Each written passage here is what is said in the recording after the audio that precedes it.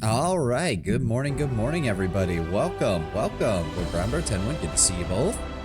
I hope you all had a lovely weekend. I get to try a new Gamer Subs flavor today, so we're gonna do that real fast before we go anywhere. Managed to pick up the, oh god, what was it? Moonlight or Moonrise Burst, I believe is what it's called. It's the Lord Aethelstan and Nyanner's flavor. And I was lucky enough to get the 1 in 10 special tin. I know that's totally random, but it's still nice to see. I hadn't gotten any of them before from Gamer Subs with the way they do that. So it's supposed to be a candy strawberry. Like, it's supposed to be like a candied strawberry kind of flavor. It's got like, it looks like pink lemonade right now. So hold on, let me take a sip here.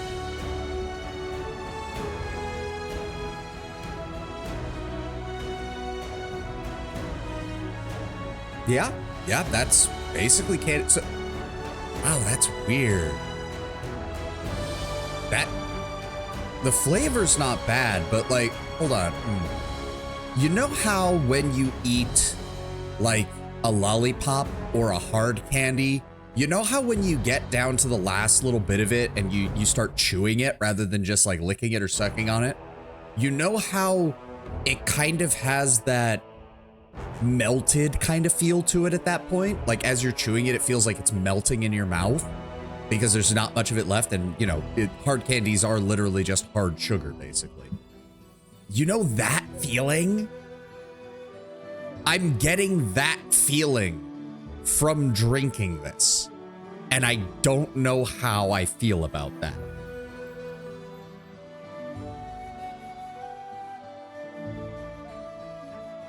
Yeah, that's weird. That's weird. Like, the flavor's good. The flavor is on point. It's exactly what you'd expect. It's a really sweet strawberry flavor. I got a pop-up for a 3-stream streak, which is weird. Yeah, I got one of those too from watching Lucifer yesterday. I think Twitch is drunk, which, if you've been keeping up with what happened at TwitchCon, I would rather they be drunk than whatever the fuck is going on over there. Let's dive in. But no, that's weird. Like, maybe it's just my brain associating that texture with this kind of strawberry flavor, and it's just adding it in, but that is weird. Yeah, TwitchCon was a mess, that clip. Oh, it's gotten worse since then. Chibidoki got fucked over by them too. Oh, right. We have fucking purple worms to deal with. I forgot about that. Yeah, no, first everything happened with Emiru early in the day, and then Chibidoki revealed that TwitchCon straight up fucked her. Well, fucked her over, at least. Faldro the Huntsman. It seems that one of the purple worms smashed the pillar during the battle, breaking the crown shard loose from the stone. Okay. The worms, are they plum or grape flavored? Well, given that I'm a giant dragon right now, I'm sure I can let you know once we kill one of them. Okay, well, the important part is not to talk to him while half the party's standing next to the worms. Let's rotate slightly. Hello, Faldro. Who the fuck are you? In a clearing ahead, a satyr curses and hacks angrily at a stone pillar, trying to chip free a piece of the crown embedded incongruously at its surface.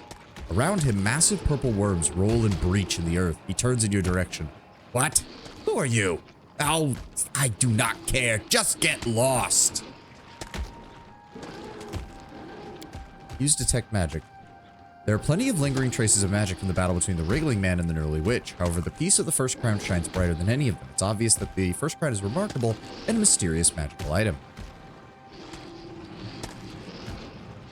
Yeah, we'll go with this. Hold on. Do I have my EXP settings set to the correct one? Yes, I do. Wriggling Man sent us to take over for you. The satyr's expression crumples, his ears drooping. Why? I was doing a good job. He looks at the worms, then grins darkly. I won't stop you then, but he can't fault me if the worms accidentally take a nibble. We'll do it the hard way. Oh, so I get experience for clearing out his check for 400,000 experience. Hot damn. And also I get to kill all these verbs. That sounds like a fine time to me.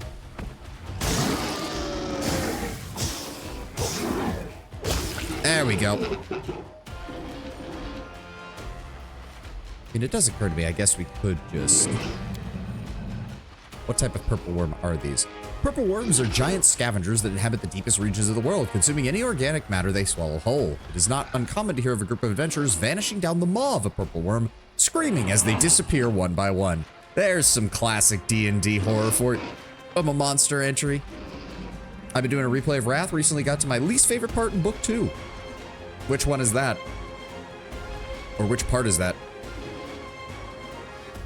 Although they seek to consume living creatures, the purple worms also consume vast amounts of dirt. The insides of a purple worm may contain a considerable number of gemstones and other items able to withstand the corrosiveness of the gullet.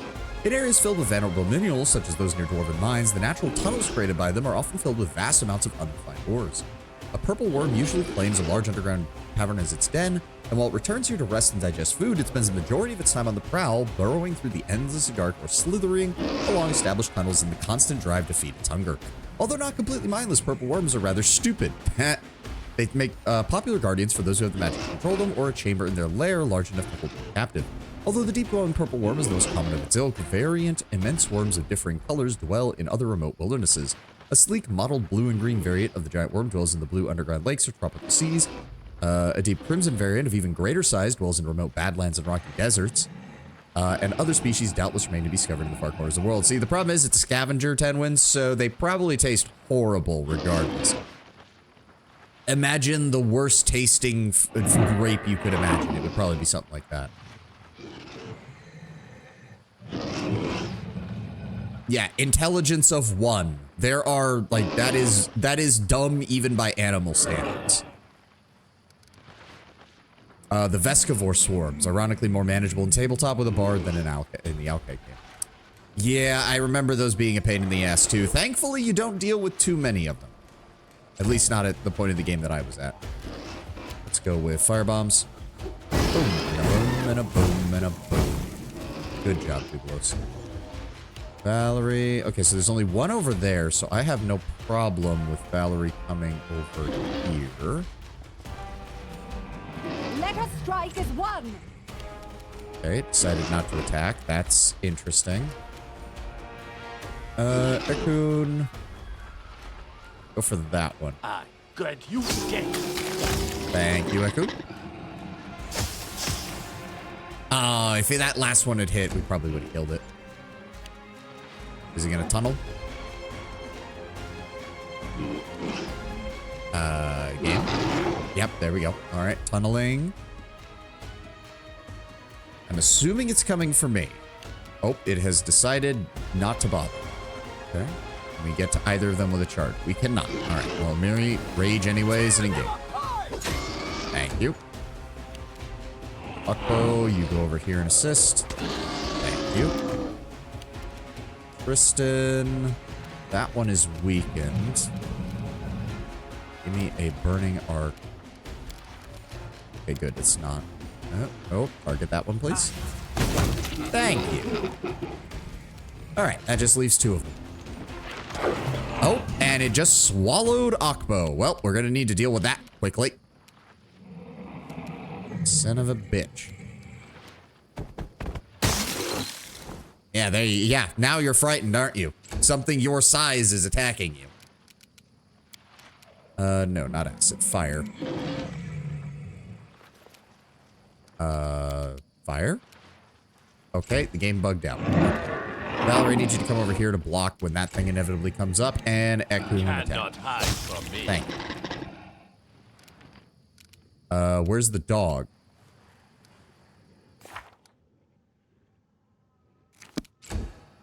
Yep, it comes up, and it tries to attack Valerie. And Mary, I don't suppose you can charge this? No, of course not. Still, good damage. Okay, Akpo is alive. He's just, yeah, he had to crawl out from the thing's mouth. I suppose that does take a little while. All right, Tristan, give me Hellfire Ray. Good damage.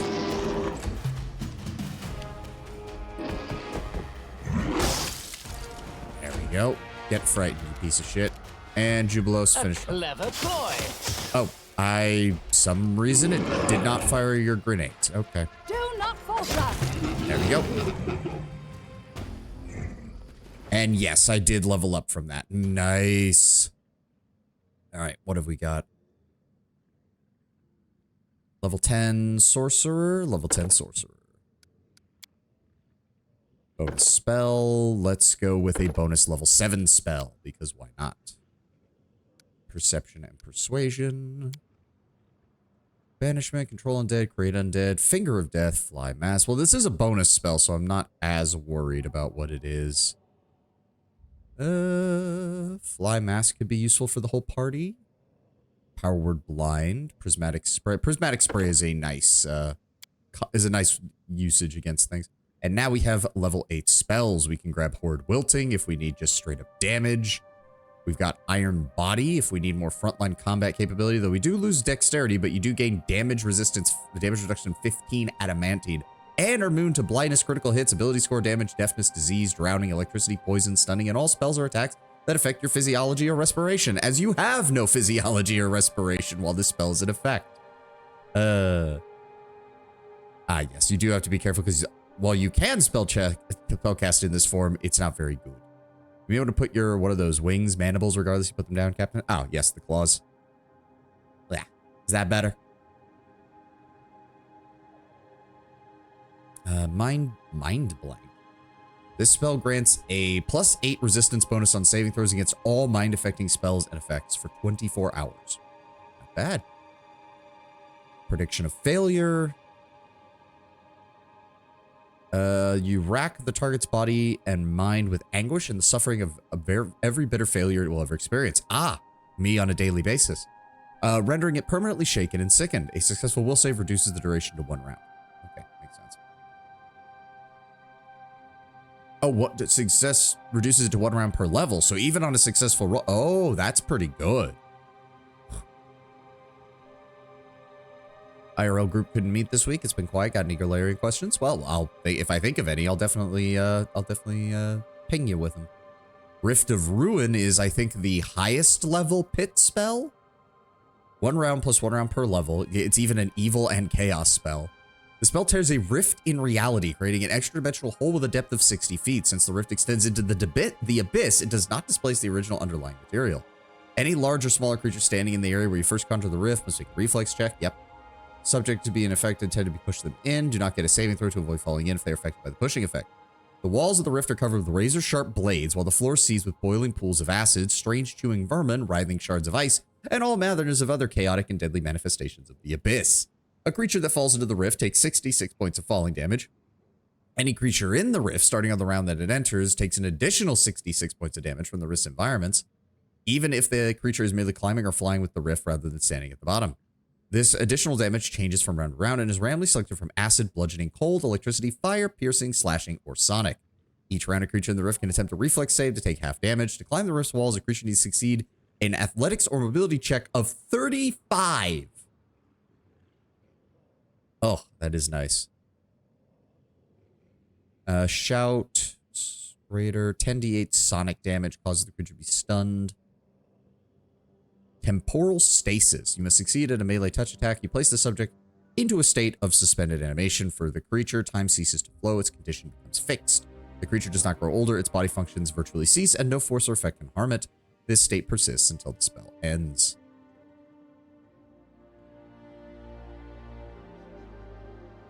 That's another not friendly, fair one. Rift of Ruin was introduced in Book of the Damned, Book 2, Lords of the Chaos. Oh, okay. And then Storm Bolts. When you cast the spell, electricity spills forth from your body in all directions. Enemy creatures within the area take 1d12 points of electricity damage per caster level and are stunned for 1 round. All enemies within a 30-foot burst. Okay, see, that's pretty good.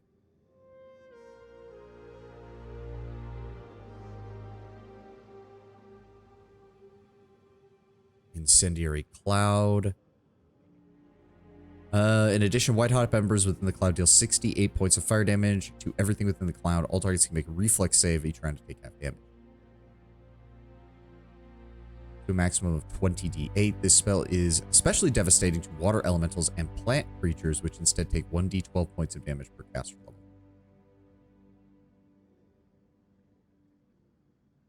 frightful aspect. Gain the following abilities: +6 size bonus to strength, +4 size bonus to constitution, +6 natural armor bonus, DR 10 magic, and spell resistance equal to 10 plus your caster level. You also emit an aura that emanates 30 feet from you. Enemy creatures within the aura are shaken. Each time a creature shaken by this aura hits you with a melee attack, that creature becomes frightened for 1d4 rounds, though at the end of the duration is no longer affected by the aura. The aura's effect is fear and mind-affecting effect. I'm definitely thinking a damage spell would be better. I think we'll go with where was it? Where was it? Which was the one that only attacked enemies? All creatures. All enemies. There we go. Let's grab Stormbolts. We also get Dragonkind 3 at this level, which means now we can do that regardless. Alright. So that was handled. And I... Oh, okay, so it's... So it must be 3,200,000 rather than 2,300,000. I must have misremembered. Either way, we need about another 1.3 million EXP to get to level 20. And right now we need about 550,000 to get to 19.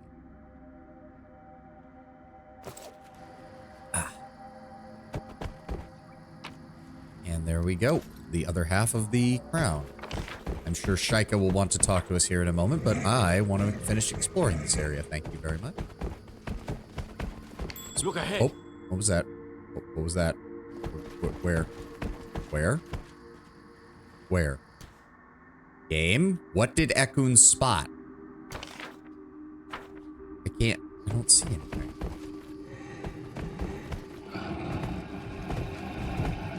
I don't see anything at all. I hate that. That was a high DC too. What did he spot? I shall end this suffering. Hello. I'm just gonna have you wait. You engaging.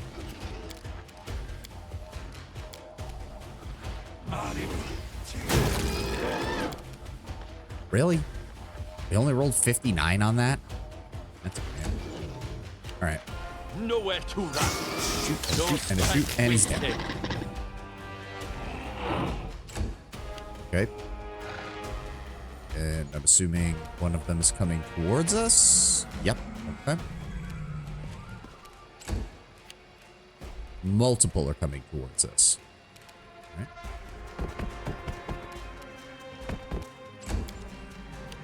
Mirroring. Oh. Weird that I do like that I can see their body through the, like, the developers are like, yeah, we're just gonna I mean, not half-ass. It's like, there's no point in showing the body if there's not gonna be anything there, but it is kind of funny. Okay, Tubulos, move up. Oh, there's like 4 of these things. Okay, that's a problem. Are you under an effect? Good Hope, Bone Fist, no, for some reason, I don't know why he was moving slow then. Tristan, just go ahead and delay.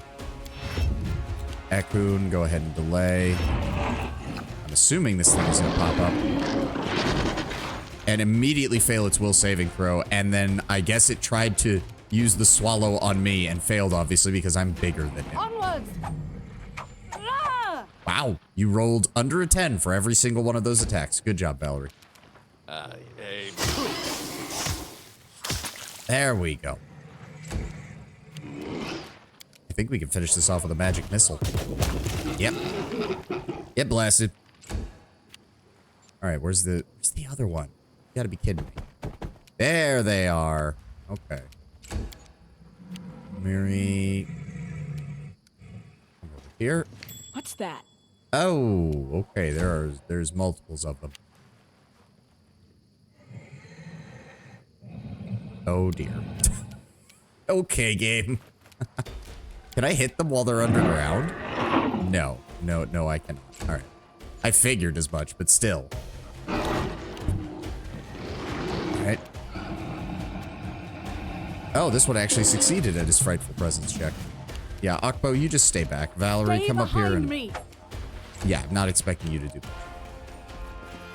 that. Ekun, move in position. Good shot. Luckily, the terrain seems to be working to my advantage. Yeah, they have to go around as well, so them being giant is not helping them in this situation. Goodbye.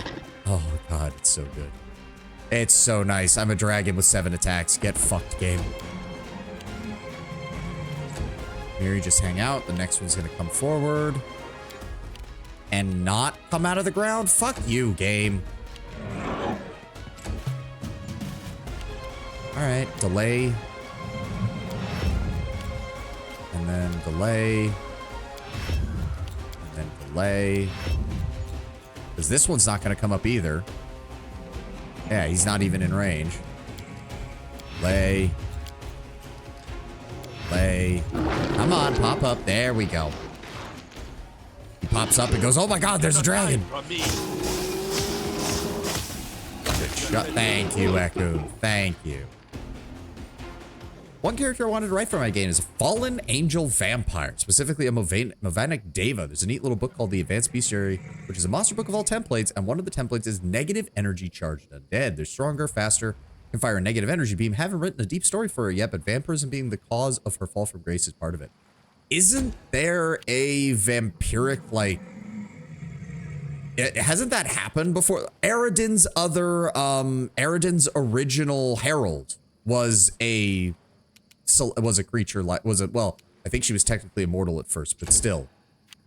She got infected with vampirism despite being a herald of Aradin, and he was forced to drop her and take Iomade. I did do a little bit of diving on the Golarion wiki, so I did kind of go down a couple of weird tangents and side passages as far as lore goes. All right, come on, get out of the ground, piece of shit. Yeah, you try to stab. Nowhere to run. There we go. Miri. You. I'll start attacking. And we tore it apart. Dang. Okay, so what was this? Oh, more Dryad. Okay, but seriously, what? Did he just spot this thing because it was in the underground or something? Because I'm not seeing anything get highlighted here. Tristan? Something bothering you? Oh, there you are. That was weird. Erasni was summoned to fight Golarion's most dangerous Lich, Tarbafon, the Whispering Tyrant, basically Golarion's Vecna earlier in his story. Ah. But yeah, my point is that, like, vampirism / lichdom being forced upon a good aligned creature to knock it out of good alignment is not an uncommon thing for the evil deities and evil creatures of Golarion. Erasni got fucking folded and her dead-ass body was sent flying back over the armies fighting. Oh, wow. Aradin must have been pissed when he saw that happening. Okay, poisonous primal hydra. Let's just... A fatal mistake. How many fuckers are there? Alright, that's one.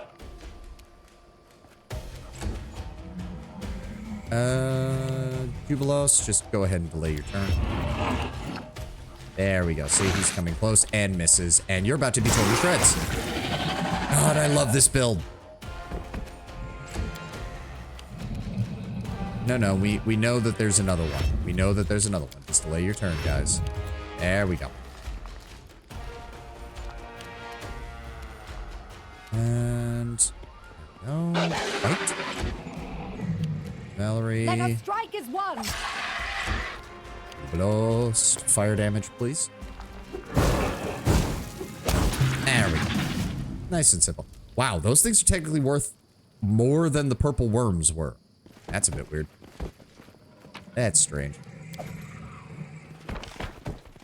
What is in the middle here?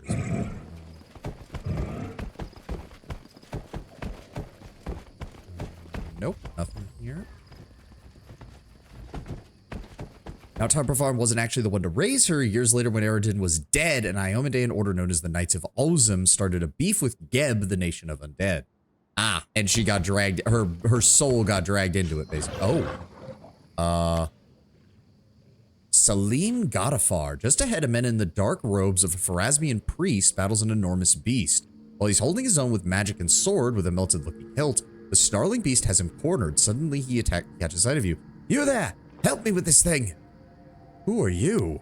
I'm Salim. You'll excuse me if I'll go formal introductions until I'm not fighting for my life. Okay. Dragon versus Lenorm. Let's find out what happens with that, shall we?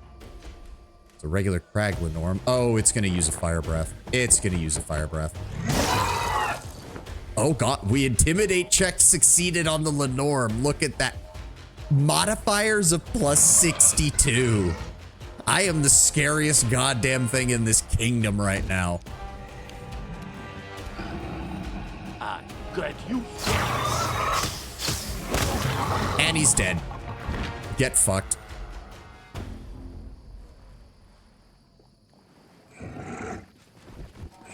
All right, Mr. Salim. What are you doing here? The roadman nods gratefully at you. Thank you for the help. If Shaika hadn't sent you, I'd have been in real trouble. Of course, if Shaika hadn't sent me after this shot, I wouldn't have been fighting the overgrown lizard in the first place. Geb, ironically, not a lich, but a ghost, killed the knights and raised them as grave knights and ended up robbing Arazani's body to turn her into a lich. Now, this is a big deal, as lichdom is established as being very difficult to achieve, as it requires mastery of necromancy to understand the condition of one's own soul to prepare for lichdom, create a phylactery. So to force it on someone is not just a huge, like, necromantic flex, it's also a massive problem for anyone involved, basically. Now, who are you? I am Selim Gadafar, a servant of Pharasma, so to speak. I owed Shaika a favor, though, so I agreed to help him locate this first crown business. Though it appears the crown is far more than I was originally told. I suppose I shouldn't be surprised. Shaika are as shifty as the damned death goddess herself. Did you just curse your own goddess? Ha ha ha! He laughs bitterly. I used to hunt priests back in Rahadum, you know, the atheist nation. I was an officer in the Pure Legion. Then I made some very unfortunate decisions. Ended up as an indentured servant to the Lady of Graves. Let's just say the situation has not been easy on either of us. Let's get back to business. Fair enough. How do you know Shaika? My eldest helped me with a job in Thuvia once. It's a long story. Situated on the southern edge of the inner sea between the ancient Osirian and godless Rahadum, Thuvia is a land focused almost entirely on the export of the single product. Ah, yeah, the Sun Orchid Elixir. Right. So, are you a priest? The man looks uncomfortable. More of a detective, really, an inquisitor. I tracked down missing souls for Pharasma, Lady of Graves. Looks like I just found another one. He laughs bitterly. Oh. If you're looking for lost souls, we do have a ruined village in the Gnarl Marches that could use some help. Thank you for the advice. I'll be sure to check it out. And what do you mean another one? This is a crown of an ancient elven king named Lethloriel, ruler of the first kingdom Nyrissa destroyed. But it's not just his crown. His soul has been tied to it, his ghost forced to serve its owner. While it's broken, he's trapped in there and unable to manifest. But no wonder Nyrissa's cronies want it so bad, or Shaika for that matter. The king of the first kingdom destroyed by Nyrissa, but that occurred millennia ago. Oh, this poor soul must have suffered much.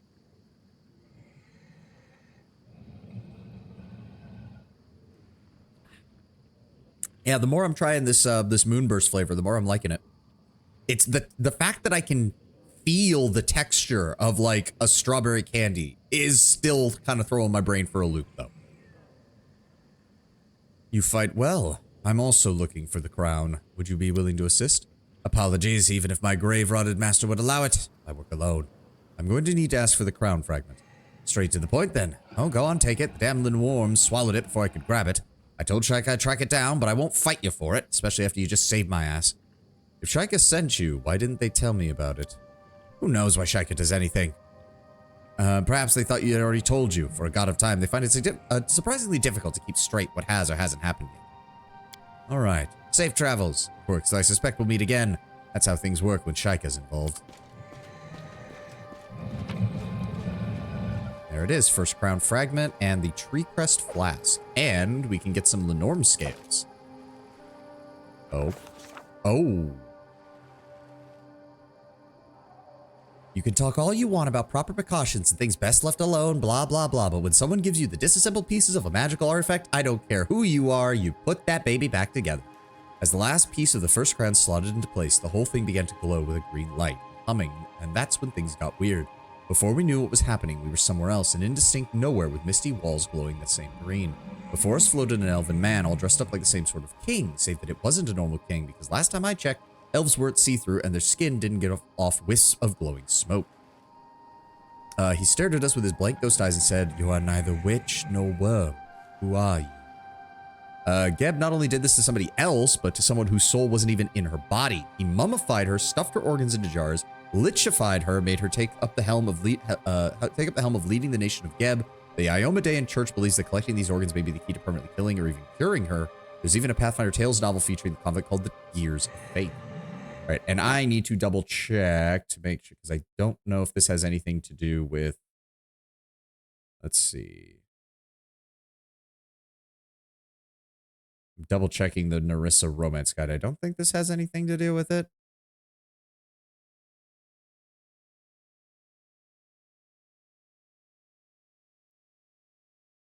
I'm just double checking.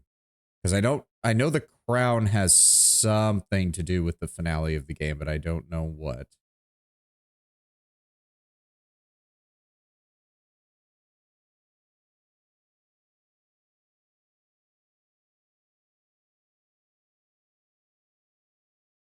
I think we want to keep it.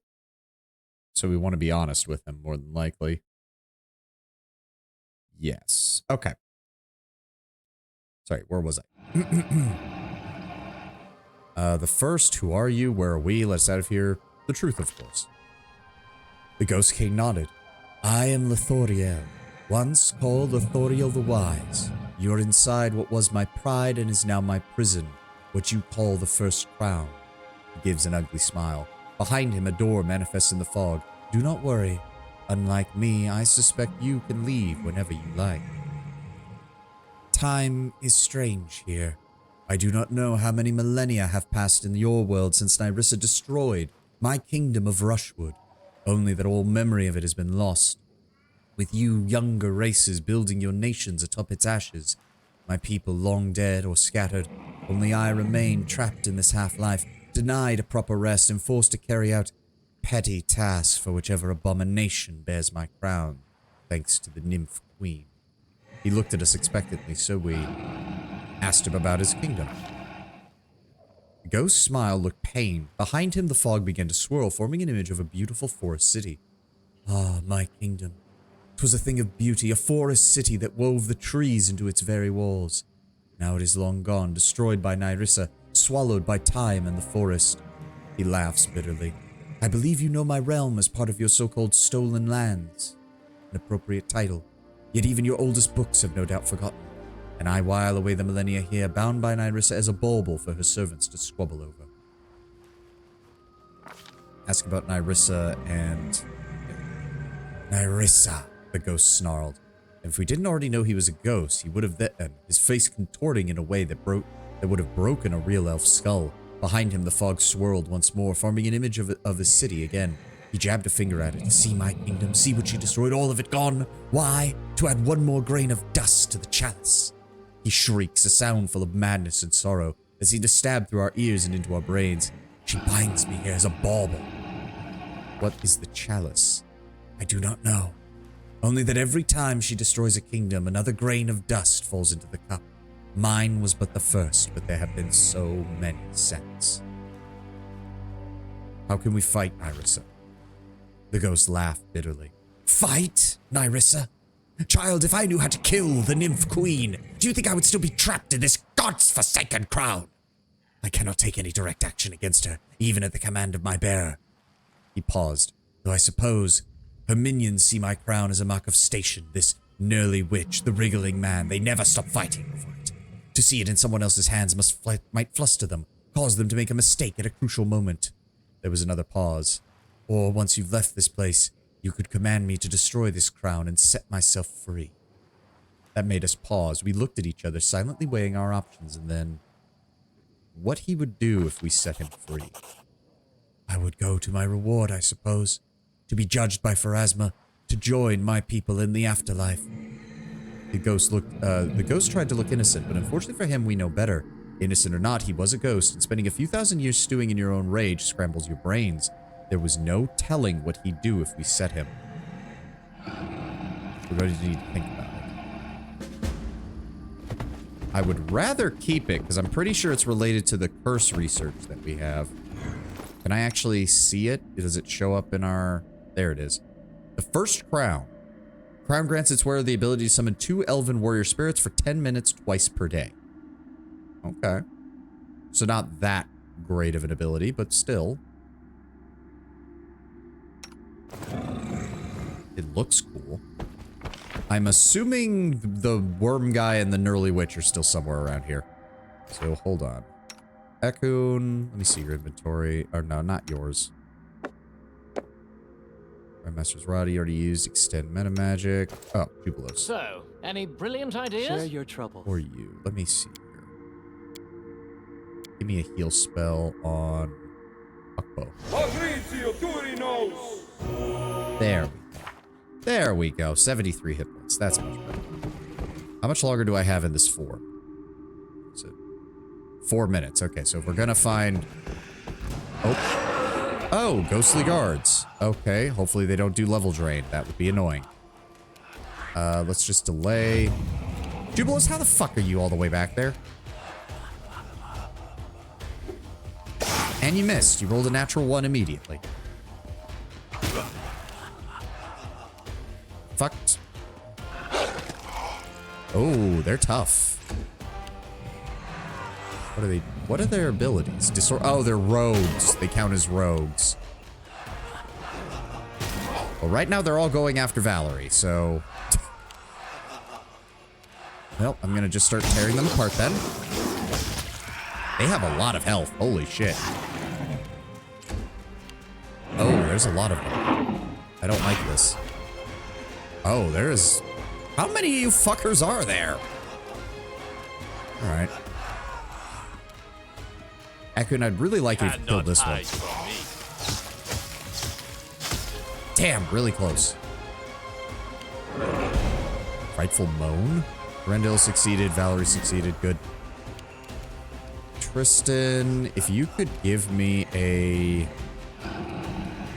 Because they are all bunched up. I would really like something that hits multiple targets. That's all creatures. That's not going to do me any good.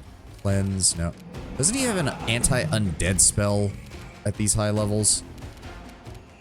I don't think I have it equipped yet, unfortunately. Fine, just go for the Hellfire Ray. That was good damage.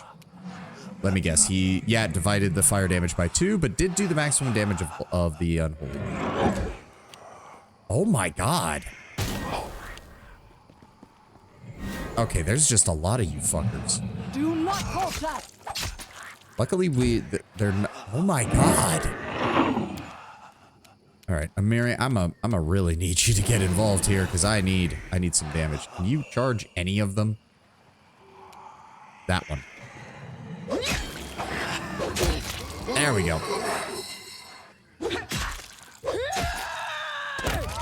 Oh wow.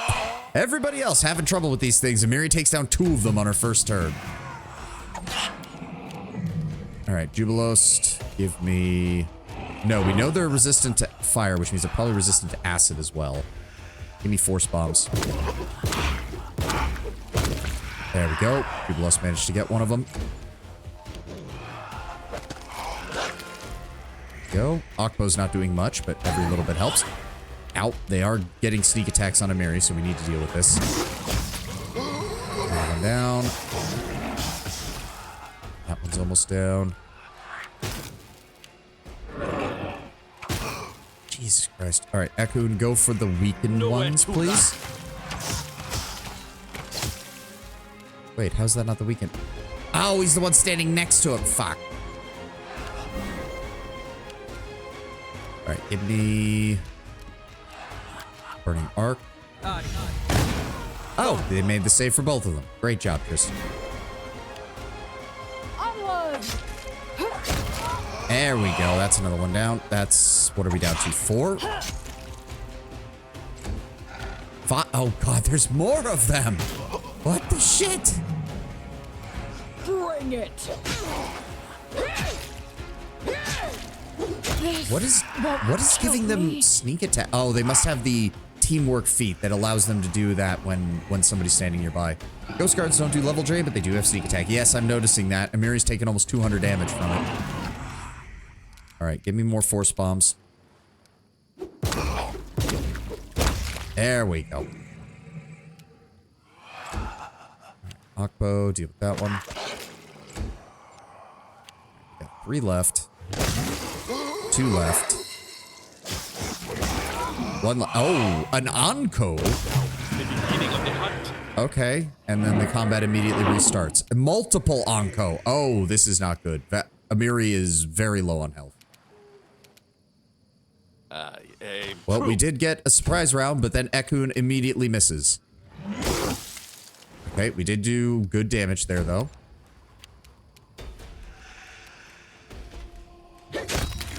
There we go.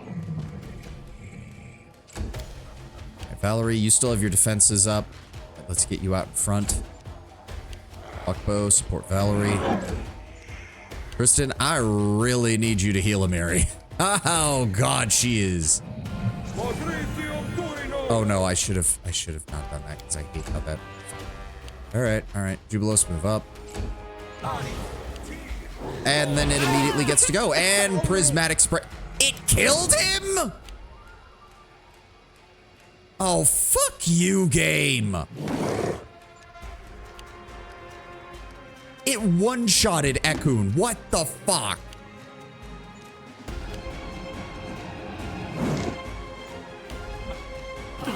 Oh, great. And now they're all doing... What the shit? They can summon their... Okay, that is just... So Onco can spawn more Onco just by being Onco on the field to be Onco. What the fuck?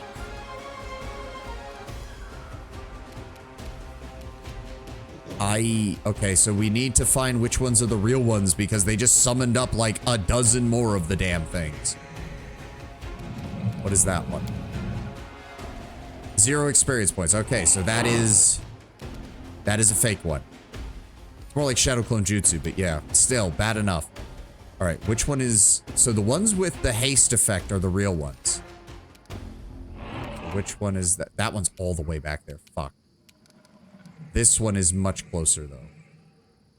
But I can't get to him. Are you shitting me? Wait. It's my turn, and I can't... Oh, these are both... You piece... I need to get rid of them because they're gonna go after Jubilost. Fuck! Fine. That one's down. That one's down. At least we're getting rid of these Shadow Clone bullshits. Yep. Get out of here. Mary, I need you to delay. Valerie. All of these are fake. Stay behind me. Well, at least we can start removing them.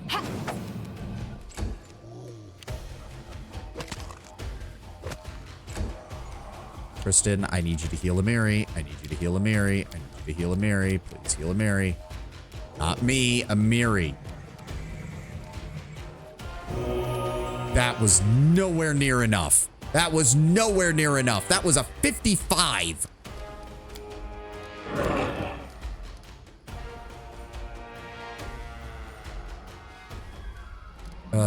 Because she resisted her own heal, of course.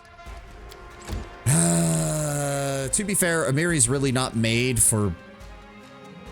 Yes, that one, Amiri. Okay, that one's down. Which got rid of the remaining clones there. These are all from these two back here.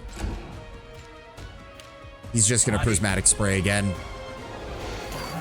And Okbo is down. And he summoned up 4 more of these fucking bastards. Stop getting in my way! Sons of bitches. They're not even doing anything. They're just getting in my way. And now Jubilos still cannot engage because he's surrounded by fucking... Alright, Jubilos, give me... How strong are these things? 147 experience points. No elemental resistances. Okay, good. Give me the acid bombs. Why didn't you throw? I fucking hate this game sometimes. Well, they're killing themselves on Valerie's special ability, which is hilarious. And now I am completely surrounded by these fuckers. Alright, fine. Oh, that was one of the real ones. Okay, that works for me.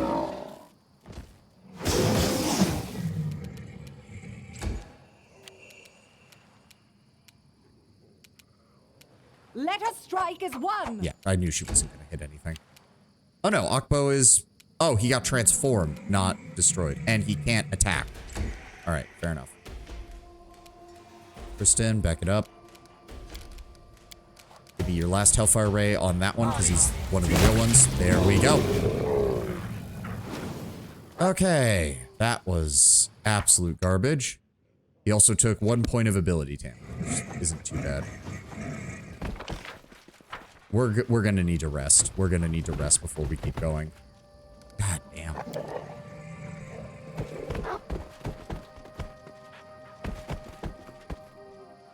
All right, the usual. Use rations. Rest up.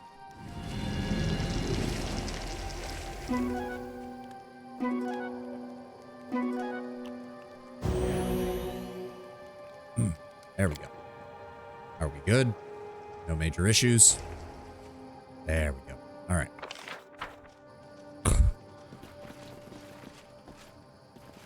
All according to plan. So yeah, what is the deal with these things? Ankos are assassins for powerful Fey nobles sent to kill, terrify, and torture. They never speak, only telepathically whisper their lord's verdict to victims. Typical Anko is 10 feet tall and has an 8-foot wingspan and weighs less than 100 pounds. Oh, so giant flying Fey assholes. In due time. All right. Time's not waiting. Let's go ahead and... Let's see here. Make sure our claws are on. Go ahead and give me true seeing. Go ahead and give me heroism. Stop using that, please. Give me mirror image. Fist. And blade 2. And fuck it. I'm at near max level. Just go ahead and give me Dragonkind 3, please. See, interestingly enough, it seems they were introduced in Kingmaker, like the original tabletop supplement, you mean? Oh, where? What did he find? I don't see anything, game. So I'm assuming we saw an enemy, not an item, because you're not telling me where the fuck it is.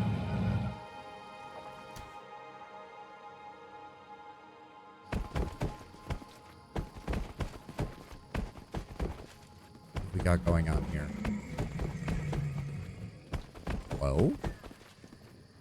Mobility check. Really? A mobility check? Can we even... Oh, we have to do it through here. God damn it.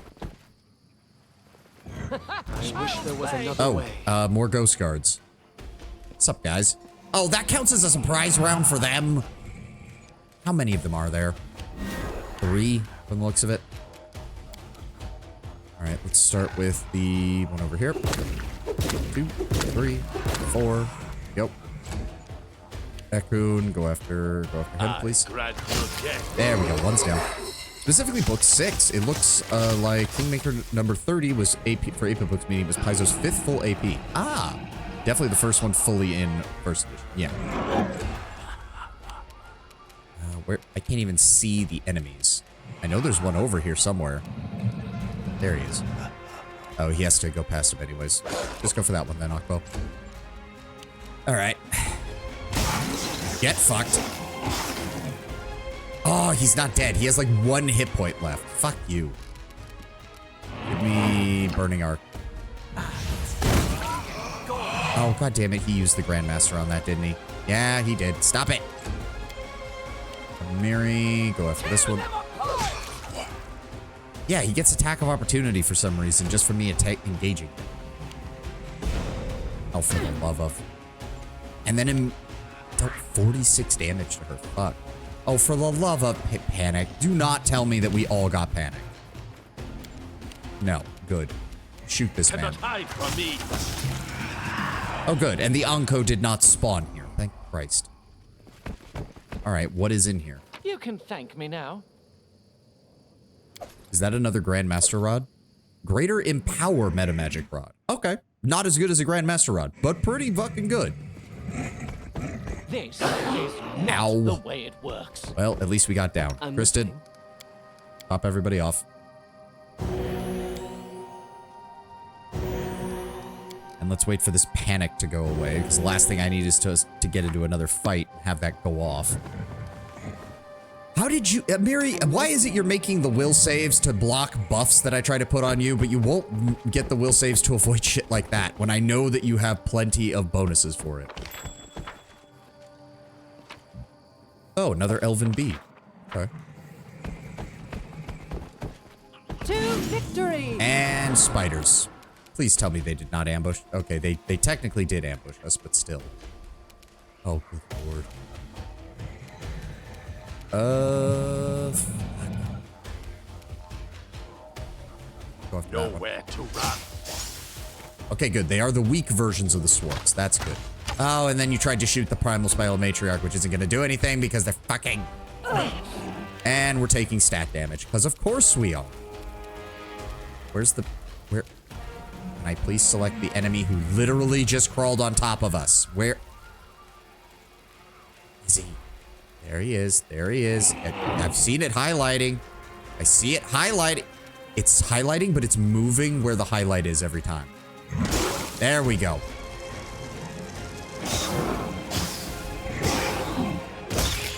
There we go. So one of the swarms is down. One of the matriarchs is down. Another matriarch got injured. Tristan. Give me flame strike on top of the spider swarm. That would be great. Yeah, vaporize that guy. Thank you. Were you covered in spiders? Yes, I was. They did actually put that on. I'm imagining when you're normal size, it does it too, but you just don't see it because of the size difference. But because I'm so big, you actually saw it. He's got spiders on his wings and a nymph in his bed. And now they're going to attack us as well. Thank you for making the fortitude save. Who didn't make the fortitude save? Valerie, of course, Valerie. Oh, god damn it. She's useless. He's useless against those. Give me firebomb. Get fucked. That just leaves you going after me. That's fine. Yeah, nice try, buddy. They go down! Thank you, Amiri. And then Valerie. Do not falter! Stab him. Ekun, please finish this guy I off. aim true. Nope. Concealment, concealment, concealment, concealment. Fuck you. Yeah, 50-50 chance my ass, game. You wonder why I give my frontliners the ability to cast it on their own, because if you're gonna say it's 50%, then it's never just 50%. What? Why did you go forward? Why did we not see I've the been trap, told you someone dumb... annoys you, you either pray or polish At least you your made the armor. saving throw. It is why my armor gleams as it does. What is that? The Champion of Graves, a +5 Bardiche that deals an additional 3d6 negative damage. Wow, that's actually... That's a lot. That's unironically a lot of damage. And as long as you're not fighting the undead, that's pretty good. Oh, sing it like the Grinch song. He's got spiders on his wings and a nymph in his bed, so funny. Yeah. Sorry, I did not realize that that was the tune you were going for there, Lord Tenwin. Did not realize that. All right, I guess we're pretty much done. Let's head back to Shaika, and I'm probably gonna keep this crown because I think we can do curse research on it. That's a lot of damage. Just keep that Bardiche away from buckets. I gotta admit, I am enjoying all of the VTubers who have been doing JonTron reactions that I've been seeing on YouTube. That's actually hilarious to me. That all of his stuff has just suddenly blown up. And of course, everybody's focusing on the flex tape videos. Lord Brown Tenwin.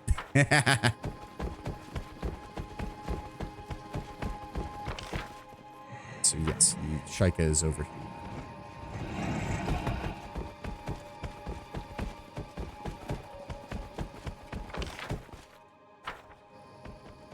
But yeah, once we check in on him, I think we'll be done. Hello, Shaika. Oh, Salim. You look up to find Shaika waiting for you at the edge of the trees, arms crossed. Salim stands near the eldest, his arms crossed, but nods to you but says nothing. Well, did you get it for us? Did you know there was a ghost tied to it? JonTron is genuinely hilarious. He's semi-retired, partially due to some of the controversies, but also due to simply not feeling like it. Yeah, he does what PewDiePie did towards the end of his career, where it's like, if I want to do a video, I'll do a video, but don't plan on me doing videos. Dude has his own life. Dude has won. Like, I've seen the posts going around where it's like the people who won at YouTube, and it's PewDiePie, Markiplier, and JonTron, because it's like they have enough money to set them up for life. They're doing what they love, and they're married to people who love them. Like, can't get much fucking better than that.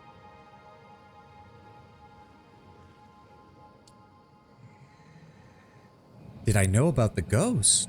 Shika smiles. Child, why do you think I wanted it? I'm far too old to be excited about fancy hats. Now are you going to give it to me or not? What's it worth to you? Ah, it is always money with you mortals. No, no, no. There's... Shika, please, you insult me now. You insult me now. You do know that when I talk price, money is not the first thing that comes to mind. Money's nice and all, but I already have a treasury stock full of everything I need. Measuring your tiny lives in shiny pebbles. Besides, I already told you, giving me the crown will aid you in your quest against Irissa, but if you must have a physical reward, so be it.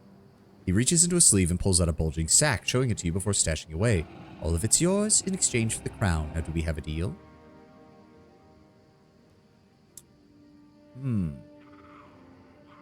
What if I don't want to give it to you? Salim laughs at Shika's shocked expression. He grins and claps him on the shoulder. You and your type never learn.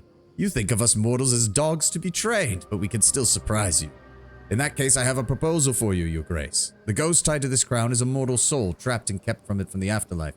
As an agent of Pharasma, goddess of death, I could take this crown to her realm and ensure the ghost is put to rest safely as he deserves. It's my job, technically. What do you want to do? Salim, go ahead. I need to think about it. Ah, you try our patience, and from a time god, that's really saying something, but very well. We'll be here when you return. Ooh. Okay, I don't actually know. I would argue Markiplier got first out of those three, partially because not only is he rich, but he's almost usually beloved as a YouTube personality. I mean, PewDiePie was as well until we got some of those controversies later on, although I think most of them are far overblown.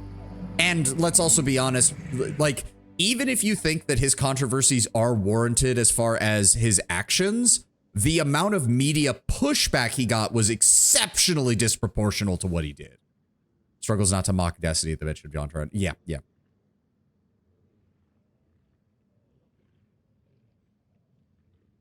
Like, let's be honest, PewDiePie was more universally liked before some of those issues happened, and the media decided to turn him into a punching bag. Like, again, even if you're fully convinced that some of his controversies were that bad, which I'm not convinced that they were, the media's reaction to them was way out of proportion with what he did. And I just don't, like, no. He moved to Japan, he's living his good life, he's got a kid, he's got a wife. Good for him. Good for him. Oh, and Matt Pat's off doing freaking political activist work now on the behalf of streamers and gamers. Like, I wish him the best. He's doing great too. Almost forgot about that. To be fair, I stopped watching as much of game theory as the years went on. He still does good work. He still does good work, but yeah.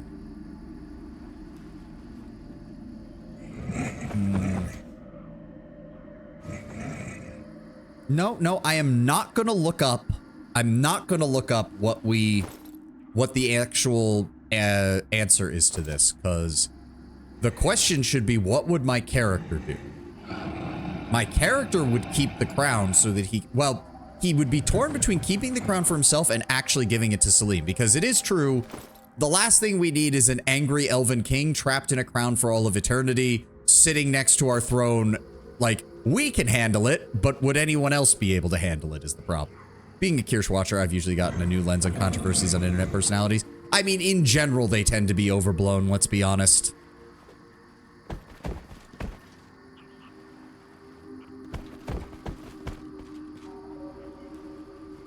It becomes kind of grating when not all things on the internet, but a good chunk of things on the internet could have been handled by people privately in DMs. Like, when most of it is that, I grow weary of people trying to go on about, oh my god, this new internet personalities controversy is so central to blah blah blah blah. No, I just don't care. I just don't care. We've already, like, the VTubing scene has already seen that. It's like when people try to compare, like, oh, these two VTubers don't like one another. Ooh, compared to, oh yeah, Niji Sanji tried to get Doki Bird to commit suicide twice. Like, there's a gulf between that. There's no comparing the two. There's drama, and then there's no, this is a legitimate problem, holy fuck. Yeah, it does come down to which one I would rather do. So does it, hold on, does it actually... Right, Biscuit the Unicorn. Shaka did, was asked us to get it. We did all the work, so what happens next is our call, right? On the one hand, giving it to Shika would make a lot of sense since they are claiming that it would assist us against Nerissa. But okay, hold on. I need to, I'm not going to check what the outcome of this specific quest is, but I do need to check to see where we're at with our cursory search. Because there is a list about that. Hold on. Okay, Davik Nettle, we did that one. Village in the Swamps, we did that one. Scythe Tree, that one. Bald Hilltop, that one. That's 4. Tartuk, we did that one. Jenna Tennyson, I don't know if we did that one. No, that was the mom, right? That was the mom who sent us to look for her kid. So we did do that one. That's 6. We have to do 14 of them or 13 of them. There are 16 curses in the game. To proceed with Nerissa's ending, you need to study 13 of them. Okay, that's just the... Yeah. Reach a minimum value before going to the end game. So that's 6. Lake Candlemere, 7. Everblooming Flower, 8. Ivar is the one we don't have. The Hanvanki family, 9. Vortikai, 10. Faceless Sisters, 11. Tristan, 12. Armag, 13. So we should be good. We should be good. Ooh.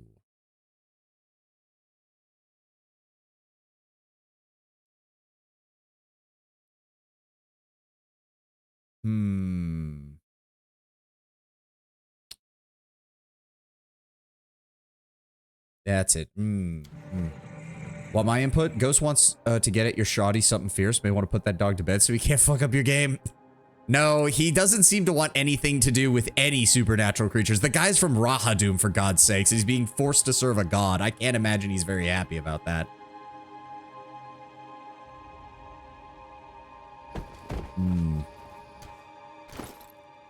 I mean, its ability is not that good. Let's be very honest. Its ability is, it's cool and all, but it's not that good.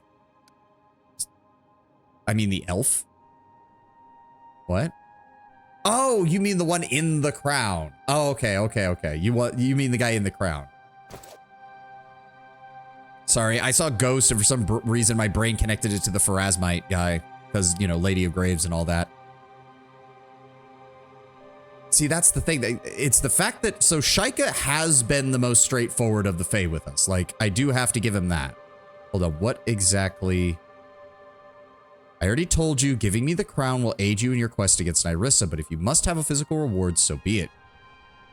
Okay, I really wish he would give me a little bit more than that to work with.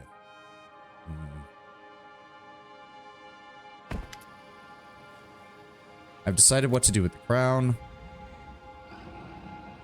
Interesting. So lawful good is to give it to Salim. Chaotic neutral is to keep it. You'd best not fuck me over with this, Shika. Salim looks at you and shakes his head. With a sigh, he reaches up and touches an amulet and promptly disappears. And that gave me 115,000 experience. Shika smiles smugly as they take the crown. We are glad to see that some mortals understand how the world works. As we promised, you have set in motion the events that we think you'll find most beneficial. The past is not so immutable as Nerissa believes, nor her cup so full. But here's a little something extra for your trouble. He reaches into a sleeve and pulls out a bulging sack, tossing it at your feet. Now, if you'll excuse me, I'm late for an appointment. Or was that early? With a thoughtful expression, Shika winks out of existence. I'm really surprised that the Worm-Man and the Hag did not show up to try and stop us. I was really expecting them to show up. This is level 16, so she has 2 stat points remaining. There's no point going higher on Dex. Grabbing an extra intellect would give her 8 more points, but that's not really that good. Charisma, she does have a +6 on the sparkling helmet. We could use her 16th and 20th levels to boost charisma, because quite frankly, her attack is not what we take her for. The charisma, though, will help her with dealing with persuasion stuff in the battlefield and improve her smite ability. Yeah. Wait. No, let's boost her strength. Let's boost her strength. That's fine. Alright, and then Tristan also leveled up, and he is one that I'm going to actually need to double check my build on. Where's he at? Ranger Tristan, level 16. Mystic Theurge, 9. Yeah, so I think it goes to Mystic Theurge 10 at level 17, and then it takes 3 levels of Ecclesiastic Theurge as his final one. Obviously, we grab Wisdom to get him to 29. We grab more of this. Grab more Perception. Why not? Can I pick the Hellfire Ray now as his specialized spell? Yes, I can. Good.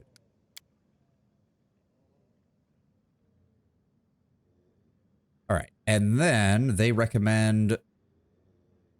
Wow, level 4, 5, and 6 spells. Interesting. Okay.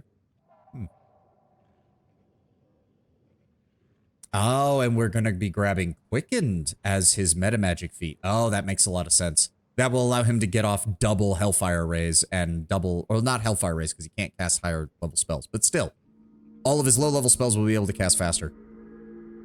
Wall of Fire. I mean, that kind of fits the theme of what we've been building him as. Yeah, we'll grab Wall of Fire. We'll grab... What else?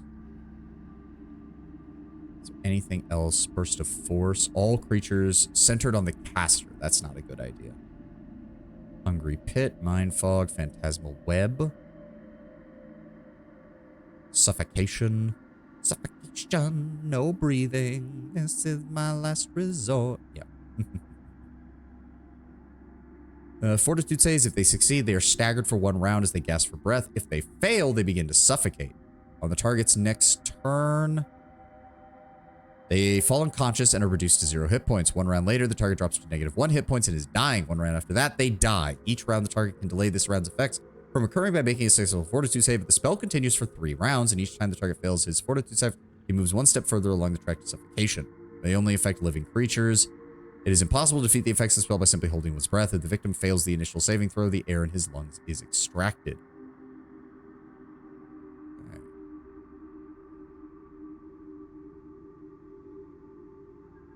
Let's grab Waves of Fatigue. That's still a good backup spell. Heroism Greater, Elemental Assessor.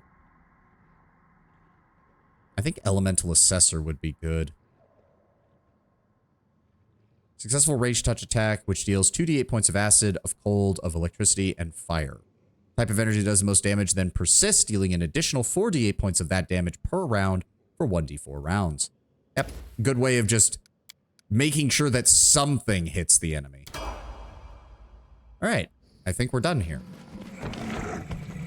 Again, unless the worm dude and the hag are going to show up at the last minute, but it doesn't look like they will. Alright, let's get out of here. Where's the exit? Oh, wrong... Wait, yeah, wrong side. Over here.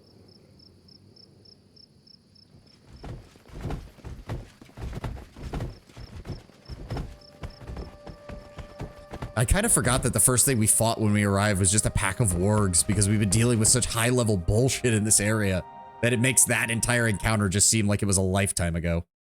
Suffocation would be one of the ways you can kill a creature with regeneration if you somehow cannot cancel it with damage. Oh, okay. All right, so we have been to all of these locations. We have 2 roads that we need to finish completing down here.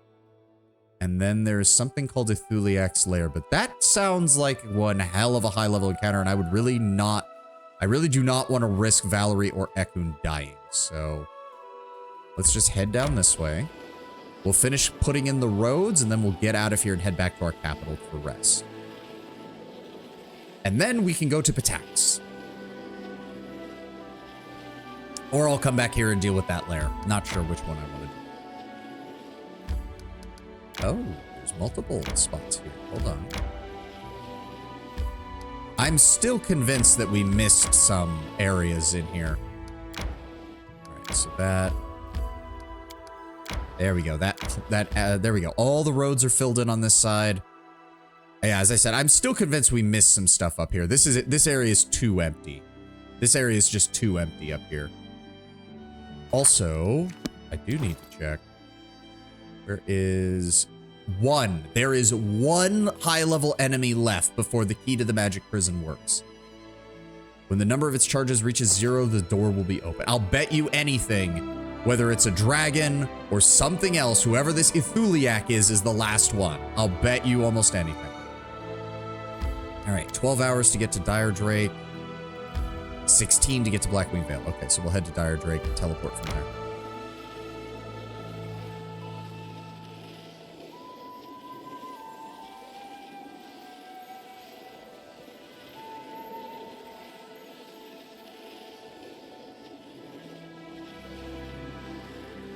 Wow, really made it across the entirety of Patax without a single random encounter? All right. Head over to Ebon Crown. All right, we probably have quite a few events about to pop up in our throne room. Wouldn't surprise me. We were gone for quite a bit dealing with all of that.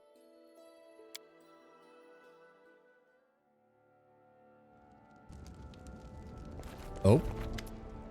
Lindsay's eyes glitter and her nostrils flare with rage, but for some reason she speaks in a whisper. Such insolence, such unforgettable, monstrous, unimaginable insolence. Take some time, Lindsay. Catch your breath and explain what happened. Lindsay catches her breath and continues to whisper, Your Highness, we have a problem, a major problem. Look for yourself. The bard points her finger towards the far end of the room.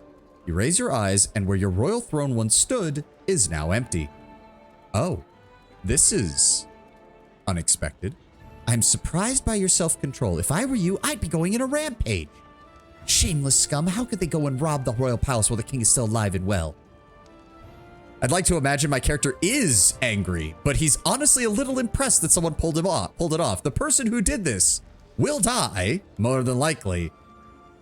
But he's honestly a little impressed that someone managed to pull it off. The insolence of it is kind of just awe-inspiring. In fact, our case is blatant and extraordinary, but hardly exceptional. Word on the street is that the local population has become sick and tired of thieves that are breaking into people's homes, bypassing the locks and latches, and stealing everything they can. And it seems now the scum have the guts to meddle with royal property. We need to sort this out before they steal the whole kingdom, one brick at a time. We need to get back your throne. This is shameful. Lindsay regains control of herself and continues in a low whisper. I really hope your people here won't go wagging their tongues and spreading rumors. All right. Better question. How? No, yeah, that's what my character's saying. Like, hold up. We need to find out how they managed this, because that's honestly a little impressive. They might still die. Horrible screaming deaths. But I want to know what happened first. What were my guards doing? Well, you weren't on the throne at the time it was stolen, and our guards are trained to guard people, not furniture. The bard gives you a faint smile. Sure, if the throne was stolen while you were sitting on it, things would be so much worse. That's not much consolation. Where should we begin? Well, we should start with interrogating the potential witnesses. The captain of the guard was in the palace when it happened. He was the one who discovered the throne was missing. Then you should go out into the city. I heard the smith was robbed recently too. Maybe he can give you some clues. Also, if I were you, I'd talk to the trader. He might have some hints as to who might be selling stolen goods. Oh, and one more thing. Don't forget to visit the innkeeper, who might have who better to glean information from than the troubled locals finding themselves in need of a shoulder to cry on. If I manage to catch this thief, whatever your upcoming plans were, retrieving the throne needs to be the top priority. I dread to think how loud our neighbors will laugh if they learn of this disgrace. All right. I think the captain of the guard is outside, if I recall correctly. Yes, he's out in here. All right, let's go deal with that. All according to plan.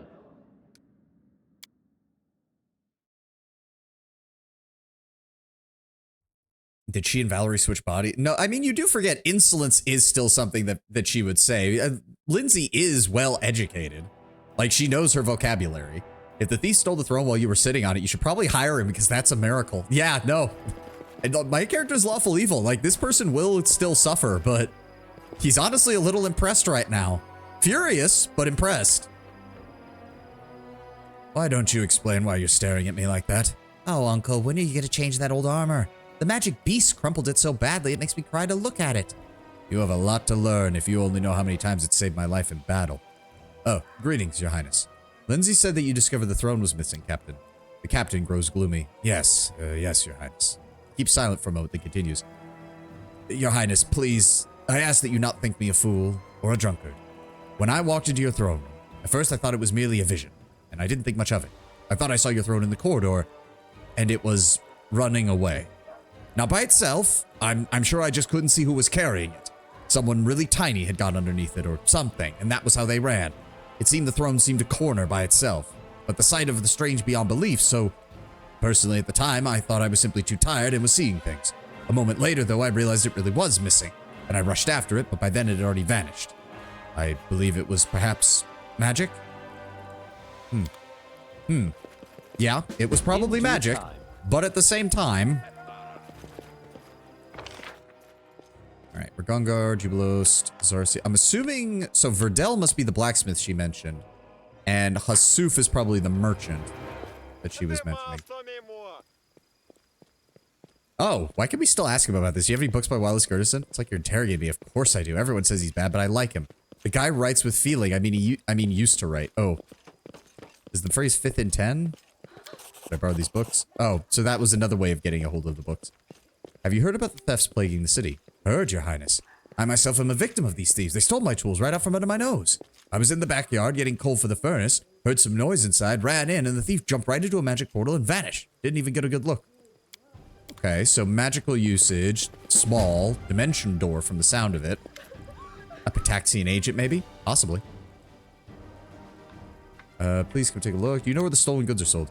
Hazuf squids cunningly. How very polite you do not ask me directly. But no, I am not involved in such shady dealings. Though several of the local traders sometimes claim otherwise. Some say that anything that's lying about will be stolen in the city, but then cannot be found for sale. You're not the first to ask about stolen goods, Your Grace. Many hope to find on the black market what precious things were stolen from their homes, but alas, it seems the thieves have their own way of getting rid of stolen goods. I think now we have to go talk to the innkeeper, if I recall correctly. Yes. I do like having the Hell Knights on the street. Justice will prevail. And see, when the Hell Knights do their job properly, I have no problem with them being here. They just need to stop acting like morons. Alina. Why is it... They keep talking about... Why am I still getting the updates for Gunderson's book? I heard there's been a number of thefts in town. What do you know, Alina? Of course I heard about it, Your Highness. Many homes have been robbed. The strange thing is there's no picked locks, no broken windows. How'd the scoundrels get inside? Those thieves are real masters of getting into people's homes. They steal whatever they find. At one house, they stole all the silverware, and another one, they left the money but took the children's toys. Strange thieves. Faye. It's Faye. What's new around here? I was right when I said that Patax is full of shameless foxes dressed as people. Lately, there's so many folks from Patax, more than mosquitoes in spring, and they're sticking their noses everywhere. Come back soon, Your Highness. Yeah, of course there... That's the thing. It's like, there are Pataxian agents swarming over my kingdom. They're not the ones going after the throne, though. They're probably just as confused as we are. They're laughing while doing it, but they're probably just as confused as we are. Oh, Erlina, what's up? Let me to evil Rod of Flaming Vengeance. It sounds like an STI in a fantasy universe. All right, thank you. Still waiting on you to finish your magnum opus. All right. Oh my God, we have a stool. That is. I hate it. I hate it so much. None of these I think are really that good. So I think we actually have to... We have to actually go through these events in order to get it. Lindsay is terrified. Tracking the throne thief. There we go. Ekun. Find this man. It's gonna take a month? Oh, if I'd known that, fuck, I would have waited for that event to fire before I went to go investigate Patax. Fuck me. All right, well, Shit. We do need to rest, so. It's gonna take us a month to track down these bastards. Well, I guess we're gonna go find out if that's a dragon up there that we need to fight.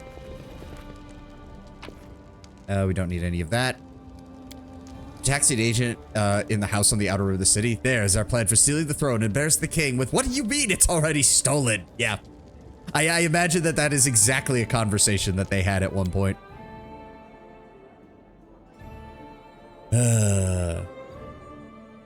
Like, I don't think there's anything else. So yeah, if we go investigate that lair and go see what else we got. Yeah, runaway throne. We interviewed all the citizens. They use magic. They don't sell their goods to third parties. We can only hope that our loss shows up somewhere else. This is the throne we're talking about. Yep. So they're tracking that down. That's Aymar in Tax. Waiting on that to update. Oh, right. The Temple of the Elk. We can go do that too. All right, so the Temple of the Elk. There we go. So we can teleport to Guas. To Visaka the Unicorn.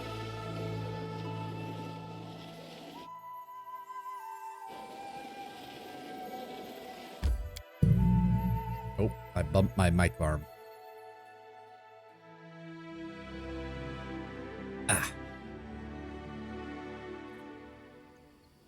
Pilgrim, Pilgrim Trader, Pilgrim. Oh. Oh. Okay, well, they're not hostile right now. Where is he over? Is he? I'm guessing he's over there with the rest of the animals. Oh, dear. No mistakes. Yeah, Visaka the Unicorn. Why do you look like Patches? You look like Patches. That makes me worried. All right, quick save. I mean, I'm assuming much like the other one, it's going to be a case of, oh, do not engage them and don't fight them. The problem is it's going to be animals, which means knowing my luck, it's going to want to use knowledge, lore nature. So that's going to go badly for me, most likely. Let's go ahead and turn that off. A man in a ceremonial robe stands near the temple, surrounded by monsters lying still like little sheep. He greets you with a deep bow. His voice is soft, almost a whisper. Your Highness, are you ready for the trial? Who are you? I am Visaka the Unicorn of the Surumgaman Order. And what sort of trial is this? These creatures are lost, and I will send them to the first home to the first world. But first, you will have to show you're capable of holding them back without shedding blood. I shall lift the spell and commence the ritual. While I open the portal, you must defend yourself, but you must not kill. If a single one of these creatures die, you will not pass this trial. What? I mean, what? How in the hell am I going to face a whole swarm of monsters without killing you? It's up to you. Such is the nature of your trial. Okay, let's start. Oh, it just goes into combat. I thought maybe we would get a Lord Nature check to try and... Okay, well, I might need to reload. Hold on. We might need to reload. We might need to reload. Because I need spells. I need spells. Oh, this isn't good. Okay, Time's not waiting. goddamn, what I wouldn't give for a save or die expert with hold monster, because I think Tristan has...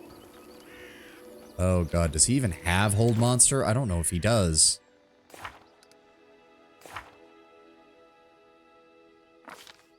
Oh, breed, fire snake.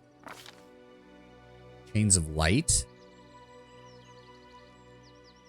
Held immobile by golden chains comprised of pure light. The creature is paralyzed and held in place but may attempt a new saving throw each round to end the effect. It is reflex save though, which... Total defense in turn-based mode? Oh yeah, I'm gonna be working on a couple of things, but... I need to prep, like, multiple contingencies here. Go ahead and use your holy symbol to gain that, because will it let me? It will not let me identify them before. So I'm pretty sure, if I remember correctly, the Mandragora has absolutely dog shit saves. So if we throw a chain of light on that, we might have a chance. Require my assistance? Okay, I think we can do. Failing that, hold on. Pull everyone else back. I think I can do this solo. So let me see what we can do here. Let me see.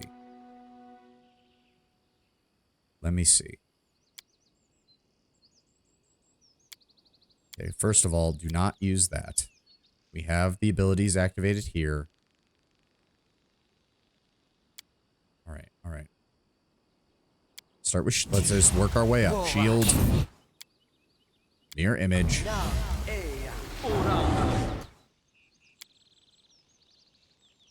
And then save, wait on displacement. We don't want that just yet. We already have fly.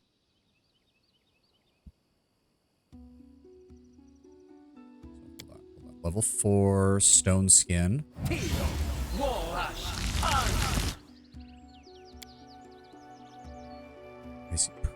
Icy prison is also a good one. That does also target reflex, so that might actually work. I'm gonna need. So well, we are openly on turn-based moves. I'm gonna go ahead and throw on greater heroism.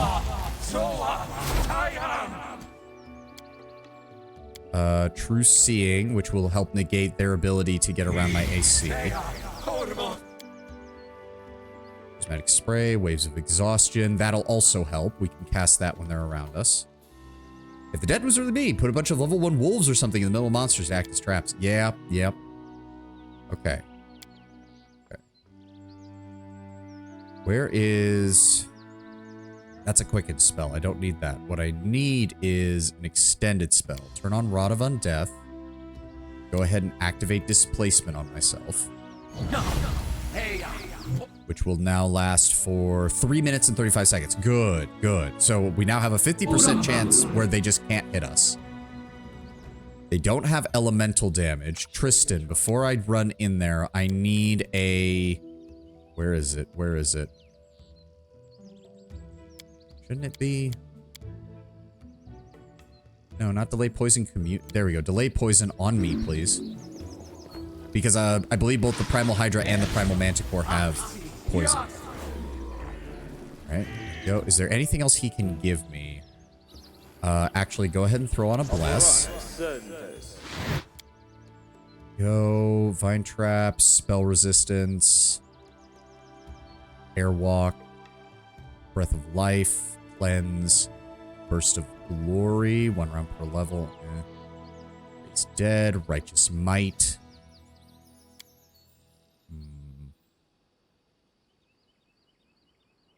Ally, debilitating portent, Aura of Doom. Unfortunately, he can only cast it on himself, not on others.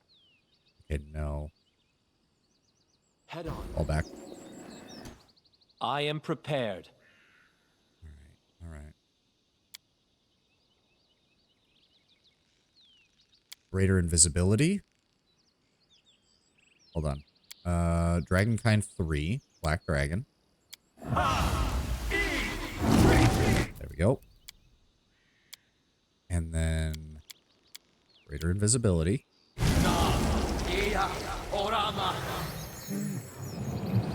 Okay, I think we're good. How long does that last? 1 minute, 45 seconds. All right, quick save. Yep, who are you? What sort of trial is this? Blah, blah, blah. How do you imagine I'm going to face them? All right, start the trial. Nope, Tristan, just stay the fuck away. Everybody else, stay the fuck away. Good, concealment. He's missing. And, all right, what we can try to do is, let me take a look here. Level 11 Magic Beast should not be too bad. Reflex of 13, Will of 7. So Will would be the best choice there. I don't really have an ability to deal with that, though. The other one, also low will save. The Mandragora, which is the largest of the lot, has both low will and fairly low reflex save. So what I would like to try then... Where is it? Where did it fucking go? There it is. Let's see here. Oh. Where? What? There we go. Takes 1 point of cold damage per caster level each round as its paralyzer entangled in ice. A creature can break free. Oh, okay, so he would... Okay, so his reflex would ensure that he gets crap for at least 1 round, but then he's going to break free fairly easily. You know what? I'm just going to take the chance. Yep, they're coming for me. He missed. Ekun, end your turn. Yep, the manticores are trying to attack. They have not even dispersed any of my mirror images yet, so... You know what? Actually, hold on. Turn off turn-based mode. All of you, turn off your AI, move over here. The rest of you, or me, rather, turn off my AI and just stand here.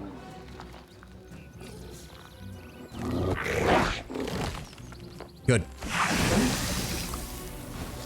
No, Tristan, I turned off your AI. What the fuck are you doing?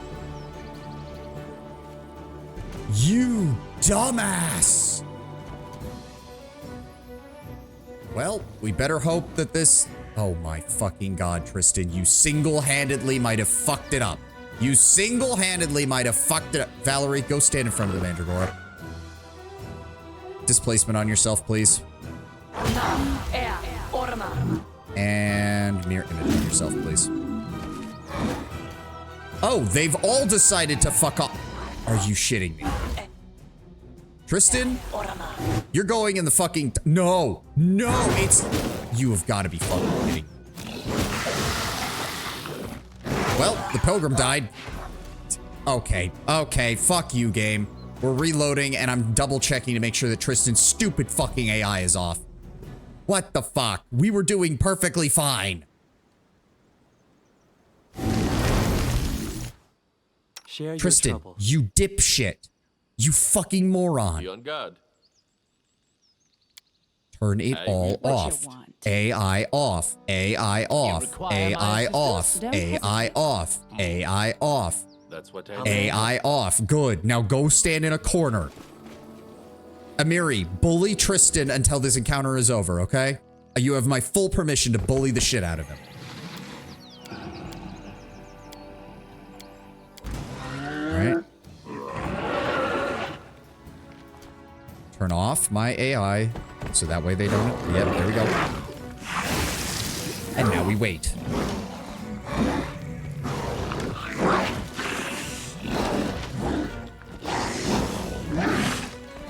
They have not even... Yeah, they're still missing. They managed to hit one of my mirror images.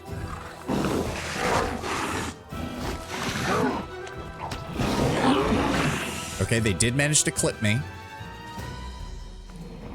6 damage though. I have plenty of hit points. How many rounds are you supposed to do this for? Because I'm pretty sure we're already on like round 3. Round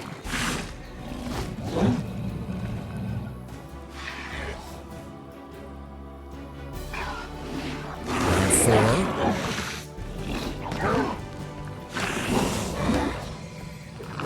Like, the devs are aware that there are just certain builds in this game that would not be able to do this, right? Like, displacement and mirror image is already a very potent combo. Are they done? You did great. Didn't shed a drop of blood. Very few could do that. You must find Brother Pooja the Wolf on Talon Peak. He will tell you what to do next. I want to know more about your order first. I'm not adept at talking. Please ask my brothers and sisters. They can explain better than me. What does your name mean, then?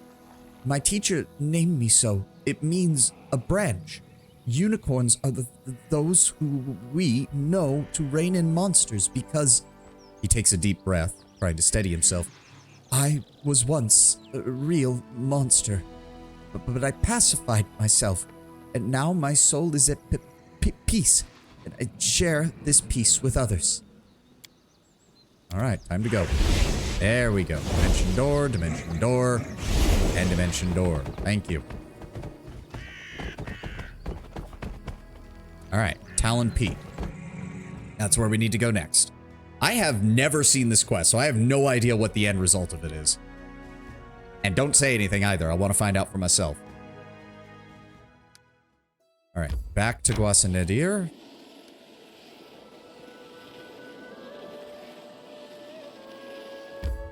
And we need to teleport to Varn Lair, I think. No, wait. Yeah, let's try that. Varn Lair. Talon Peak. Ugh. It's still gonna take 12 hours because it's in the mountains.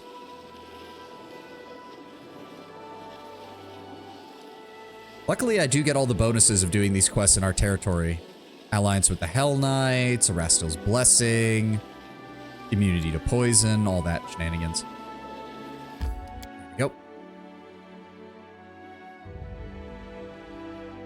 Having a tough time with casters or archers, try using the charge ability, which would be really great if this game wasn't so anal retentive on what was the definition of a straight line. All according to plan.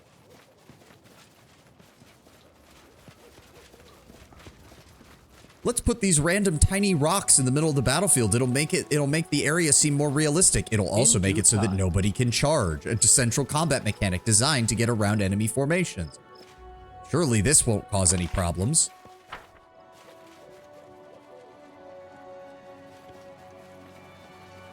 That is not far. Please. Come on, guys. We've got a ways to go. Let's move it.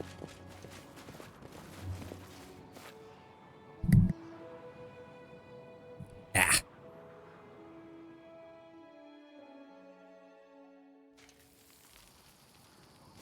I'm assuming he's going to be near the nest of the bird that we fought. Oh. Maybe? This was where we fought the bandits. He's not here. What? Fortress is younger than the Cyclopses, but it's still old enough to be impossible to discover who built it or why. Oh, there he is. Puja the Wolf. It's consistent with a DM who has to deal with a halfling cavalier who doubles their damage on charges, who's riding a dog mount is small enough to go indoors. Yeah. I mean, yeah, that is... It's like, oh, what's the cavalier's weakness? Well, if you can't charge and you're inside, it's a lot harder. But what if I am small? The dwarf standing on the cliff gives you a firm look. There you are at last. This was a long wait. Froze my my feet off. What is the next trial? There is none. I don't know what my brothers and sisters think, but as far as I'm concerned, you don't deserve trial by masters yet. I'll tell you what, a neophyte should test you first. Set off to the Castle of Knives and quickly, not like your usual lazy gait. Do we really have to run around and do what these madmen tell us? Could I just punch him once? You know, test his convictions? When telling us about the trial, Kamala described the ability to subdue anger as being among the conditions. I believe we are being tested for this very skill. You should still be more polite, dwarf. You are in my domain. And what are you gonna do? Kick me out? Politeness has to be earned. I don't see a king in front of me. I see a spoiled child who wants everything done his way. You're lucky that I'm curious about the results of all this, or I'd tear you a fucking sunder, Puja. See you there. Jackass. Do we really have to go back to the Castle of Knives? Yep, hurry to the Castle of Knives as quickly as possible. Bloody dimension door hopping grab asses. Alright. Is that the fastest? Yeah, 17 hours to get to the other town, 12 hours to get back here. Well, we can still teleport over to the Dire Gnarl Marches and then cross over into Patax again from there. Also, is there something I need to update in my kingdom? Yes, there's some issues. We've got changelings. Oh, terrified parents swear that someone is taking their children and leaving something else in the place. Truly, these pale, dark-haired girls with huge eyes could be nothing other than changelings, the offsprings of hags. But where are the real children? They must be found at once. Actually, yeah, Ragongar. If we're dealing with hags, we need brute force. You have the full support of our military. Go in and deal with it. The Brevins of Lebeda and Ledvoka are fighting over river trade. Jubilos, go handle that.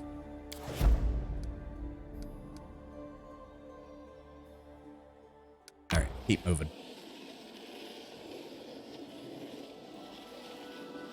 It takes us forever to get through the mountains because they're annoying. That's why I created teleportation stations so I don't have to deal with the mountains. Fun fact, a sure sign of a changeling, in the sense that it's a child of a hag, is heterochromia. Oh, that must be horrifying for people in this universe. Being born with heterochromia and then just, oh, your family kicked you out because they think you're a child of a hag.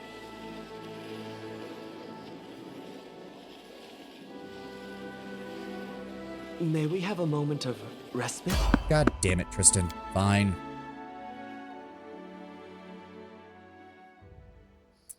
Just started a new fighter. What's up? Welcome, Indala. Welcome. We're doing great. We're actually in the portion of the game that I had never seen before. Oh, god damn it. Really? All according Hydras. to plan. Ready for anything? Okay, good. Claws are up. I am your Let's just go shield. deal with this. I shall end this suffering. Akbo, go this way. Amiri. Go after that one. Akbo, go after that one. Ekun, assist him against that one. I got you dead. Valerie, break off. Go Let us engage strike that. as one. Oh, that's a lot of them. Jubilos, give me firebombs. No strike wasted. Akbo, go after that one. Go. You all assist Valerie. Come over here and help. Should do it. Amiri, you and Akbo. Really, Amiri? You got hit with Hydra Venom? May we have a moment of respite? We will in a moment, Tristan. We will in a moment. Gather Follow everybody up. my lead. Turn back on their AI, please. I'm listening. Let's gather up the Hydra eyes, which are actually worth a bit. Yep. Thankfully, not everyone is educated on the signs of a changeling. Usually it's a shame when it happens to the real kid, though. Yeah, because they're usually, the kid's dead, isn't it? In like 99% of cases. Or about to be dead, one or the other. Aren't you tired of being so polite and soft? Well, thank you for the Let us follow, leave. Adult. underscore rash cult is Go now on, aboard. pick up a sword. Thank Let's you. practice. I won't hit you too hard. Thank you for your caring, but I don't want to take up arms. These hands like to heal wounds, not inflict them. Yeah, you're barking up the wrong tree there, Amiri. You will not be able to turn Tristan into a muscle man that you can admire while we travel around. Sorry. Besides, you've got me here. I'm a sorcerer who also has a 30 in strength. Like, I think we'd get along just fine. That is not far. In fact, hold on. Wait a second. Yes, officially, I am stronger than Amiri by 1 point. She will catch up to me by the end of the game, I imagine. As it should be. If you need someone to spar with, Amiri, I'm right here. Hell, even without the magical equipment, I'm pretty sure she only beats me by like 1 or 2 points. All right, we're all rested. Let's get moving. Back into the depths of the 1,000 voices.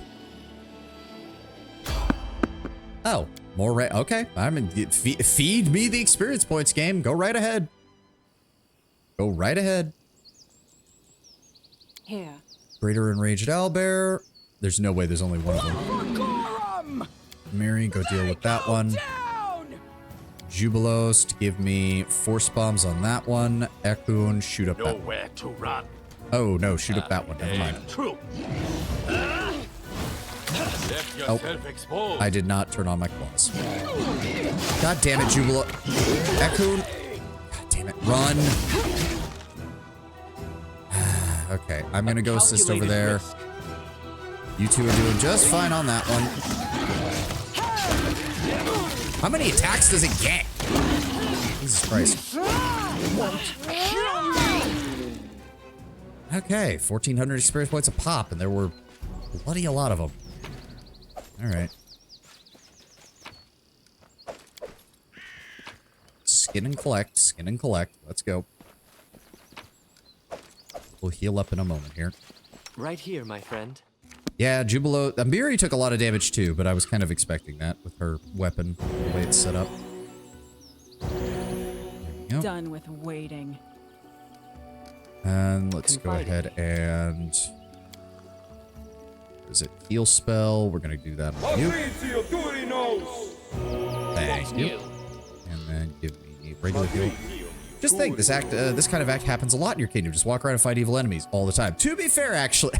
Funny you should say that, Indala, because right now we're technically not in my kingdom, 1. And 2, when I did go around looking for random encounters to try and level up because I had turned off the share EXP and I was wandering around just by my lonesome, I couldn't find fucking anyone.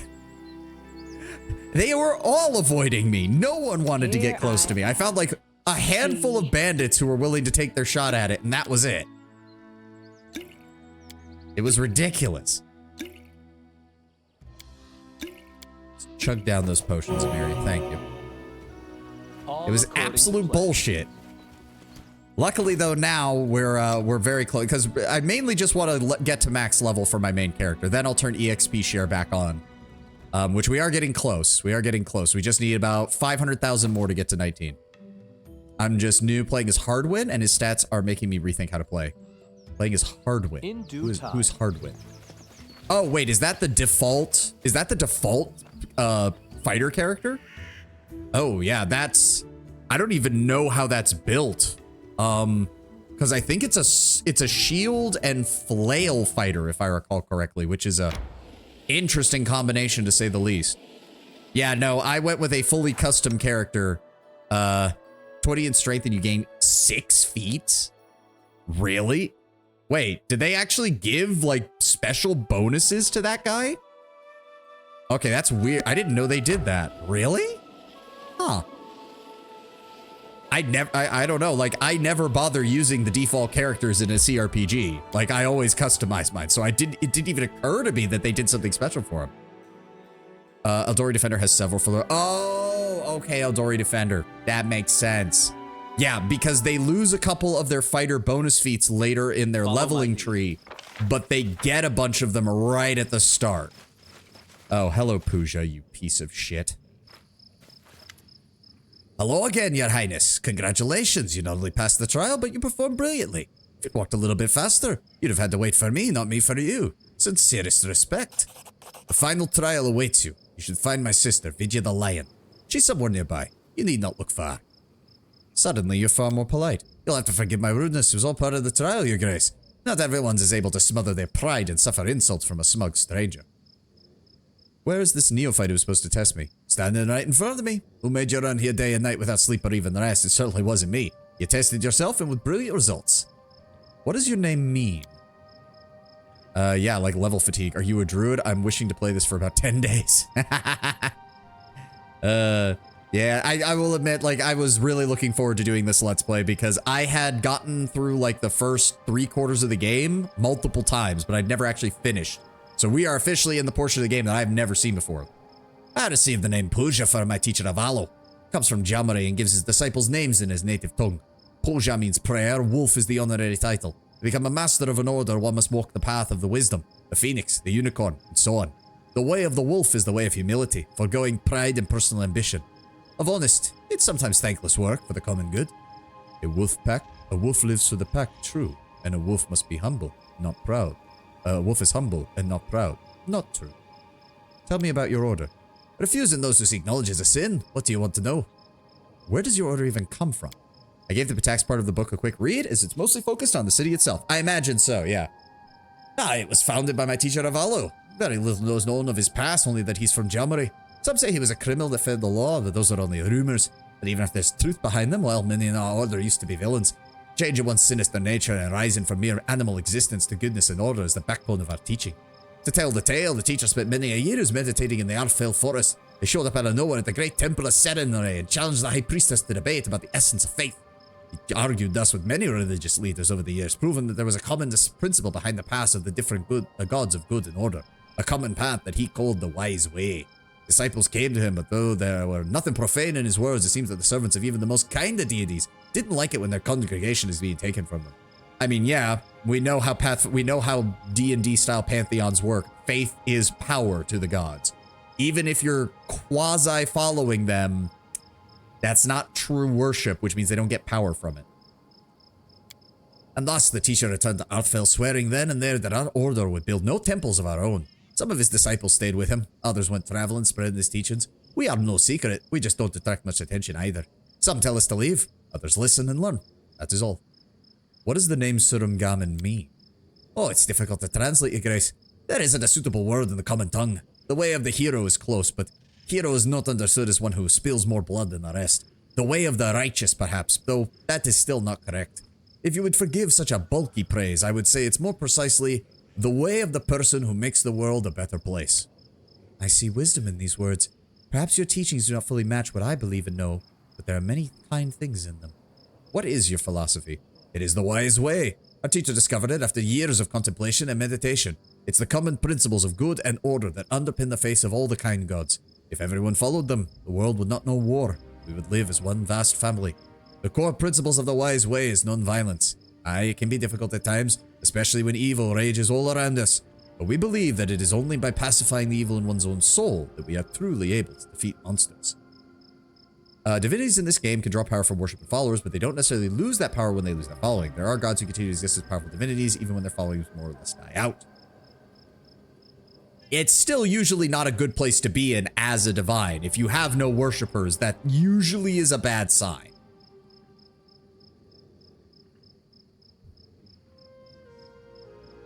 Are you sure you want to help me? My views on the worlds do differ from yours. We're not sure, but that's why we're testing you. Be assured that even if you harbor evil and hope only to profit from us, if you manage to pass our trials, it means that there is room in your soul for good. Many of our members were once scoundrels and far worse. Each of them is now living proof that the wise way is open to all. What deity do you venerate? We venerate them all, but swear by none.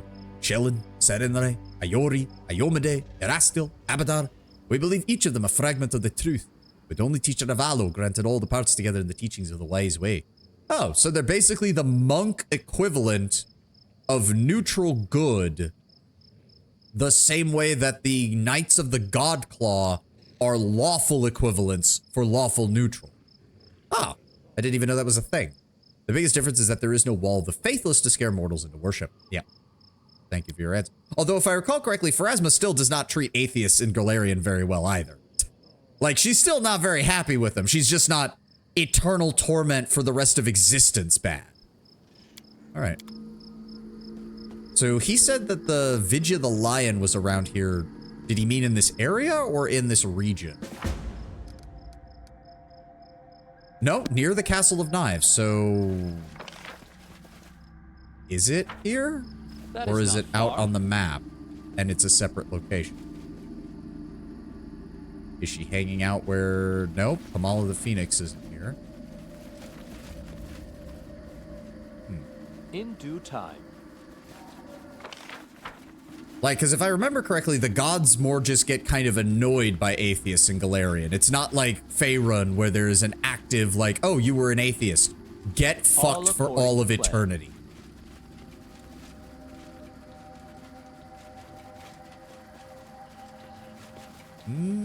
I don't know if anybody is actually here. She might not actually be here. We still don't know what we spotted in this area. How it works. If you worship a deity, you end up in their realm. If you don't, your soul is sent to the plane that aligns with your alignment. Usually a god's realm matches their own alignment. Yep, but there are some notable exceptions, such as Gorham's personal domains being in Elysium instead of Maelstrom like you might assume. Oh, interesting. In due time. Yeah, that is weird. Wait a second. Hold on. But Gorham is like one step removed from like Khorne blood for the blood god, skulls for the skull throne. Gorham, like Gorham would unironically agree with the Gorham cares not from whence blood flows kind of thing. Like he's very close to that. How the hell is he located in, is his realm located in Elysium? Follow my lead. No, can't get up there. There's nothing here. Well, at least this is giving us a chance to double check, make sure we got all of this stuff. Here? No? Plan. Okay, so she must not be in this area, but just be located nearby. All right, back to the exit.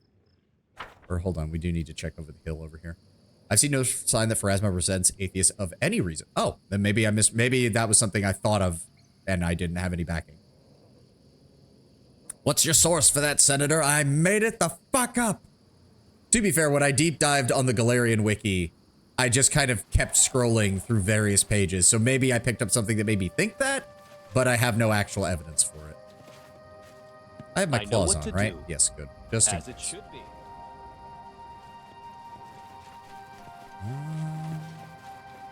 Nope, doesn't look like. Okay, so she must be in a different area, or he, or whoever this Vidya the Lion is. Okay. Let's head out and see where that we can find them.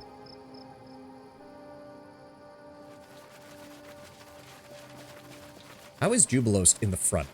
How are his tiny little legs getting him into the front of the formation? Like that?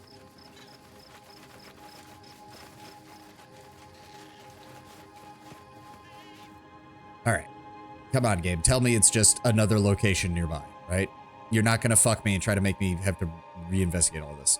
Sort of like Valhalla. It's a realm of constant fighting, dying, and living to fight again. Being placed in Elysium may be helping with the rising again part. Another unique area of a god's realm is Zon-Cathan's realm, being the Plane of Shadows, a realm of perpetual torment. Think Hellraiser minus the Labyrinth. Yeah, I figured as much.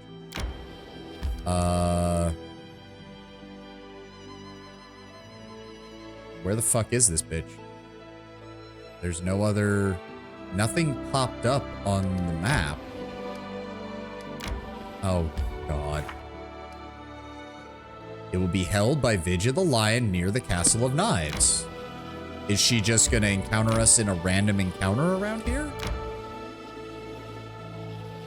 No, okay. It said that she... What? Did we miss her? What? Where is she? Don't do this shit where you're just like, you're not gonna like, you need to rest and wait for a certain amount of time before she shows up or some stupid shit like that. Not far.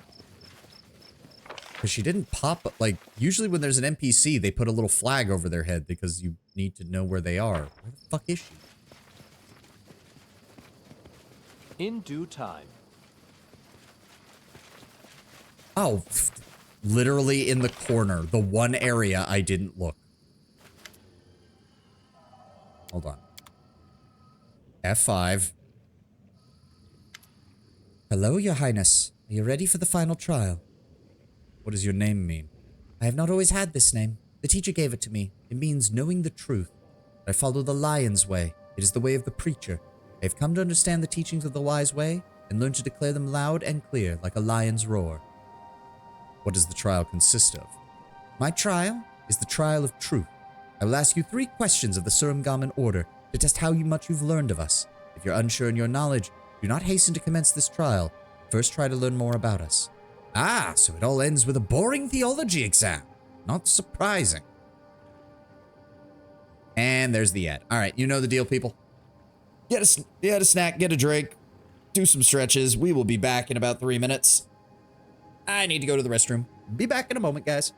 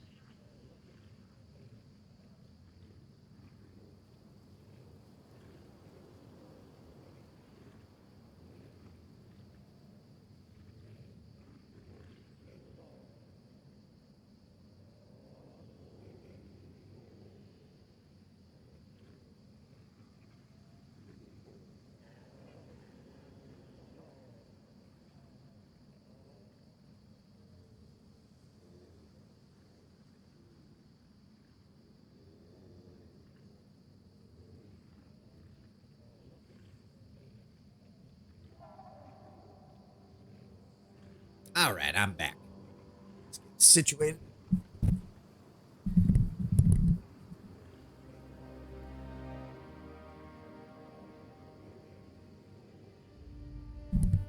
There we go.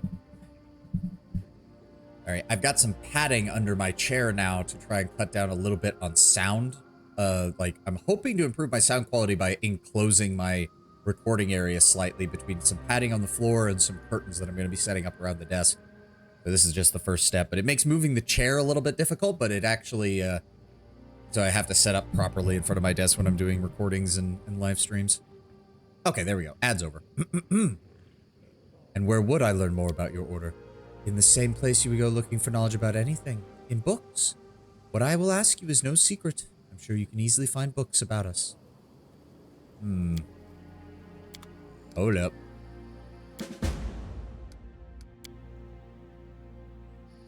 Before passing the trial, it'd be wise to consult any relevant books you've discovered. I don't think I've found any books about the Surumgaman Order, and learn all you can about the Surumgaman. We would probably have to go back to my...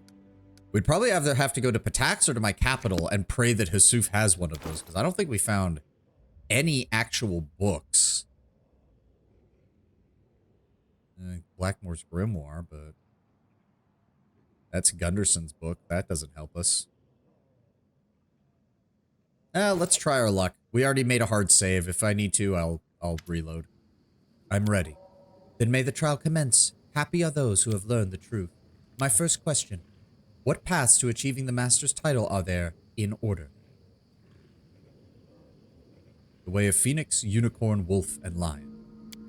Very true, but you forgot to mention the way of the Chameleon, an easy mistake, as the Chameleon's way lies in shadows and silence, away from watchful eyes. May the trial commenceth. My second question. Where is the main temple of our order? Nowhere. Correct. We do not build temples, and each of us is free to venerate the gods as they see fit. What is important is the following of the wise way. Final question.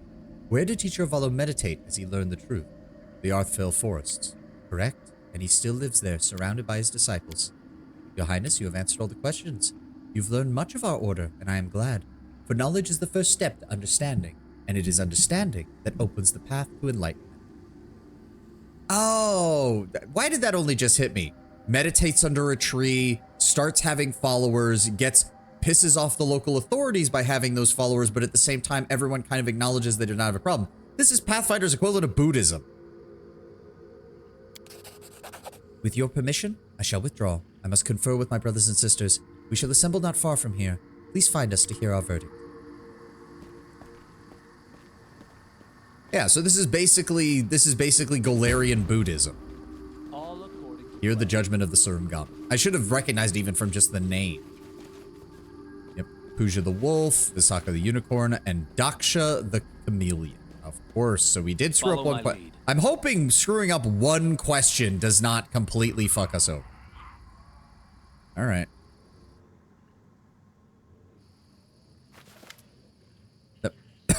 Oh.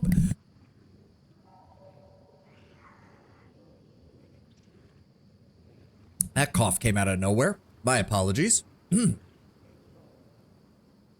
Was Chameleon even in the other options? I have a feel it was in one of them, but I'm guessing you only would have known that if you had found the book. Wow, that cough came out of nowhere. Oy. The 5 masters of the Surumgaman Order watch you silently as you approach. Beside the 4 masters that you met, you see a 5th, a nondescript halfling woman in a modest robe. Your Highness, we meet again. Allow me to introduce the 5th master whose tests you face. Daksha the Chameleon watched you from afar and has drawn her own conclusions about how you approached our tests. Glad to meet you, Your Highness. We are ready to announce our verdict. Are you ready to hear it? I only wanted to lure you all to one place. Now you're all going to die. Head whips. Yep. I am ready. I have tested His Highness, and I verify he is worthy. Worthy. Quite. Oh, sorry. I gave this one the Scottish. Quite what are they to me? I testify. Worthy. Worthy. Such unanimity is rare among us, Your Highness. We find you worthy of the aid of the Surumgaman and would grant you the title Protector of the Wise Way. Will you accept? I will take it. Rejoice, brothers and sisters. The Wise Way has gained a protector in this world, and it is time we keep our promise. We award you with the secret weapon of our order, a spell designed to quell all wrath, pacify berserkers, and bind evil. We are sure you will use it wisely. Accept our second gift as well. For this world is full of evil and hatred, and you shall have to engage in battle and shed blood more than once. With an easy heart, we present you with an item that will guard your life, the Helmet of Dusk. There is also one more offer of aid. We have long meditated to seek knowledge of the power that opens portals in this land, and this is what it has revealed to us. The one you have been fighting since the day you set foot in the Stolen Lands. She is not only the fountain of evil, but its greatest victim. If she prepares to sting you with her dagger, know that a sword hangs above her heads in the hands of another. It is in your power to save her, if you would brave the wrath of those who would make even her tremble. It is now time for us to depart your lands. Goodbye, your highness. May you always and ever be wise. See, even as an evil character, my character would definitely see the case of like, okay, I don't fully believe in what you're preaching, because I just don't.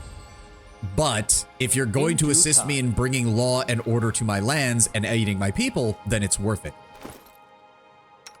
So what exactly... They gave me the helmet, but they said something about a spell.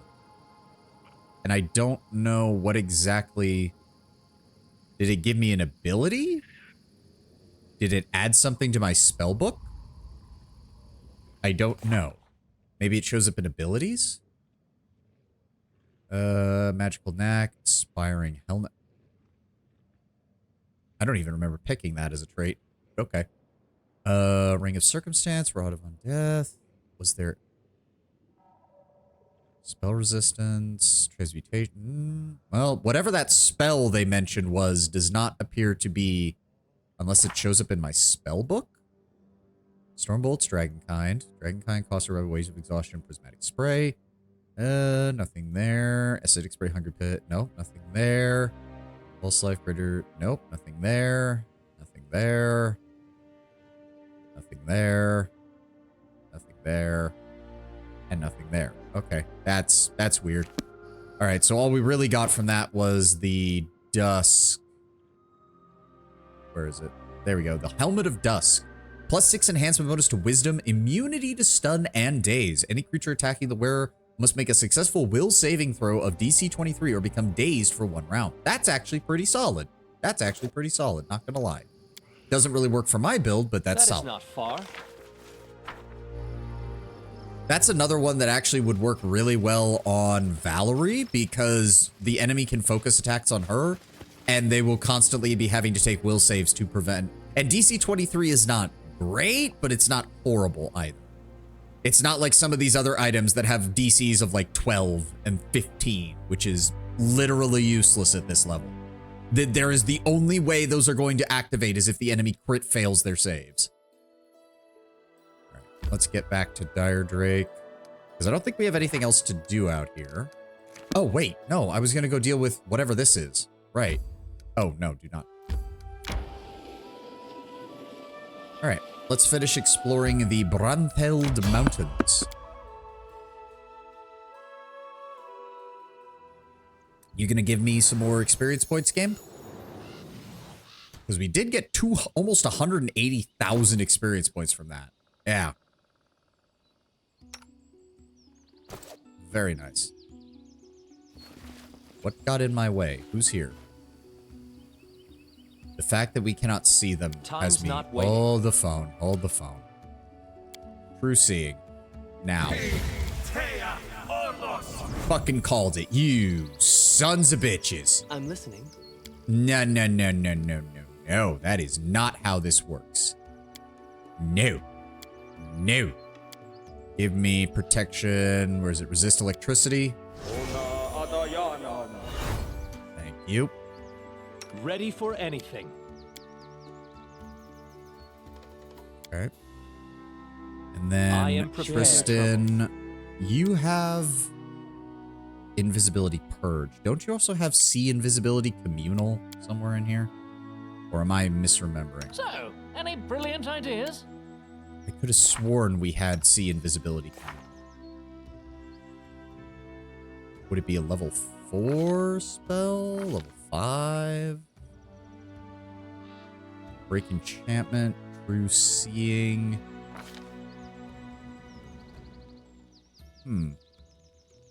Shouldn't it have been somewhere in it? We have invisibility purge. Why do we not have see invisibility? I could have sworn we get sea invisibility, but apparently we don't.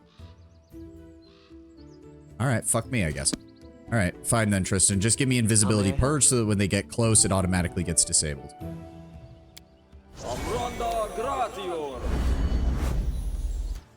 Alright. Focus on the goal. There's not much we can do against these things other than just force fire them down. This enemy approaching. Let's find out how many of them there are. Yep, there we go. There's another one over there. Yep. Jesus Christ. Alright. Nope, just focus fire on them. Just focus fire on them. They're just gonna keep using lightning. There's nothing we can do to stop them, really. Jubilos, run.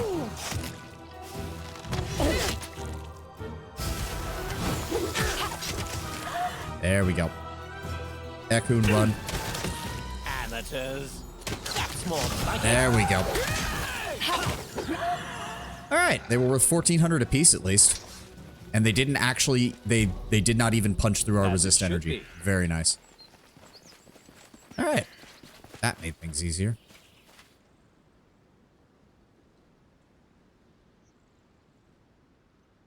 I have a feeling the Fae in the area don't like me exploring around here. I'm getting that vibe. Let's go find out who this Ithuliak is.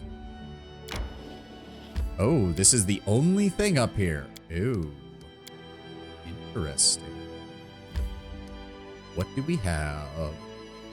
I mean, judging from the name, as I said, my first thought is that it's a dragon. Like, we have not actually had a fight with a dragon yet in this adventure path. And because I don't count the Lenorms. They're not really dragons.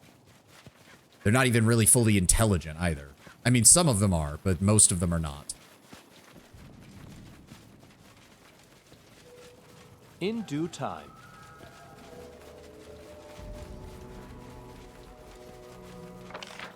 Okay. The question is it going to start the fight of whatever this is the second we walk through? Dragging these. Beep, beep, beep, beep. Oh. Alright, I'm thinking we buff before we go through the door. Depend on me. Just in case. Hurricane Bow. If you would be so kind, Ekun, as to give me Strong Jaw. Well, hold off on that until after I transform. Hold off on that. I am yours to command. Valerie. Your image. See, the only thing I need to worry about is I don't know which color of dragon it is, so I need you to restore your protection spell, Tristan, and have that on hand for when we engage, because I do not know what we're going to be dealing with here. Thinking. Give me a haste spell on everybody, please. No mistakes. Turn that off. Give me... Let's see here. Go ahead and give me True Seeing again, just in case. Greater Heroism. Spell... No, not spell resistance. Jubilos, give me Communal Stone Skin on the whole party. I know what to do. Already got Heroism. Can't do anything with that. Give me Bone Fists. Blade Tutor. Kinetic Strike. Shield. Dragonkind 3. There we go. And now, Ekun, if you'd be so kind, go ahead and give me Strong Jaw. Which... Oh my god, look at that. Look at that. That is my basic... That is my basic frickin' claw attack, of which I get 3 a turn on the top of that. 34 to 72 damage, 4d8 plus 28 plus 2d6, and I hit at plus 35. Oh, that's glorious. All right. Well. Amiri... I'm listening. I will... Hold on. I will support you. I will go ahead and cast that on you. Oh, that's cool. I didn't even realize they had an animation for the dragons casting spells. There we go. Amiri is now ultra-sized. Go ahead and throw it on my mirror images. I really wish I could turn off the mirror image effect. God, it looks horrible. Like, I get what they're going for, but the second you use it on anything larger than a normal person, it looks horrible. All right, let's go inside. Oh. Trap no good. Mistress scold us. Eat it. Oh, there's definitely a dragon here. There's definitely a dragon here. Strangers! Strangers, run! Kobolds talking about a mistress. Oh, there is so a dragon here. It can also cause the game to lag. Yeah, I'm noticing that. Oh, dear God. I suppose I shouldn't be surprised. We're not on... Hold on. Do we need to turn off the... There we go. Turn off the skill check one. Yep. You can thank me now. I mean, one person with mirror image does not seem to cause the game to lag. But when you go into areas where every enemy has mirror image and blur on them, it just seems to crash the game. It seems to destroy the game's ability to function. Also, what did they say? The body is covered with acid burn. Oh, okay. Acid burns. Oh my God. All right. All right. The kobolds have been busy. I shouldn't be too surprised. Child's play. Fun fact, there does exist a father of all the norms, Fafnir, or Fafnir.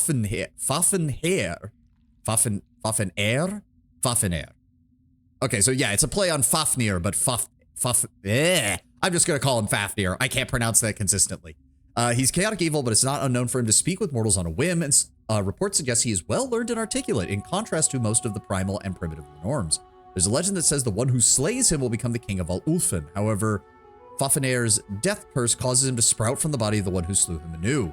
Fafnir himself points this out, no doubt intentionally. Yeah, dude's just like, yeah, you can try that, but we've done this song and dance before. Oh, hi. Oh, would you look at that? It's a fellow black dragon. Well, this is interesting. Tristan, if you would go ahead and please give us protection from acid, that would be great. Sonic, cold, electricity, fire, resist acid. There we go. It points it out because him being slayed and rejuvenated may mean that he is now the king of all Ulfin. Oh, that's interesting. But again, he's still probably very much like the case of, yeah, like I've been through this song and dance before, guys. Like it doesn't work. It doesn't work. Okay, Amiri, you did take a little bit of damage from your vicious weapon. Go ahead and top yourself off for me real fast. It's a shame that there appears to be only one dragon in this game, and you can't even talk with them before you fight them. That's kind of a shame, I'm not gonna lie. Persuasion 31, knowledge 31, perception, athletics, stealth, strength of 43, constitution of 39. Hot damn. Level 24 chaotic evil black dragon worth 23,000 experience points. An AC of 50. Flat-footed of 46. Touch of 10. Okay, so Tristan's Hellfire Ray is going to do wonders here. The lowest save is reflex. Immune to acid. Immune to trip. Immune to difficult terrain, sleep, and paralyzed. That doesn't quite make sense, but all right. They have bite attacks, claw attacks, wing attacks, tail attacks, same as me. They have a plus 24 BAB. They have permanent haste, frightful presence, polar midnight. Okay. So they do a lot of acid damage, but they also have ways around that. She's got sea mantle, dominate person, profane nimbus, enervation, hold monster, breath weapon. Yep, they've got the whole 9 yards. Immunity to acid, airborne, immunity to sleep, immunity to paralysis, weapon focus bite, improved critical bite, improved blind fight, greater blind fight, and dodge. Okay. Oh, I should have read the actual description because I want to know what it says. There we go. Lording over the darkest of swamps and marshes, black dragons are the undisputed masters of their domain, ruling through cruelty and intimidation. Those who dwell within the black dragon's reach live in fear, for black dragons tend to make their lairs in the remote portions of the swamps, preferring caves at the bottoms of dark, fetid pools, inside which they pile their filthy treasures and sleep amid the roots and muck. Black dragons prefer their food slightly rotted and will often allow a meal to sit in a pool of water for days before consuming it. Black dragons prefer treasures that do not rot or decay, making their hoard full of coins, gemstones, jewelry, and other objects made from hardened stone and metal. All right, so my acid damage is completely useless here, but her acid damage is also completely useless on me. All right, we're gonna need displacement on yourself, Valerie. Go Go ahead and also bless weapon because this is a chaotic evil enemy. We're going to turn on turn base. Go ahead and blade tutor yourself up as well. There we go. Displacement is still functioning. That's all we need. My displacement has... There we go. All right, we also need to spread the fuck out because this... Okay, so black dragons have a line breath attack. So if we spread out far enough, we should be fine. Brag about a big sword if they can't carry one. So Ekun, I want you all the way over here. Akbo over here. Me and Valerie will stay in the middle to hopefully draw her fire. And then Akbo, I want you to hit everybody with the good hope. There we go. All right. I think we want... Let me see here. +2 to attacks there. Let's go... No, Unholy's not going to work against them. Shock is going to be limited. Frost is also going to be limited. Chance to dominate the target, immune to that. 1d6, using the quiver increases chance of critical hit as well as critical damage. That's our best bet. All right, Ekun, I want you to go ahead and sense vitals on yourself. This does last 1 pound per level. You can give it to other people. Ekun, give it... Oh, you can't. Wait, what? Oh, personal. I missed that. All right. For some reason, because it was selectable, I thought he could give it to other people, but he... Oh, because he can give it to the dog, right, because of the way Rangers' pets work. Right. Tristan, please make sure you have Grandmaster's Rod on, because we're going to need you to be casting those Hellfire Rays. All right. Ekun, I want you to start us off. Go ahead and also give yourself Divine Favor. It's really just buff you as much as we possibly can. And open fire. Wow, you missed. Wow, you missed every single attack, Ekun. Holy shit, that's not good. Also, yeah, a whole bunch of kobolds just spawned behind us. That's fine. Akbo, I'm gonna need you to deal with that. That is a lot of them. God damn. I'm gonna take a 5-foot step forward, and then I'm gonna use one of my dragon breaths on the slaves to clear them out. Oh, they're immune to... Oh, that's annoying. All right, fine. Tristan, take a 5-foot step this way. Please tell me you're in range. You're not. Fuck. Okay, well, we're gonna have to wait then. Jubilost, give me Firebomb. There we go. That's some nice damage. Valerie, move forward. Okay, so we... Oh, okay, that's... I think that's a caster, so that's the one we need to be careful of. Amiri... Rage, and honestly, Akbo can handle the kobolds. I need you up here to try and deal some damage to Ithiliac. There we go. Holy shit, their AC is high. That's good, though. That's good, though. We're still dealing damage. Ow. Well, it's a good thing we have stone skin on. And there's the frightful presence. Please tell me you made the save on that. Please tell me you made the save on that. You both did. Good. Akbo, keep working on these guys. Thank you. That's another one down.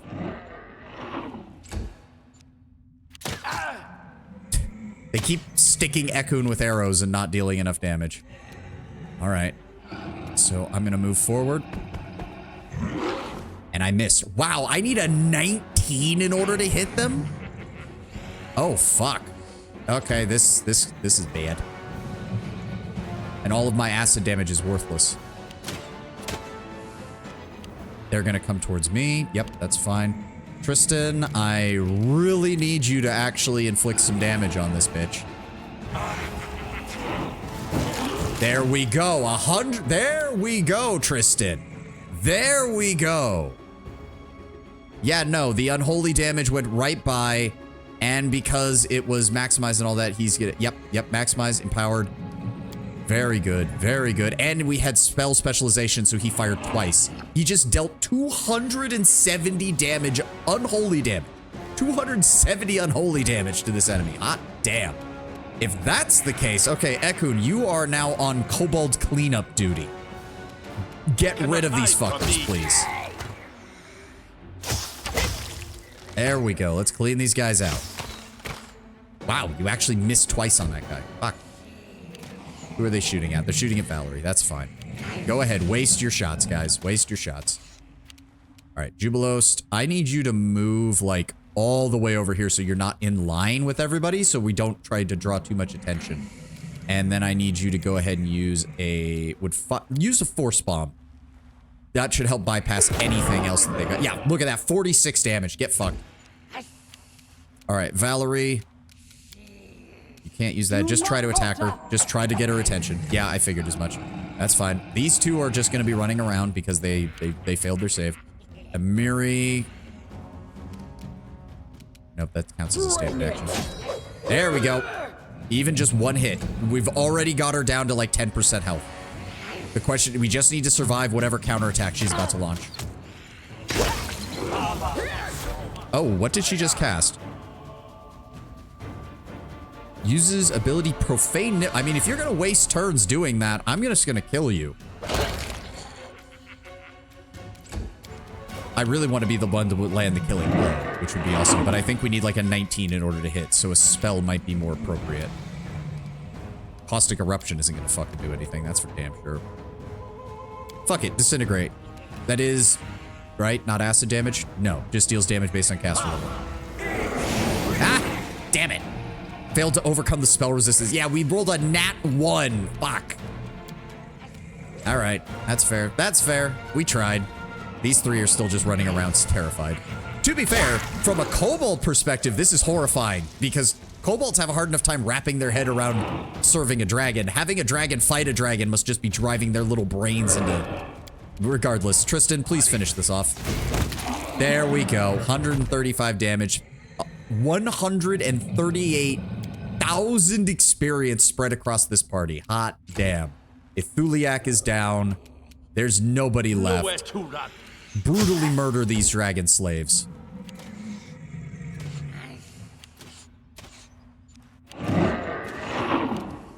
Jubilost, if you'd be so cut. Nope, not acid. Go over here and throw that firebomb.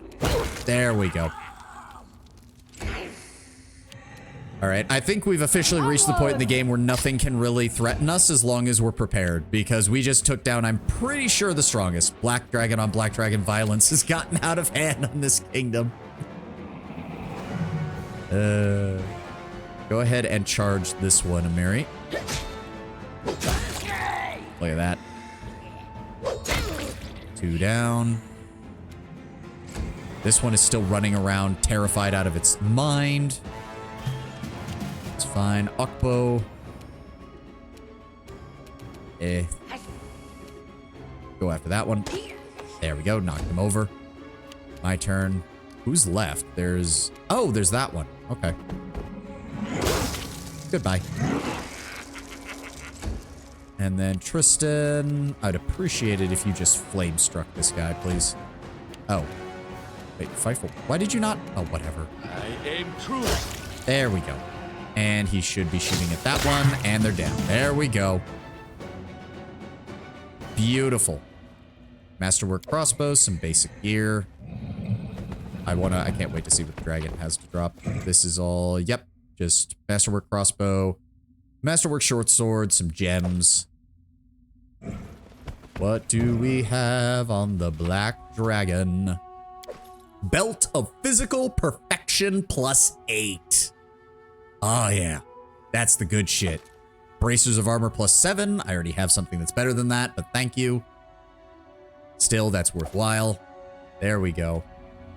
Collect the treasure worth 1,000 BP, or in other words, 80,000 gold. It takes us 2 hours to gather it all together. Holy shit. See, that's how you reward someone for killing a dragon. It takes you 2 hours to sort out the fucking treasure hoard. Oh, that's glorious. And there are a couple of random little treasure chests and stuff in here. Oh, the worm wall. Unfortunately, it's a tower shield. Yeah. This shield surface is covered with an elaborate ornament resembling acid burn. I don't think that's an ornament. We found this +8 enhancement belts / headbands don't exist. Really? That's not allowed in the base game? Huh. That's weird. I always thought +8 was considered the top. Like, I know it's meant to be exceptionally rare, if not nearly unheard of, because it's basically mythic level enhancement, but I thought it was still possible. Yeah, but we found this in a Black Dragon lair. That is not an elaborate ornament resembling acid burns. That's just acid burns. This +5 tower shield grants its wielder +4 bonus, saving throw bonus against fire, acid, cold, and electricity, and a +2 bonus to AC against huge or larger creatures. Nice. What else did we get? The Gentle Persuasion. +10 to stealth, +6 to dexterity. Enhancement +5, Greater Shadow. Conditioning. Drow worshippers of Nocticula created this armor to seduce and subvert an elven hero of Sarenrae. Acting simultaneously as armor, religious icon, and leash, this armor is cursed to steer the wearer towards evil, choking the life out of them every time they perform a good deed.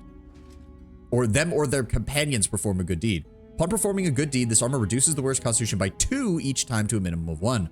Only committing an evil act can provide relief, removing the constitution penalty and giving 10 temporary hit points instead. Unequipping this armor is only possible after casting a remove curse check on the wearer and passing a DC 33 caster level check. The wearer also gains a +6 enhancement bonus to dexterity, a +10 competency bonus to stealth checks, and allows the wearer to cast Dominate Person once per day as a 17th level wizard. It also has conditioning. And that's what the effect refers to. And it's worth 40,000 gold. And lastly, the Void Mirror, a +3 adamantine. Its wearer gains a +4 dodge bonus to AC against ray attacks. Nice. In due time. Huh, I thought that item was only in Wrath of the Righteous. Interesting. Well, do remember that there is a loot list in Wrath of the Righteous that brings in items from Kingmaker. That is not far. It's supposed to only show up with the Trickster mythic path, if I recall correctly.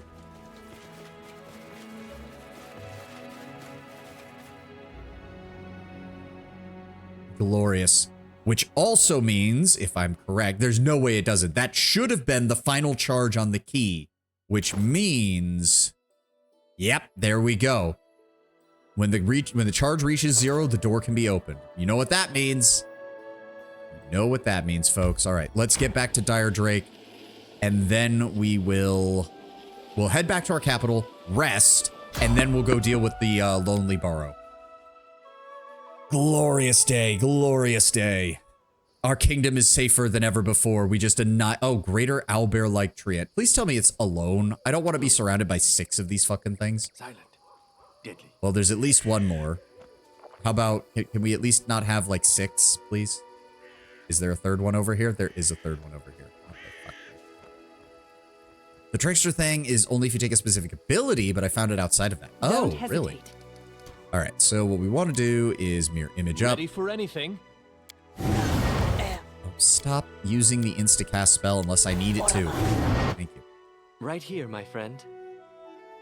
Tristan, you know what? You have one more casting of that. I would love to just one-shot one of these things. That would be hilarious to me. If you could just go ahead and shoot this one, that'd be great. Wish there was another way. Okay, you missed with one shot, but you hit with the other. That's fine. Oh, why are we in turn? I should pull that off. Go ahead and turn that off. I'm gonna go up here and deal with this one. Valerie, you go deal with this one. Behind me. Tristan, give me magic missiles. Jubilos, give me fire bombs. Amiri, go deal with that. Ekun. Yeah, focus on that one. This should do it. Left yourself open. Did the game's AI just break? Because they're not doing anything. Oh no, they failed on their initiative checks.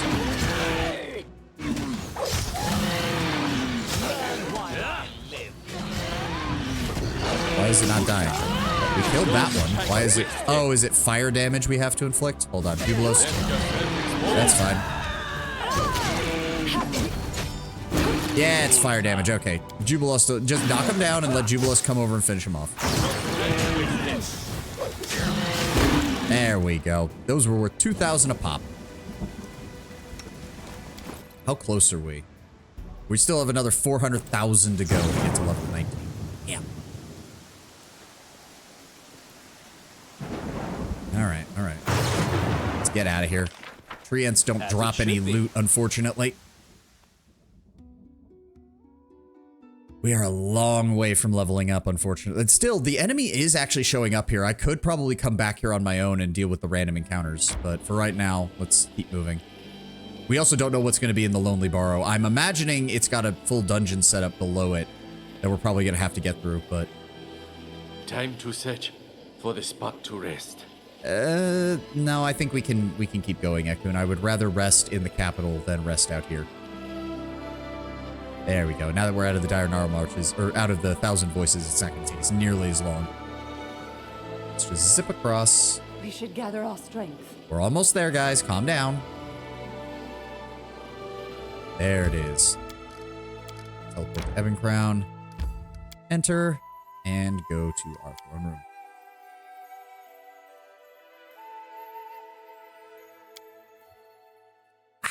Yeah, overall, I like the Crimson Moonburst. May we have a moment They did a good job on this. respite? Oh, Mim, what's up? Your Highness, please accept this humble gift. Oh, it's not her magnum opus. Okay, fine.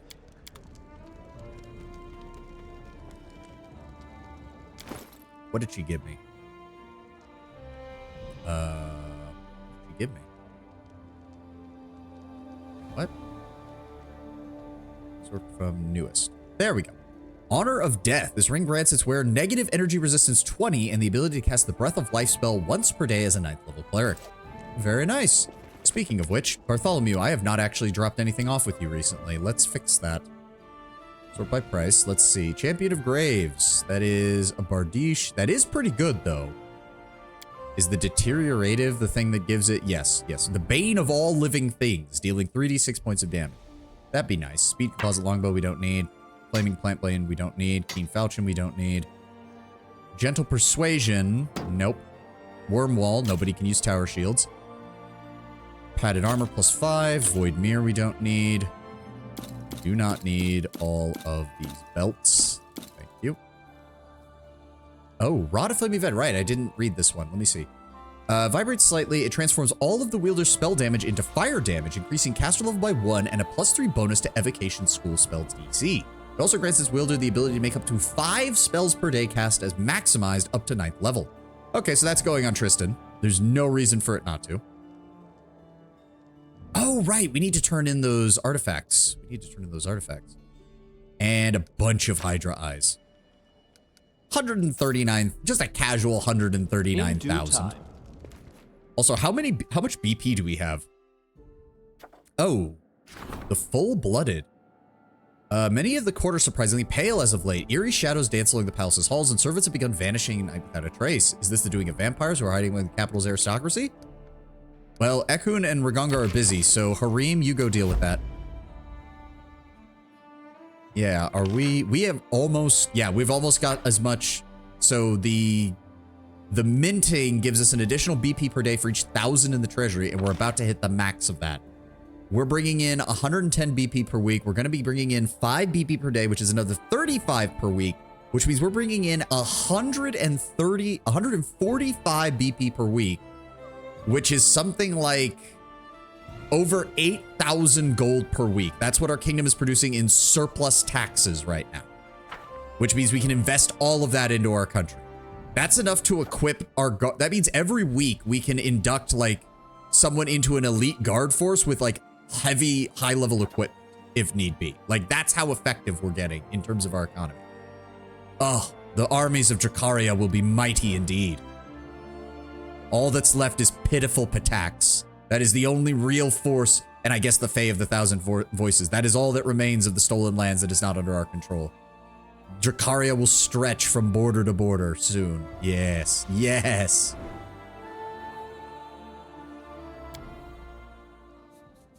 All right, we just need to rest once to get everybody finished there. And then we need to go deal with the Lonely Barrow, whatever the fuck. Oh. And then King Terendil proudly said, "Your evil deed ends now." Or is it better as, "We've uncovered your vile plan"? Lindsay's trying to write something as she goes, but she interrupts herself and looks up. Oh, Your Highness, we have an unbelievably, terribly important news. We managed to find out, discover, Fine, he'll tell you. The storyteller waits patiently until Lindsay finishes her ardent speech. I will have to begin from afar to see what I saw with my blind eyes. The stolen lands are like a cradle in an abandoned house in which the wind swings the skeleton of a child. No few newborn kingdoms have died here just after taking their first breath. I have collected these stories, these precious stars that have been lost in the dust, and I have begun to notice commonalities.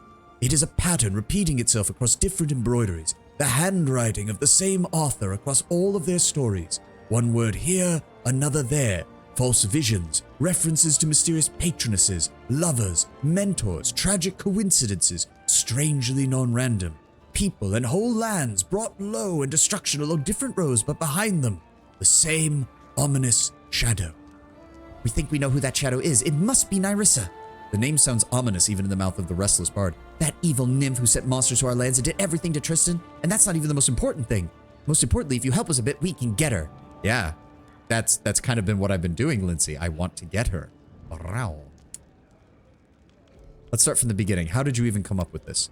Well, it all started with the fact I really wanted to listen to the storyteller's stories. That puny stool. I know, you couldn't have found something better. We have carpenters in this capital. I know we do. They couldn't even get you a high-back chair. Personally, I think my character would just be of the opinion of, fuck the stool, I'm just going to be in dragon form while I'm in the capital. We only stay here for a little short while anyways. I've been following him for a long time and asked and told him about our adventures, and sometimes I just sat beside him and we chatted, and finally, after I told him about the defaced sisters and all the horrors of the abandoned castle, we noticed that the story seemed strangely familiar to ones that we'd already heard before. And what exactly do you plan? The bards know how to send messages through the dreams. I try not to use it for this. For some reason, people get mad when I appear in their dreams to read my new poems. You tried that with Valerie, didn't you, Lindsay? You tried that with Valerie, didn't you, Lindsay? That's why she was so pissed off at you. She couldn't get away from your poetry even in her sleep. The storyteller came up with a ritual based on the spell. We'll collect everything connected to Nyrissa, everything, starting with her every track in the abandoned castle. After gathering everything, we'll unite this ability to tell stories with my ability to travel into dreams, and we will enter Nyrissa's dream. It's a pity we don't have that amulet with the string of hair that Nyrissa gave you before the battle with the Stag Lord. Oh, we were supposed to keep that? Back when she was pretending to be a poor suffering nymph. With that, we could have finished all the preparations much faster and easier. Oh, I didn't know that was something you were supposed to keep. Oh well. What do you think we can achieve by this? We'll learn all of her evil secrets, and the ritual will let us see her hidden thoughts and dreams, and, I mean, theoretically, it's not like anyone's ever done this before. It is going to be dangerous, Your Grace, the storyteller says quietly. In dreams, monsters are more terrible than those we meet in the real world. I urge you not to neglect this, though. You are opposed by a powerful enemy, one who has destroyed dozens, if not hundreds of kingdoms and empires. If you do not meet her face to face, do not discover her weakness, then these lands will end up as just another of my stories. We will provide you with everything you need. Get me results. Come to me after we finish the preparations, and remember that I cannot send anyone except you and Lindsay into the dream world. Whatever you must face, you will have to overcome together, and the path will likely be difficult. Oh, I'll deal with her. Naked.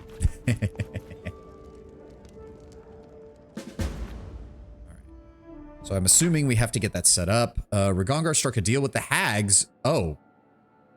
Ragongar? The advisor struck a deal with the hags, exchanging the stolen children for a hefty bag of gold and a few carts of delicious piglets. Something that isn't easy to come by in a forest. The parents are happy to see their young... Okay. For a second, I thought he was getting gold from the hags and letting them keep the children. I was about to say, Ragongar, we're gonna need to have a discussion. But no, he just bribed them. Ragongar, are you sure you're feeling okay? Because I was really expecting you to just go in and beat the living shit out of the hags. I really was. There we go. A way into Nyrissa's dream. Requires 150 BP and will require 30 days to solve. Octavia, get started on that.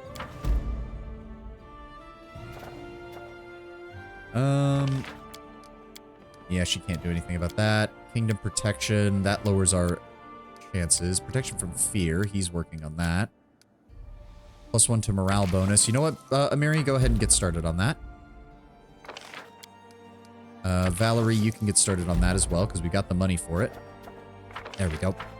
Everybody's working. What else do we have? No rank up events. The economy. Which I don't really care about, because most of these trade agreements don't matter. And the static improvements don't matter either. The training doesn't matter. Curses are done. Nothing other there. We've already upgraded everything we could. All right, let's go talk to the storyteller and turn in these artifacts, and then we'll head to the Lonely Barrow.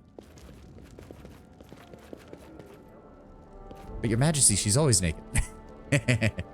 He likes himself some odd magical women. Yes, I do. Yes, I do. I mean, again, I feel it fits this character. Like, again, this character is based off of a actual TTRPG character that I did, and he was what I could only describe as magic sexual. He was only attracted to people who could use magic, and to him, like, another dragon-blooded sorcerer or a fae or something like that is basically has magic flowing through their veins is the perfect part. I brought some relics. Tell me the story. Tokens of the Dryad, ancient elven beads, blind darkness, wind tribes over the House of Glenabon, the Technic League. This is not my native Keonan. This kingdom rose and fell thousands of years before. Oh, are you ready to hear the sad fate of the kingdom of Rushwood? Yes, tell me of the ancient elves. 8,000 experience and 10,000 gold. Hold on, I'm gonna need to drink before this because these are usually long. The storyteller's back straightens and his voice becomes militant, direct, precise. I am guarding the royal chambers. I can hear the queen weeping, inconsolable. I clench the hilt of my useless sword, so hard it makes my fingers ache. There is no way to help my lady. King Lothoriel the Wise is ill. We all pray for his swift recovery. At least, that's what they told the populace. The truth is so much worse. He isn't ill, not in the traditional sense. He lies there, staring, unblinking into the ceiling, barely breathing, neither alive nor dead. The queen is at his side day and night. The high priestess begs for guidance from the higher powers. The court wizard relentlessly casts their finest spells. But I'm afraid that even the sisters would be unable to help us this time. Who are the sisters? The mystical creatures, the royal house's closest advisors. 3 sorceresses with covered faces, believed to be fae or perhaps celestial. None of us know.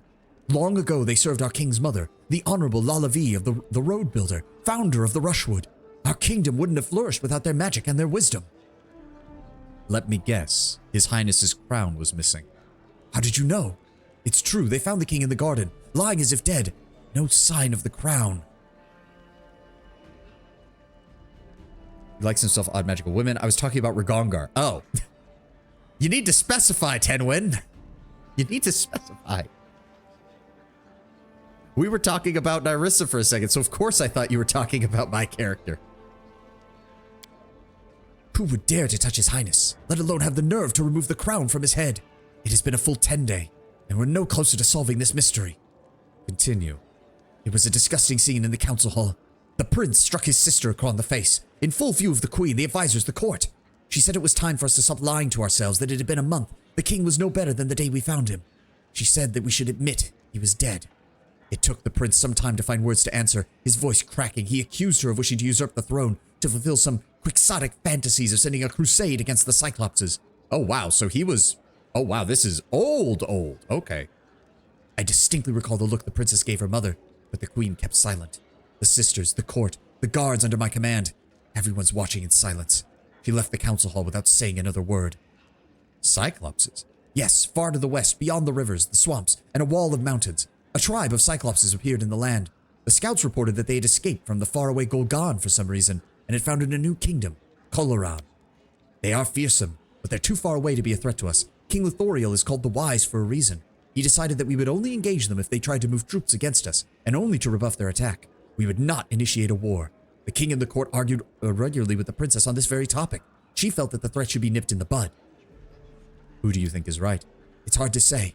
I want to believe the king will awake, but God's forbid. If he doesn't, the kingdom needs a ruler. Continue. It is now the dead of night. I am in the queen's chambers and she is whispering an order to me. I don't frighten easily, but I shudder.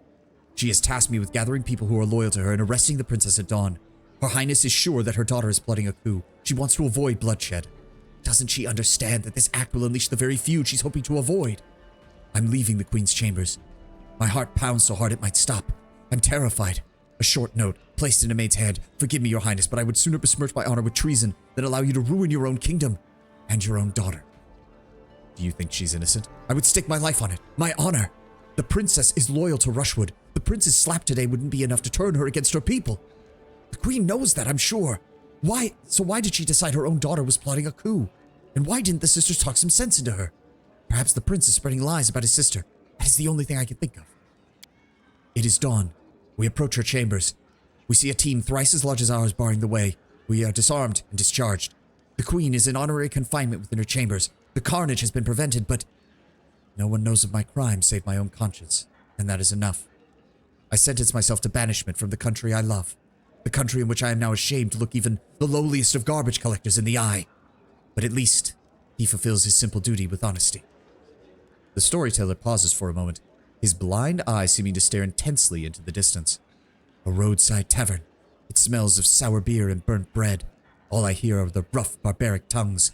I question the travelers, incessantly for news out of Rushwood, and what I hear makes me want to grab the swill they serve here and drink myself into a stupor. Power did pass into the princess's hands without bloodshed, but the prince has retired to his estate. He's been gathering troops against his sister, I've no doubt. My betrayal did not prevent the feud, it simply delayed it. He'll need half a year, at most, I fear, and no longer. I kneel, I pray to all of the kind gods. May they grant mercy, keep the kingdom safe that I could not. The storyteller sighs heavily and shakes his head. For a moment he continues, his voice returning to normal. As you can likely guess, the gods did not answer his prayers. Rushwood was devoured in the fires of a civil war, and not long after, the earthfall wiped even Rushwood's ruins from the face of Golarion.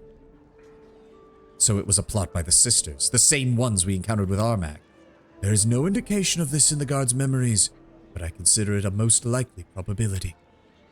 They were trusted as kind guardian spirits. It would not cross anyone's mind that they might entrap the king's soul in his own crown, then defame the princess to her mother and brother. Do we know what happened to the guard captain? It appears, based on the relics, that he traveled to the Thessalonian Empire, and there served as a sellsword and guard, giving lessons in swordplay. But that is where his trail goes cold. I think he might have continued to question travelers for news of Rushwood to the end of his days, trying to decide if what he did that night was right. Perhaps arresting the princess would have avoided the feud after all. Who can say? I do not believe that he ever found or had the answers to his questions. Thank you for the story. Do we have all the relics that we need? No, we still do not. God damn. All right. I might need to look up where these are because I feel like we're missing several of them. All right. Time to go deal with the Lonely Barrow, though. Take our high-level usual team.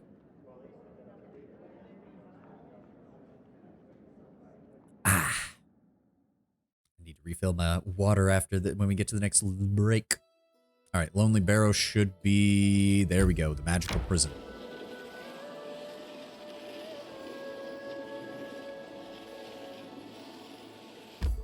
Let's go.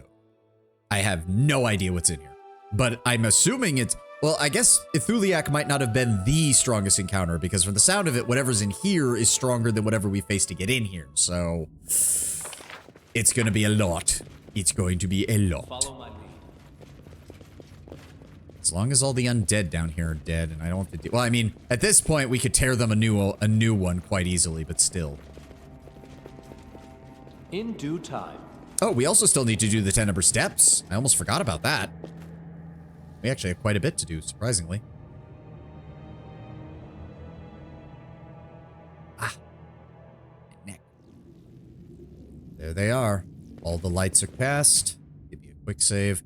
I mean, I'm assuming... Oh no, maybe it's literally just a combat encounter down here. It might be all on its own. That is not In which far. case, we should probably I'm buff. listening. Focus on the goal. Let's just go down the list. True Seeing. Greater Heroism.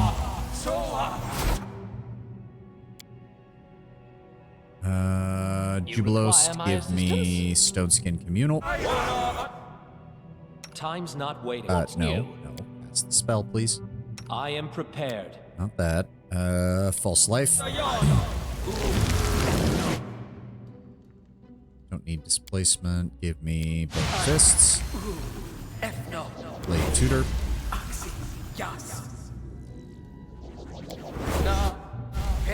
Mirror Image. There we go. Shield. I'm listening. Valerie, go ahead and give me Blade Tutor on yourself.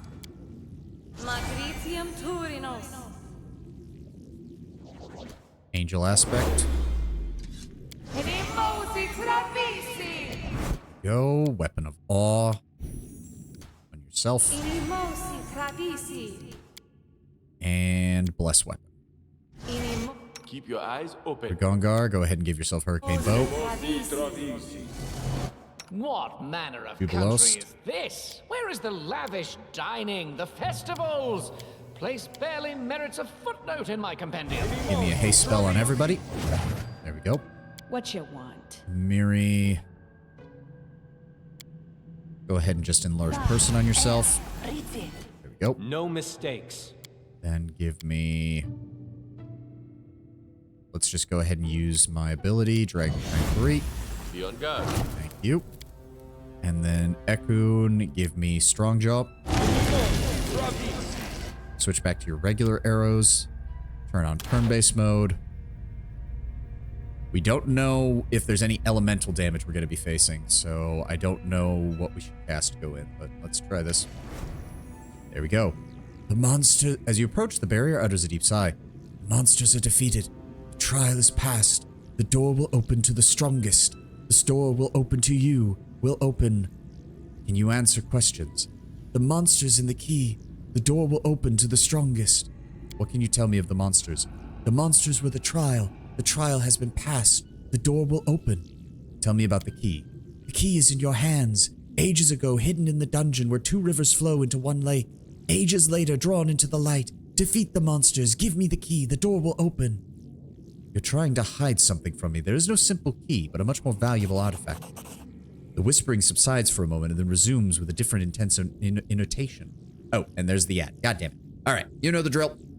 Grab a drink, grab a snack, do some stretches, whatever you need to do. I'm going to go refill my water and use the restroom, and we'll be back in 3 minutes.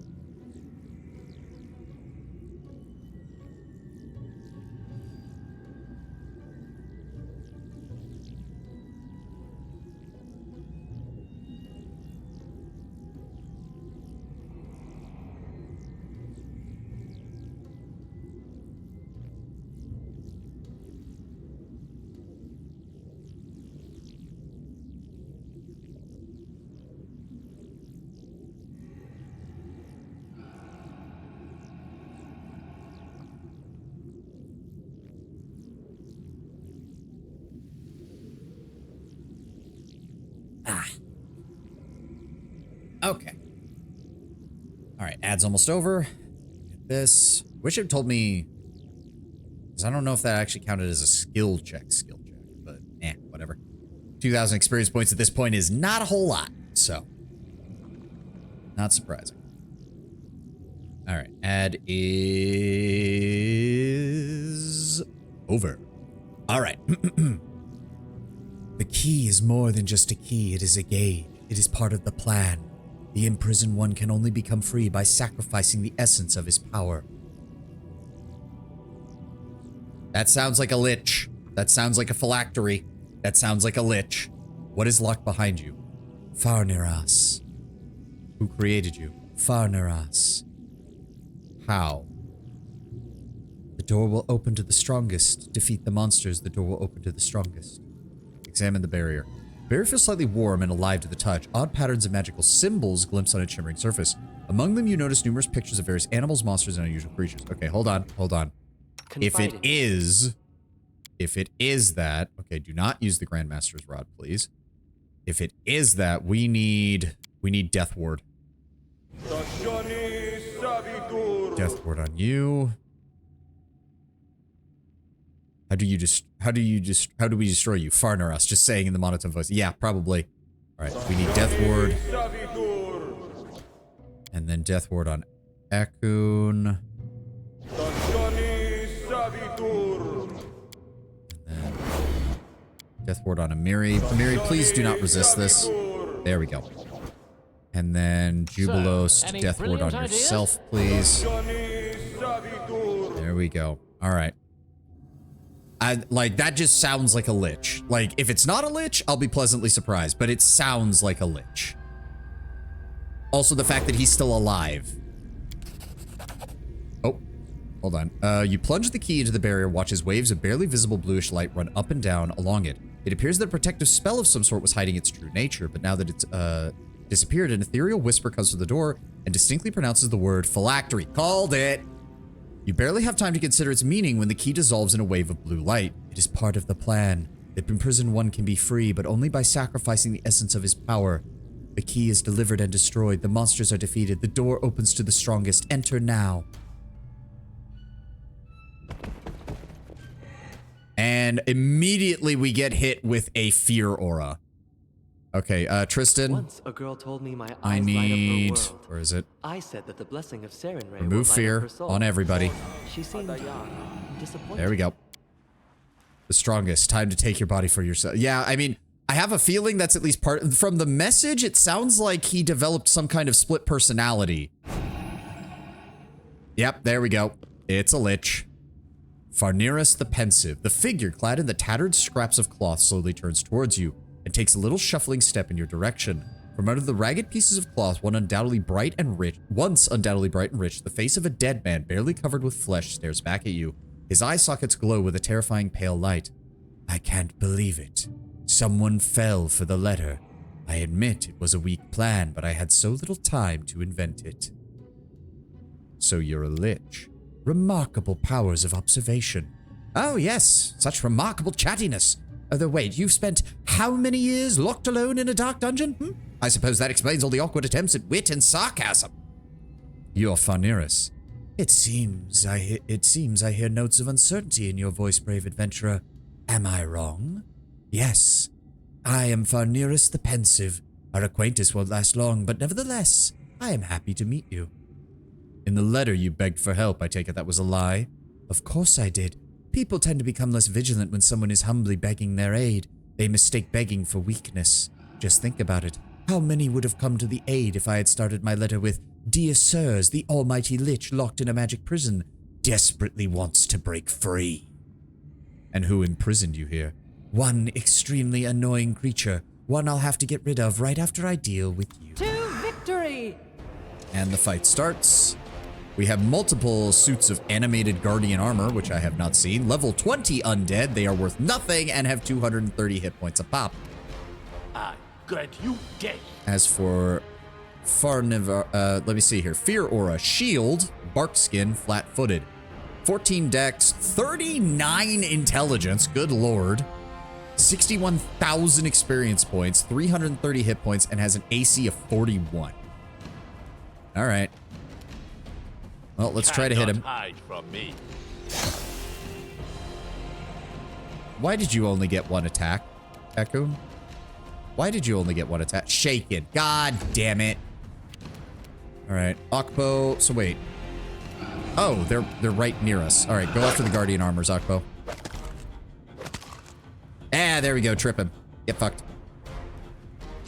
one extremely annoying creature. Knock, knock.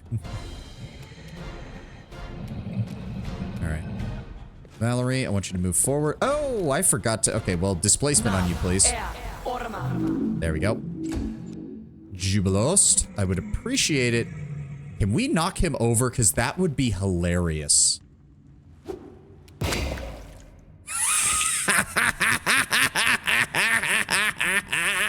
Level 20 Lich knocked on his ass by a force bomb.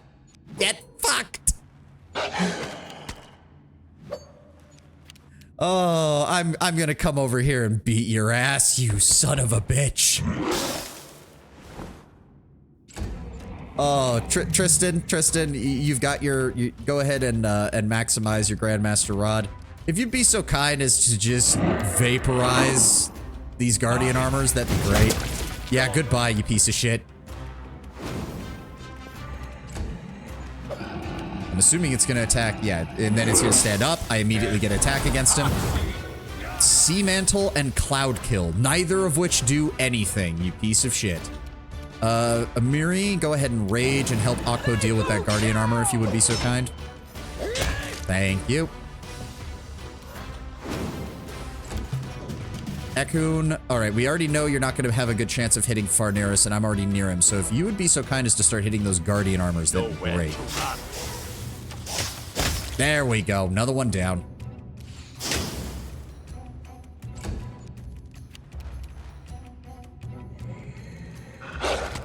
There we go.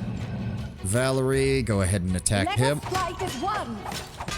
Wow, you only managed to hit him once. That's kind of really bad. All right, force bombs. And then he dies.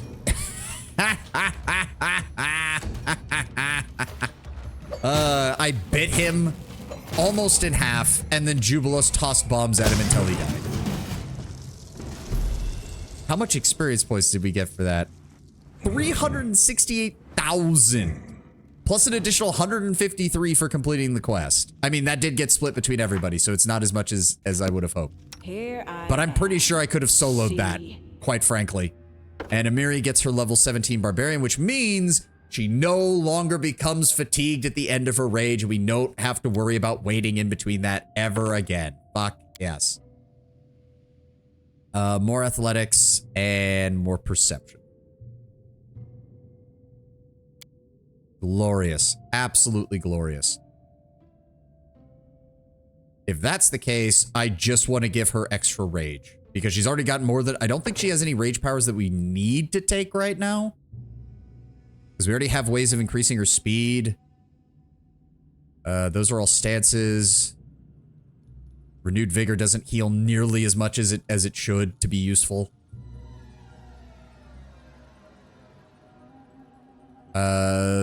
We could take Clear Mind, but it's not important. So yeah, I'm just going to take extra rage. So that way we can just have her constantly be raging at all times. There we go. What did you drop? Let's take a look here. We've got a Curse of Idiocy scroll. The missing pages of Farneris the Pensive's diary. Let's see here.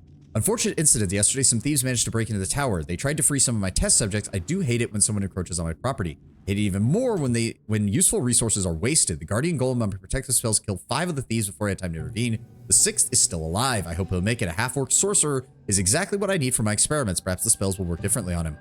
I turned the dead thieves into zombies when I pitted them against the will-wisps and watched them fight through the window. It was a bit of fun, at least. One of the test subjects was killed when I was trying to artificially slow the process of turning undead with the intention of documenting all the stages. Everything didn't go as planned. I think I shall repeat the experiment again in a week. Maybe I'll use the Elven Girl as a test subject. Her longer lifespan may, in theory, affect the duration of the creation process. Today, my test subjects escaped, all of them. They acted so nimbly, I hadn't noticed a thing when I went down to the cellar to prepare the next experiment. The golem is malfunctioning. That's odd, but within reason. How did they manage to circumvent my whole system of protective spells? I couldn't even identify which way they went after leaving the tower. It's obvious that some arcanist helped them escape. Someone is capable of myself, which is outstanding in and of itself. But even more surprised that I couldn't find him in the company of the escapees. Once I finally caught up with them, the fools ran into a wyvern nest and nearly all of them perished. The only one I managed to save was the elven girl. She almost threw herself at me in relief, but when she looked into my eyes, she shrieked and fainted. After so much effort spent saving the girl, it's a pity I had to kill her, but his time is of the essence. After all the strange things that happened in the tower, I do not want to delay the ritual of phylactery creation any longer. The last thing I need is a failure at the final stage. 24 years of hard work and my potential immortality is at stake. I must find out what's going on. It's impossible that my unknown enemy is much stronger and craftier than I. The alchemy storage was not only burned to the ground, many ingredients were stolen before the rest were destroyed. Many artifacts were also stolen. I have a good idea of what purpose these will be put to, so you steal from me and you prepare a trap for me as well, but who are you? I'll find out. I will most certainly find out. So yes, it was a split personality, the last page of the diary. Hello, Fardirus. I'm glad to be able to talk to you at last, though only via written word. Have you figured out who I am? I suspect you have, or else you wouldn't have put so much effort into hiding the phylactery. That poor half-orc youngster cursed you, predicting you'd meet your worst enemy, and that's how I was born. From the pieces of your soul that hadn't yet been contaminated with pure evil. At first, I was weak and barely enough power to steal a moment of life from the body we shared. While you slept, I rose and wandered the tower, trying to realize who I was and what should I do. Your protective spells didn't harm me, nor could they, for I was you. The longer I thought about it, the more clearly I realized how disgusted I was by your life and deeds. I dreaded to contemplate what you would do after you finally completed the ritual and became an undead. Would you follow the example of the Cyclopean tyrants whose ruined palaces served as the foundation of Eobaria? Even the thought of it sickened me. I started by trying to help your prisoners, a not entirely successful attempt at last, but after they died, I realized that I had to do so much more. I had to kill you, to kill both of us. I do share your curiosity, your magical powers, your ability to invent unusual solutions, but even this wasn't enough for me to rid the world of us both. You've been fussing over your life too much, and your carefully tangled cocoon of protective spells would save us from every sort of potential danger. It would take days for me to try to untangle this web we'd created from our common hands. Besides, this might have made you suspicious and put you on alert, so I just had to remain undetected, but my own plan in motion. In the short time I was awake, I worked over every other piece of this magical prison. With our common phylactery being the key to it, I've enchanted the door so it will destroy the key after being opened, and would open only to the strongest of monster slayers. I've developed a system of tests to ensure that one who would someday open this door would be capable enough. After all, he or she would have to face you in the end. My plan has worked. I managed to lock us in here inside this ancient burrow. Our dear Eobaria was built upon the ruins of Golarion, and under these ruins, you and I will spend the upcoming years and ages. Someday, everything you work at will work out as I planned. Someone able to cut you down will enter this vault. I came to this world for one purpose, to prepare my own death, and I cannot wait for this moment to finally come. Yep, that's one hell of a way to do it. That is one hell of a way to do it. Yeah, Alcat generally doesn't seem interested in playing the whole find the phylactery game. I mean, to be fair, you do take a long time to find it, and then you have to kill a whole bunch of monsters in the process of using it. And like, it's not like this isn't an epic quest, so to speak. It's just not the central premise of the campaign. Cloak of Resistance +5, Bracers of Armor +8, Amulet of Natural Armor +5, and the Hat of Mental Perfection +8.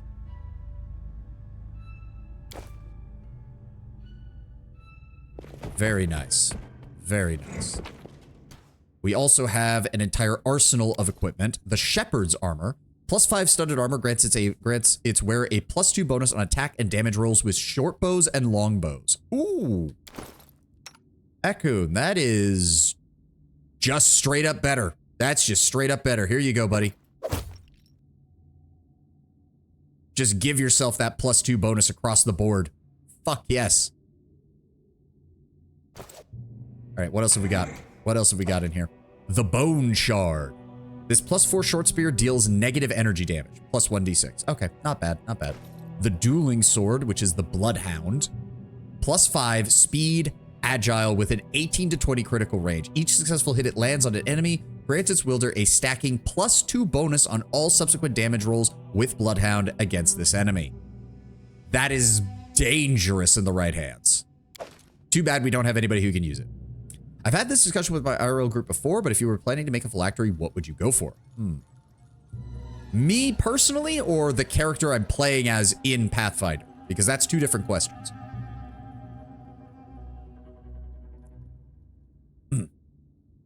Let me see here. Myth Slayer. +5 heavy crossbow deals 2d damage on hit. If the target has one of the following qualities, huge or gigantoid size, dragon subtype, giant subtype, 20 or more hit dice, it inflicts a single -2 penalty to the wielder's attack rolls, but adds 1d10 to damage for each of the qualities the target has. Let's say both. This character, I remember distinctly, has his own religious convictions and his own ideas is that immortality is a trap. He would not create a phylactery unless it was under the most dire of circumstances. If he did, it would definitely be something arcane or draconic in origin. So maybe a dragon scale that he then hides on a living dragon or something. Like something that he can use that people would never think to be a phylactery. Me, myself, honestly, something that's very innocuous. It would have to be something very innocuous because they're making a phylactery that's fancy is just asking for trouble.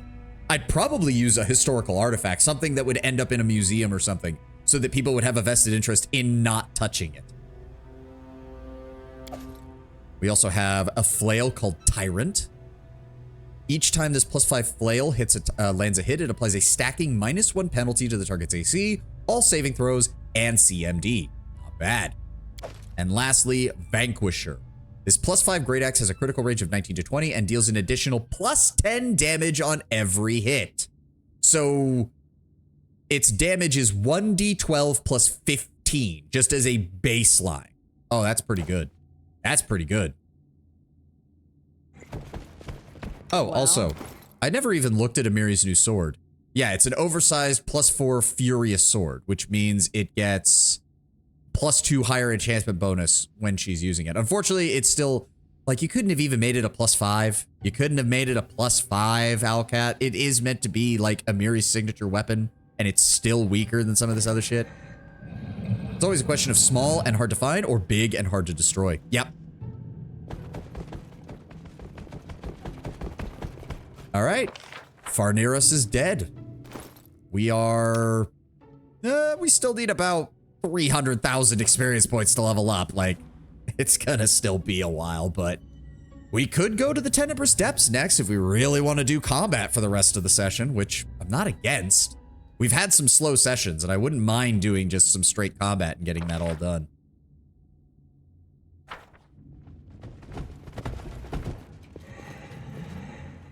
Oh, that's glorious. I'm still convinced that I missed some areas in the Tenebrous Depths too for hidden rooms.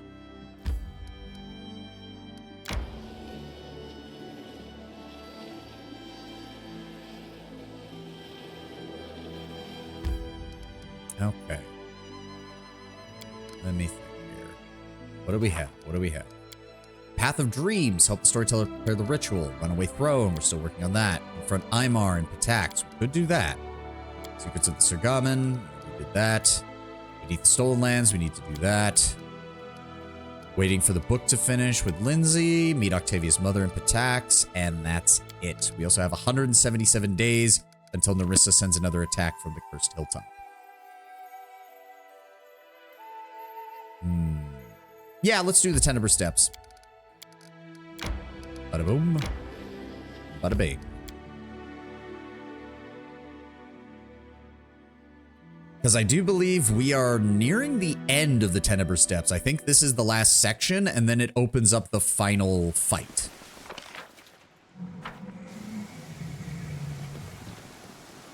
All according to plan. Zaloren. Let me see.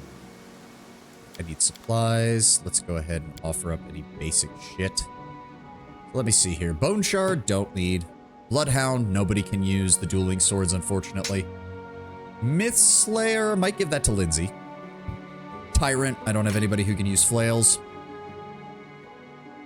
Wayfarer's Comfort. You know, I don't want to sell it simply because this is the armor that Elena gave Ekun, and it feels wrong to sell it. I don't want to sell any of these. Well, 20 negative energy resistance and the ability to cast Breath of Life once per day as a 9th level cleric. Not really that useful. Don't need any of those. Sell those acid bombs. We do not need acid bombs. And there we go. 87,000 gold. Thank you. You can check each floor to make sure you got the perception checks. That is what I'm thinking of doing since we do have some time. Well, here's the thing. Most of the perception checks are just to find the hidden items that let you talk to Zilrin about your doubts about him. We did find the ones for the first 2 sections. We just didn't find the ones for the latter 2. So I think that's the only ones we need to worry about, or the latter one. The latter one, because we've done 3 sections so far. Because we killed the Chanter last time, we killed the Gnome before her, and we killed the Priestess of Lamashtu before her. And we have 2 of those sets that we were able to talk to Zilrin about, but we were not able to talk to him about the last one.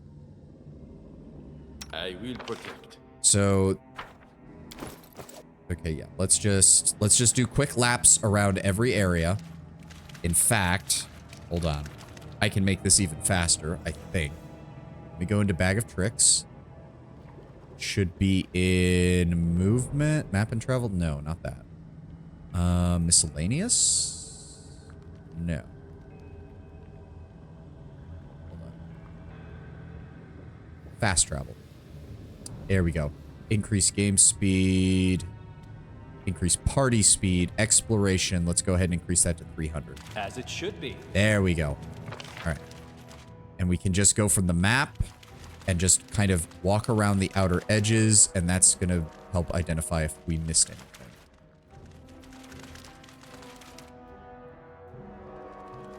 This is going to be a particularly boring part of the game.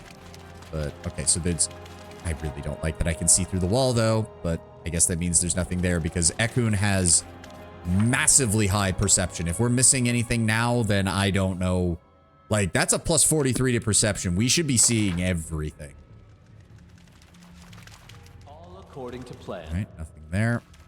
I tried this first today, made it 4 levels deep with a small team, bought the DLC, so I tried to just man up and play the roguelike first, and then went to a pre-built OC for my main playthrough. Not a bad idea. The main advantage of the Tenebrous DLC, or the Tenebrous Depths DLC for the base game is just that it's more experience and more loot for your appropriate level. Like, that just... You will learn very quickly, Indala, that if you play Owlcat's games, the base game tends to have a very well-constructed leveling curve with a very well-thought-out, like, we want you to be this level here, and this level here, and this level here to keep the challenge at least moderately balanced. The second they release a DLC, that all gets thrown out the window. The second they release a DLC, it all gets thrown out the window. Never play them on the least unless you want to be really patient. Yes, yes. I mean, they have, to be fair, Tedwin, to be fair, they've gotten better. Wrath of the Righteous had way fewer issues than Kingmaker did. And their only real problem when they moved over to Rogue Trader was they wanted to do their own combat and style system for that, which had, to be fair, there were several bugs, but a lot of them were in the player's favor. I think we all remember the first Argenta builds that got made that could quite literally solo the game on the highest difficulties. Rogue Trader was functional until Act 3. Again, we've been over this. I don't hate Act 3 nearly as much as everybody else does. I don't understand people's hate. Like, if people encounter game-breaking bugs, then obviously, yes, that's a problem. But still, everybody bitches about Act 3. And meanwhile, I just enjoyed the shit out of it. I got to kill hundreds of Drukhari in their own city with psychic abilities. It was hilarious. I loved every moment of it. I got the special sword that you get on the Heretic run. Oh, right, from the shard or whatever. That is also cool. But yes, like Rogue Trader's main problem, I meant the game literally broke in Act 3, and Act 4 to 5 was a 99% minefield of soft locks and hard locks. Ah, see, okay, I managed to avoid that. That was one of the advantages of playing it later, was I completely avoided that problem. And I also could see how that would cause problems for people. Like, I can see how that would color people's perceptions of Act 3 as well, if they're constantly running into issues like that. All right, keep searching around all these rooms. Let's just make sure everything's clear. All according to plan. As I said, I'm pretty sure we're set and good on the upper levels. I just want to make sure. Did anyone else get the witch pegging scene? Just me? That would be you, Lord Brownbear. Your worst nightmare, a woman not only pegging you, but she's also taller than you. Horror. I think on release, you know how in the start of Act 3, you walk around and get those random bouts of headaches due to the Drukhari's naughty fingers? Oh, did that become permanent for some people? Oh, that sounds horrible. All right, nothing on level 3. Let's keep moving.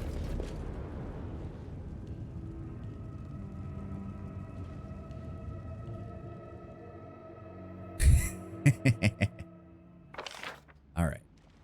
Doesn't look like there's anything that we missed here. Welcome to Tenebrous Depths 4. It happens that the bouts of stunning headaches continued the entire act, but they were way more frequent. Oh, that's... God, that's horrible. Like, headache, 5 steps, headache. Yeah, I can see how people's perceptions of Act 3 would have been colored by a lot of those early bugs that they had to deal with. So fair enough. Fair enough. I can see why people would have been annoyed out their gourd by that. All right, doesn't look like we missed anything in here.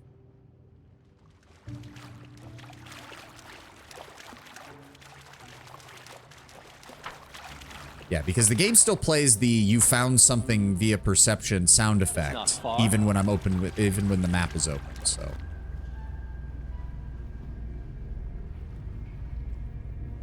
I don't remember how many levels we actually need to go down before we get to where we killed the chanter. Number steps 5.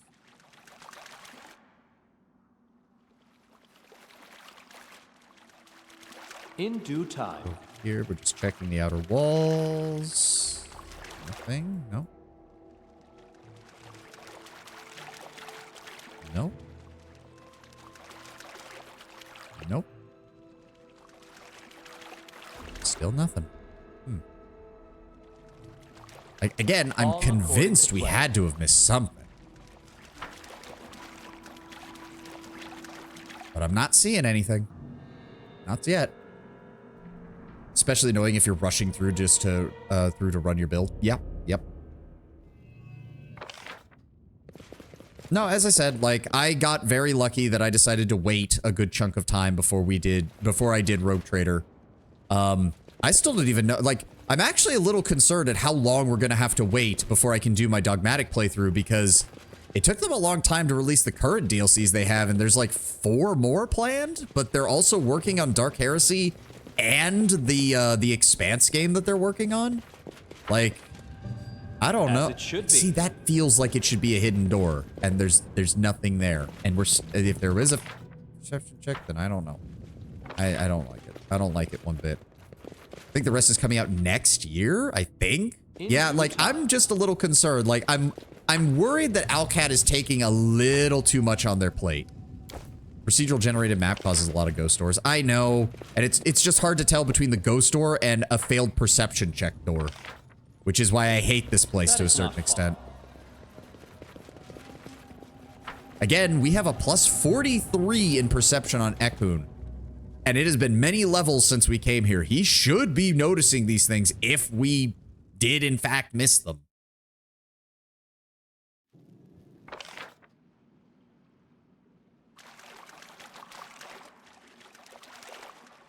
Follow my lead. All right, just check the walls. But yeah. No, I'm just worried that, as I said, I'm just worried that Alcat's biting off a bit more than they can chew. And I don't want them, one, I don't want them to get burnout, because they seem really passionate about making the CRPGs that they have, and I don't want that to burn anybody out with the amount of work that they're taking on.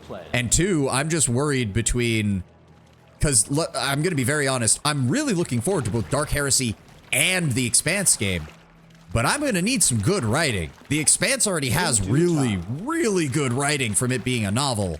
The novel series and the show, at least the first couple seasons, tapers off for me after a while, but you get what I'm saying. And Dark Heresy, I'm really gonna say it. Rogue Trader lets you play fast and loose with 40K's writing, because you're the Rogue Trader. You're one of the few people in all of 40K who actually gets to basically dick around however they want with their life. That is not the case for a Inquisitor. Like, I'm gonna need that writing to be good for the Inquisitor. Because you're an Inquisitor. This is actually like of vital importance to the main, not the main plot, but you get what I'm saying. Like, I'm not saying you can't have funny moments. I'm not even saying that you can't have weird encounters, because Inquisitors have that all the time. But there does need to be a level of, this is serious, that portions of Rogue Trader never really had. Like, the entirety of the mission in the Administratum building, where you can literally do a whole bunch of shenanigans to move up the list, or you can literally have your character sit there and drive all of your other companions nuts because you refuse to do anything and you're actually sitting through the bullshit that is the Adeptus Administratum. In due time. Like, that whole scene is just kind of funny. It really is, let's be honest. And it's meant to be funny. It's dealing with the Imperium at its most absurd. I don't, like, you can have moments like that as an Inquisitor, but by and large, they need to be rare. They need to make you think, like, you need to be going through some dark shit as an Inquisitor, and then all of a sudden you just find yourself laughing because one thing that shouldn't be that funny is because it's happening to an Inquisitor of all people. Okay, see, like this map, there, you cannot tell me that we didn't miss a secret door on this map. There's got to be something here.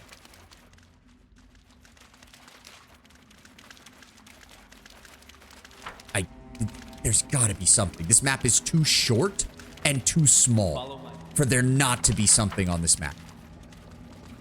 We have to have missed something. Hold on. Is there like a setting to reset perception checks? It would be under like dice rolls or something, wouldn't it? You know what? I'm just gonna select always pass skill checks. Always pass skill checks. Until we get to the next level, I'm just gonna keep that on. In due time. I'm still hoping, looking forward to Black Crusade. The scene where you make Malazai so angry that he runs away when you meet him on a planet because you refuse to take him serious. Oh, yeah, no. See, Black Crusade, just dark comedy for days. If you, like, you can easily do a Black Crusade game where there is just actual just dark comedy nonstop. Because it's the Chaos Gods. Why wouldn't there be? Should be. Hey, apparently we didn't miss anything in this area either. I'm very concerned with this. Are you sure that there's... Runs the actions attached to the perception triggers in the current area, revealing hidden passages and fixing previously bugged ones. Bingo! You son of a bitch game.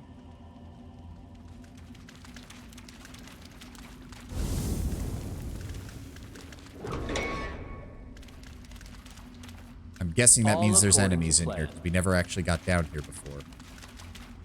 Or not?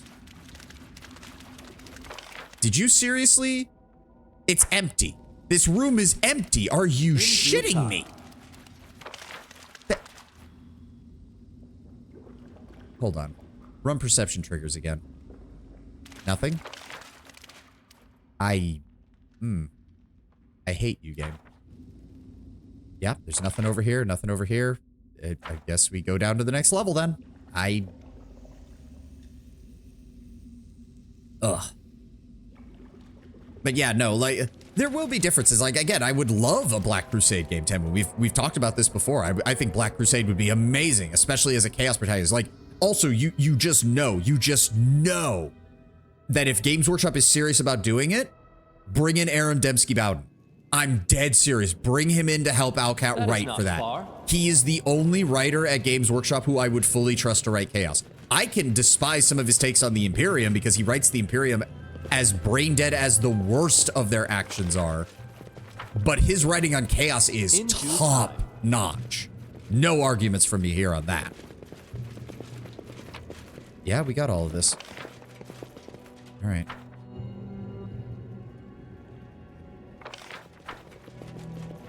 Like, could you just imagine if we run into Night Lords in a Black Crusade game? Oh, that would be amazing. Give Aaron Dembski-Bowden the chance to really just run it. Run with it. Run trigger perception actions. I'm tired of dealing with this place. I hate it. Yep, nothing. As it should be. There we go. Fuck you. And it's empty. I hate you, game.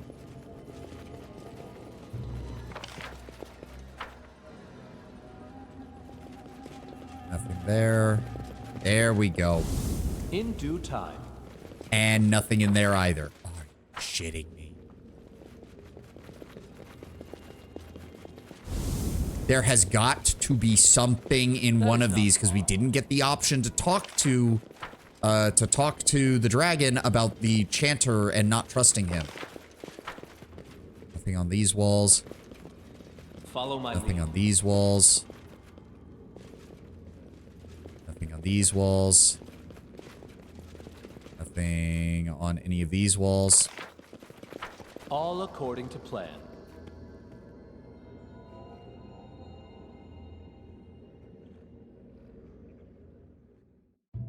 And of course, Like, I don't know where they're going to go with Pathfinder, because we've had this discussion too, where it's like, you already did Wrath of the Righteous, which is already one of the most powerful of, like, settings or adventure paths.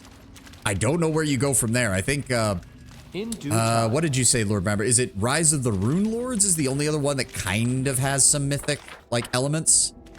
But the others really don't. Over here, please, guys. Akbo, what the fuck are you doing? Over here, over. Why can we not walk in this room? What the fuck? There we go. Head on. There we go. All right. And nothing spawned in this one either. I think the run perception triggers is just forcing it to open the doors that otherwise would not be open, but we're still not finding any items, which is annoying. Mention Iron Gods because the super tech is a good substitute for mythic powers. That was what it was. My apologies. Also, I did encounter some mythic enemies when I played on tabletop. It's hard to tell if that was just my DM or not. Yeah. DMs always have discretion on that kind of shit. Closed, closed, closed. Nothing in here. Nothing in here. Nothing in here.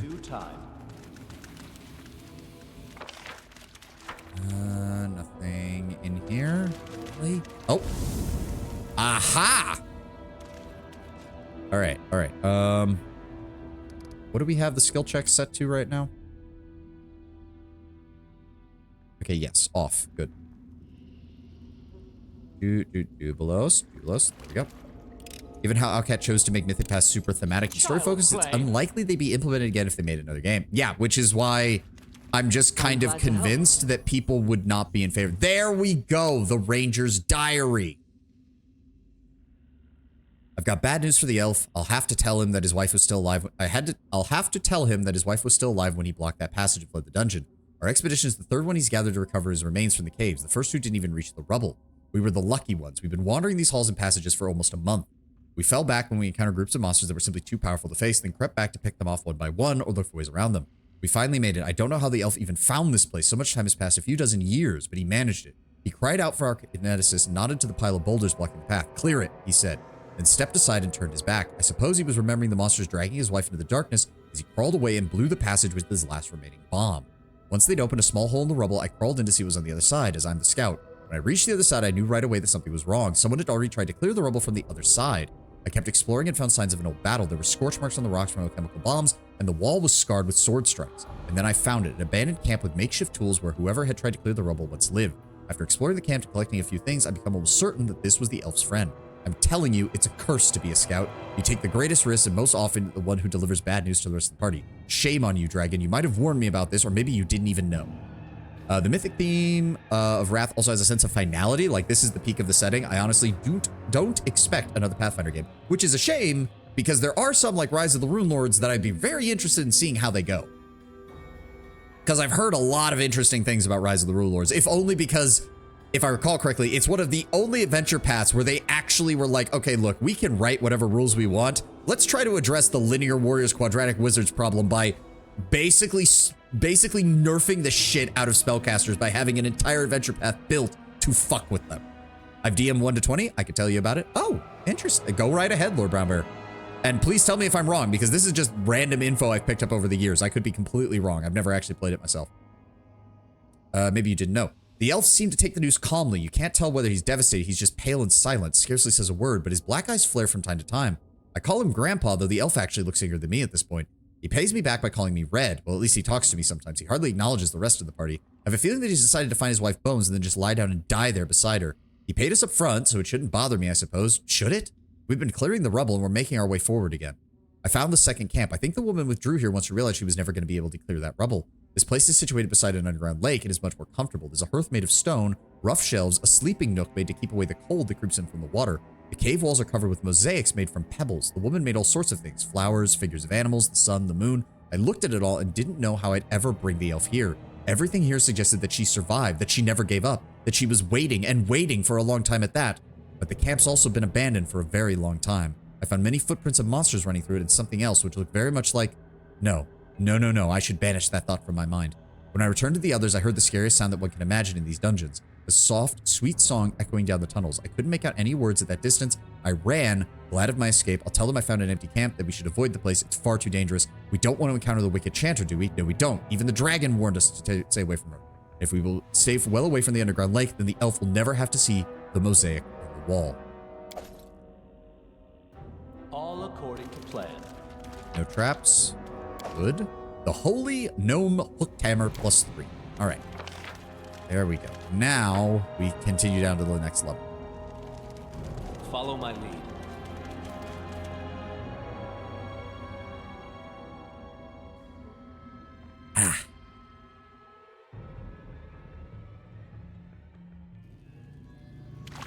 This is the route. This is the level that we fought the chanter on, I'm pretty sure. All right. Run perception trigger events.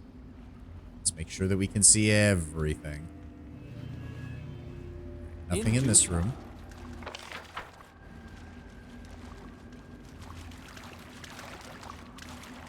And what thing in here? Anything in here? Nothing. All right. Nothing on these walls. Nothing on these walls. Doorway here. Nothing here. These walls all have alcoves on them, which means they can't be weird walls that they've been using. As it should be. Nothing here, nothing over here. Wizardry is a major theme of the Rune Lords, as ancient Thassalon was a magocracy run by them. The antagonist is the Rune Lord of Greed, which represents a school of transmutation. Sin mages pick specific opposition schools instead of just being difficult for them. These opposition schools become impossible and an anathema. All according to plan. Oh. Okay, we've got a... This one's actually big. Hello? There's nothing in here, unfortunately. So that means this was an area that the game just decided not to spawn anything. In due time. Game. There's nothing on the walls. Run the passive perception trigger events again. Yes, good. Nothing here. All right, so we head this way. Here we go. This should have something. Nope, this one's empty too. Never mind. Into the next room. Anything in here? No. And then that takes us just to the finale. This was the final room where we fought the... Yep, got that. In due time. And this one's empty too. I think that diary was the last item that we needed from the ranger. Yep, because now we are back. This is progress, if I remember correctly. That should have been the room that we fought the chanter. Which means... Yep, Tenebrous Depths 13. Okay, so... For one thing, turn off the always pass skill checks. Secondly... You know what, run the perception trigger events, why not? And lastly, we need to... Where is it? Faster travel. Let's drop this back down to 200, because 300 can get a little bit annoying of running into things that you didn't mean to run into. There we go.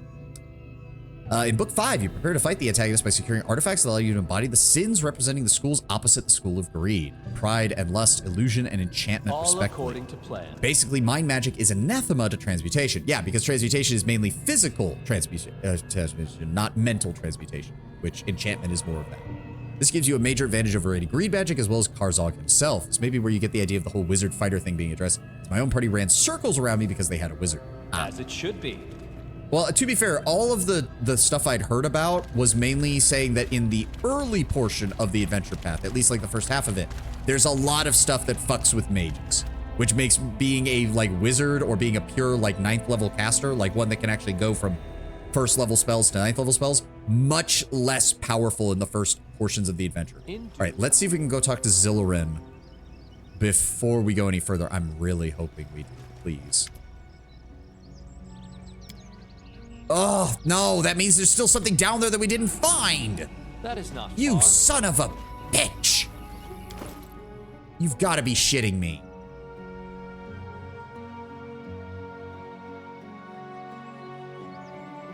That's the bed branch of the technical lead. So hold on. Wicked Chanter, that's one piece for the Wicked Chanter. That was somebody else. That was something else. Oh, Copy that. Get that out of here. No. Letter of the Fallen Ranger. That's... No, that's from the Priestess. That's not ours. Map of the Fallen Fighter. Pliers. Log of the Weird Traveler. Ranger's Diary. That was 2. Ranger's Diary, last page. That's 3.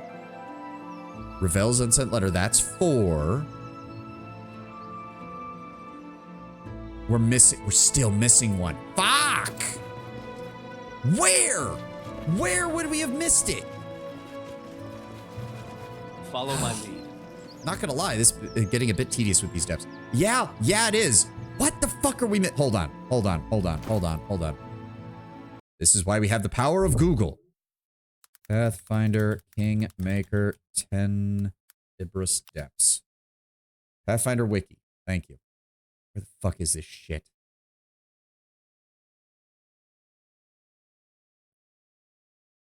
No, I need actual...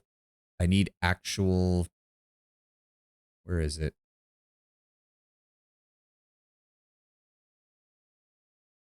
To get the true ending to this quest, you need to find 4 quest items for each respective boss, 1 on every floor, before fighting the boss. Fuck! Which means we can't get the true ending now. Son of a bitch! That is... God's fucking damn it, I hate that design. Well, no point in worrying about it now. Let's just get moving. Fuck you, game. Not Owlcat. I mean, it's technically their fault, but I get what they were going for. At the same time, I don't like it. God's damn it. That is... No, I don't like that. Yeah, because if you don't find all the items before you fight the boss of that section of the Tenebrae Steps, you don't get it, which is just stupid. Running won't help you! Oh, I don't care. I just want to kill these things, all right? Let's get moving. Stone golems. Let's go, people. Turn on my claws.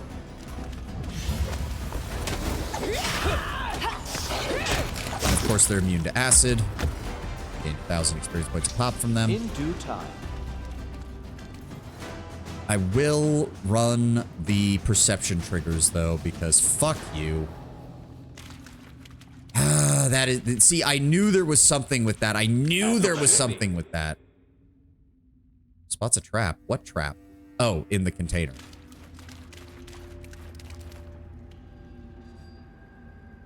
You can thank me now.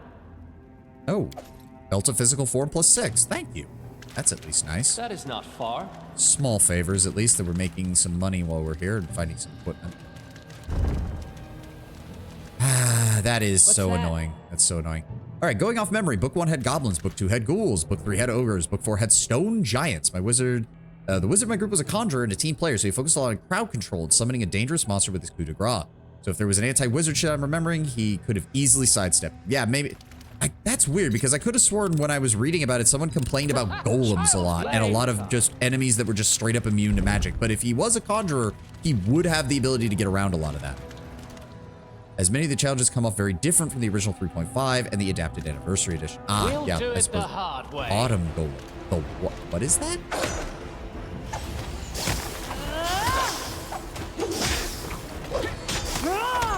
Whatever it is, it's dead. Thank you for the 4,000 experience points. Why were there 5 tower shields in a sarcophagus? Now okay, so this is a Cyclopean sarcophagus. This is just making me think of a Cyclops who strapped a tower shield to each arm, strapped a tower shield to each leg, and then strapped a tower shield to his chest and used that as his armor. I hate that mental image. You deserve hate for that. What's in here? Follow my lead. Oh, trap. Get that cleared. Child's play. But yeah, the fact that the 5th item only drops off the boss and can only be found if you find all the other items before is... In due time. A bitch. That's a bitch. Something bothering you? Do not use your remaining spell of that. We're going to save that for later. Finish them quick. Sure, at that. Not that it matters. He's not strong enough. Thank you for the 2,000 experience points. Okay, student's copybook. This is the first one. The scroll is filled with diligently scribbled words. The letters are much larger than normal, as if the one who wrote them was quite large themselves or simply didn't like small print. Human language not hard, soon I learn. Here are new words I know. Kitty, horsey, choke, dismember, devour. There's someone else's much neater handwriting below. Good, Sirachie. You've learned quite quickly. Soon you will speak the common language as well as your native abyssal. It is spelled kitty and dismember.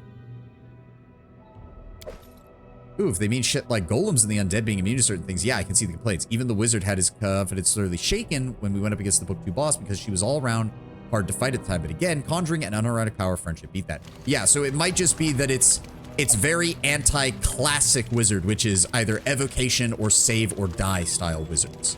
That is not far. Because let's be honest, that's what most people do when they make a wizard. It's either a blaster wizard or a save or die wizard. I can see how that would fuck with people's normal stuff. Me now. Okay, what did that get us? Oh, that gave everybody haste for 5 minutes. Nice. Let's take full advantage of that then. Back this way, people. Are we sure there's no secret passage in this? No? All according to plan. Oh, hello. Fatal mistake. Raider audible. That's fine.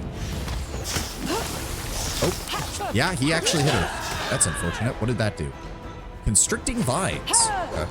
And somehow we're just all missing. Ow. Can we please kill this thing? Thank you. Right here, my friend. Tristan, I would appreciate it if you could go ahead and give me a heal. Yeah, she's the only one damaged. My group wiped precisely once by the skin of their teeth against a white dragon in Book 5 because they didn't have a counter to the blizzard aura, but from then on they carried fog-cutting lenses. Yep, that would do it. In due time. Alright. Nothing along the walls here. I'm just gonna run these again. Follow my lead. Hey! There we go. You.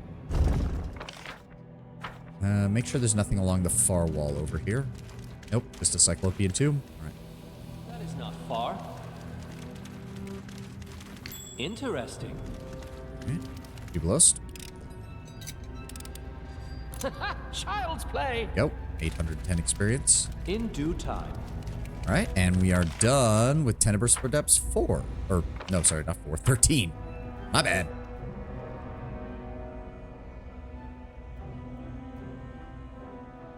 But yeah, if I recall, based on my memory, the Wicked Chanter is straight up that elf. It is the elf, the person's wife. She went insane down here, being so close to whatever darkness is down here. And she did have a child, and then that child, or maybe the Chanter was the child, I don't remember. I think the Chanter might have been the child, and was such born into this corruption, and thus could not escape it. I don't remember what the overall story... We would have found out if we had found the last item, but we didn't get to find the last item, because fuck you. Which means we lose out on the true ending, which means we lose out on, I think, one of the pieces of loot that only drops if you have the true ending. Oh, poisonous giant flytrap. Isn't that nice to see? You've lost a chance to resolve this peacefully. Akpo. Tristan, get the fuck out of the way.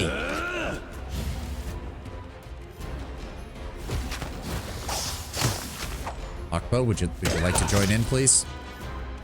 There we go. Oh, 5,000 for that one. Nobody got poisoned? Nobody got poisoned. Random equipment, random loot. Why are there 5 warhammers in a box?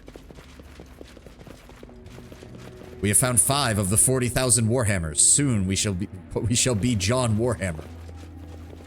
Enemy approaching. Oh god, it's a whole army of fucking red caps. Great. Clever ploy. This should do it.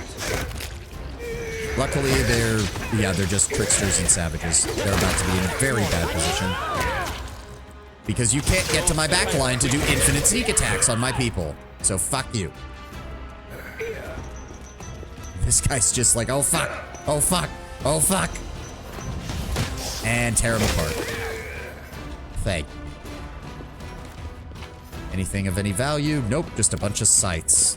Some of them probably aren't even masterwork scythes. The game enjoys just giving me enemies that don't carry the treasure that they're supposed to be carrying in the game. All right, nothing else here. Wait. Sure, game? Are you sure? All according to plan. The fact that I've already missed out on it is already annoying enough. Okay, diamond dust. That's always useful. You see that? Oh, hit the door. What we got in here? Cyclopean 2. Oh, and it's trapped. Found something. Take care of that for me, Jubilos. You can thank me now. There we go. What do we have here? The Captor's Diary. You know what irony is? It's when you're a dark wizard steeped in blood to your elbows, and suddenly a silver dragon comes to you in your dreams, entreating you to perform a noble feat and save a few feeble kingdoms from the spawn of Rovagug. At first, I couldn't even come up with an answer. I've done many colorful things in my life, mass ritual murders, for example, but not feats, never feats. What made me agree in the end? Curiosity, perhaps, and vanity. The dragon had given me enough information to excite both. A spawn of Rovagug slumbering in the depths, a sphere of madness surrounding it, many heroes summoned only to fail in the task. It sounded like the perfect challenge for me. Besides, I had long desired to test a hypothesis that kinder, nobler souls are far more susceptible to madness. I've often thought how fragile and cumbersome all those lofty ideals and strict morals must be. Oh, how crushing, how blinding. The need to suppress one's selfish impulses, the essence of what others call goodness. When it all crumbles under the external pressures and internal contradictions, and the mind and spirit lie in ruins, what have to fear, I ask myself. I, who has never been tormented by the pangs of conscience, and always acted with cold-blooded premeditation. So we're dealing with a high-functioning sociopath. So I agreed to the dragon's proposal and took myself down to conquer the Tenebrous Depths. My approach is different from the other heroes who came here. There's no point in rushing forward haphazardly, hoping to accomplish the goal in one daring attack. I'm moving slowly, studying the magic of the dungeon, capturing local creatures, using them for my experiments and sacrifices. I must admit, this place is significantly more dangerous than I expected. I'd already had to fight for my life twice and fallen exhausted afterwards. I shall require an assistant, someone who can drive away the monsters while I'm busy. My skills easily enable me to summon and bind a powerful servant, but would that be enough? I've been thinking recently, what if rational, cold-blooded scoundrels like me are nevertheless susceptible to madness? Only for us, madness manifests in needlessly risking everything in noble escapades, like my crusader here to this damned dungeon. And with that, we have our next break. You all know the deal. We also picked up a club +4, so we're going to hold here for a moment while that continues. We've already lost our buff, so there's no real point in hanging around regardless. Also, why is this on? Turn that off. All right, so we're going to hold here for a moment. I'll be back in 2 minutes, and we'll continue. Maybe we will finish Tenebrous Depths today. We'll see.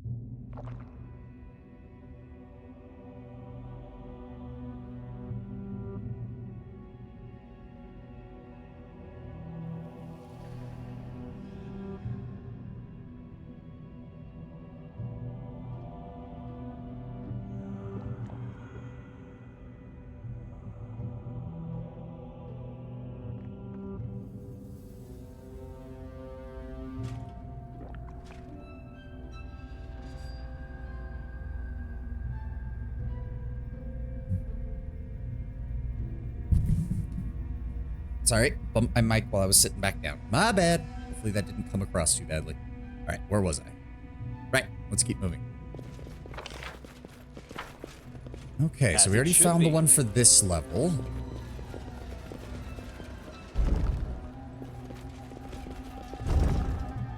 What else do we have in here? Oh, hello. Smilodon-like treants. Oh, that's That is not problem. far. Oh, okay. I'm listening. Tristan, I would appreciate it if you could just remove one of these from our path. That would be great. We will be victorious. Yep, goodbye. Jubilost. Force bomb. Let yourself expose. Go. There we go. In due time. Okay, that was a bit heavy on the damage, but we'll be fine. Go ahead and cure critical wounds. I should also tell you about the succubus and her alu demon daughters. I remember you mentioning this before, but I don't think you gave us the full context. In book 5 of the Rune Lords, where you get the MacGuffin, as one section run by a succubus and her daughters. The succubus has some sort of third-party support class called a Dom, and her daughters were also kind of a bodyguard class called subs. Oh dear. And yes, they fuck. Anyway, in that area of the dungeon, there's a broken, tormented human from ancient Thassalon named Mr. Mutt by the Lust Demons. Reinforcements have arrived. Hey, Jello! Thank you! Thank you for swinging by and for resubscribing. 7 cheer. Yeah. Thank you, man. Thank you. Thank you, Jello. I'll be very honest, I actually forgot that you were subscribed because you rarely show up, but holy shit, man. Thank you. I'm assuming you're lurking, so thank you so much. We love lurkers. Lurkers are the best. Where was I? The book advises you to conduct him in a disturbing and pathetic manner. You can cure him of his insanity, but doing so causes him to immediately rush to his suicide if you don't beat a DC 50 diplomacy check. I do be a lurker, and we appreciate it, Jello. We appreciate it immensely.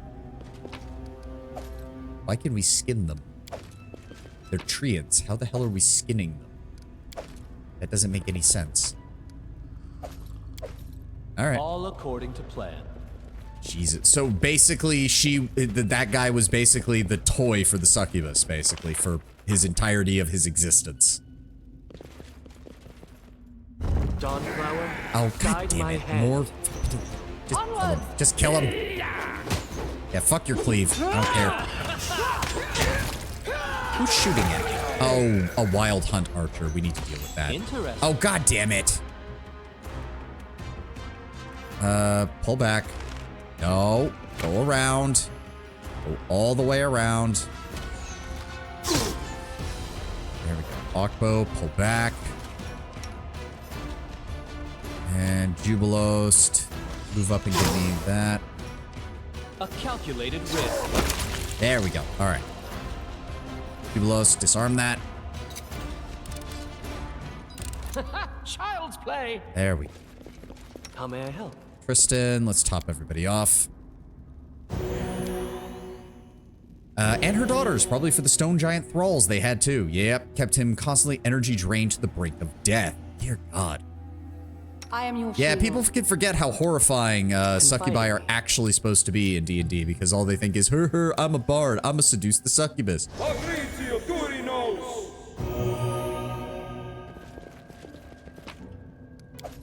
Follow my lead.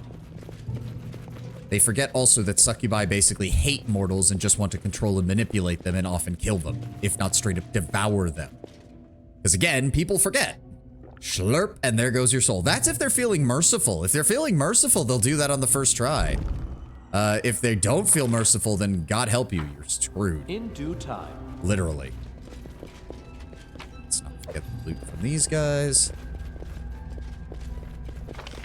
But yes, we found the one on 13, we found the one on 14. Don't have to worry about that at least.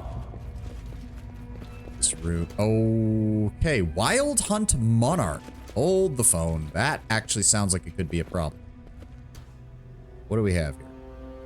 Level 26 Fae with 38 AC and 377 hit points. Good God. And also their description is way too fucking long. I'm not reading all of that. Akun, can you stealth for me and try to see what else is in this room? Because I doubt he's alone. Demons Resuscitate added a lore block about how you turn into a literal husk if they drain you. Yeah, I figured as much. Wait, is he actually alone? Because if he's actually alone, then that's going to make things quite a bit easier. I'll bet you anything he has summoning abilities, though. All right. Can we try to sneak around? Because the only way up to him is from over here. There we go. And then Valerie, I want you to go ahead and mirror image yourself, please. And then... No, nothing else is really going to work. I just need you to... In fact, Time's not I will cast Displacement on you because I have some spell casting still. There we go. Because I am that'll yours also to last command. longer. Yes. As you order. All right. Rest of you As it this should way. Jubilost, I want you over. No, I just... Everybody but Quiet. Jubilost. I'm thinking. There we go. Because the rest of us need to engage. Actually, Share your trouble. I think I know exactly how to start this off for us. Turn it on turn-based mode. Give me... Where is... Didn't I pick up that... Where is it? No, not the Empower one. There it is. Rod of Flaming Vengeance. I want you to use that on your Hellfire Ray. We will prevail. There we go. Okay, one of the shots missed, but the other one did 100 damage to him. Very nice. All right, and then I want to get over here. Akbo, I don't want you blocking Amiri. Ekun, go ahead and open fire. Grant you death. Good. Jubilost. All right, not close enough. That's fine. Valerie, I need you to get over Stay here. behind me. Why is Amiri frozen? Oh, she got paralyzed by the Wild Hunt Vision sight bullshit, didn't she? This will hurt. That's fine. His AC is actually fairly low. And we still missed the bite, unfortunately. Tristan. There we go. Confirmed damage. Akbo can't do anything, but it doesn't matter. Hide from me. Goodbye. 51,000 experience points for the whole party. Nice. And he was carrying a glaive +3, which actually just straight up looks like a naginata. But I suppose that would, if you were European All styles according to fantasy, you plan. would see that as a glaive, basically. Child's play. What have we got here? We have a belt of physical perfection +2 and some basic loot. Works for me. Surprise, a Baylor. In due time. That would not surprise me. Done. What did that give us? Aspect of the Wolf, +4 enhancement bonus to strength and dexterity, +2 enhancement bonus to trip attacks. Well, that's nice for the dog, except it didn't affect Follow the my dog. lead.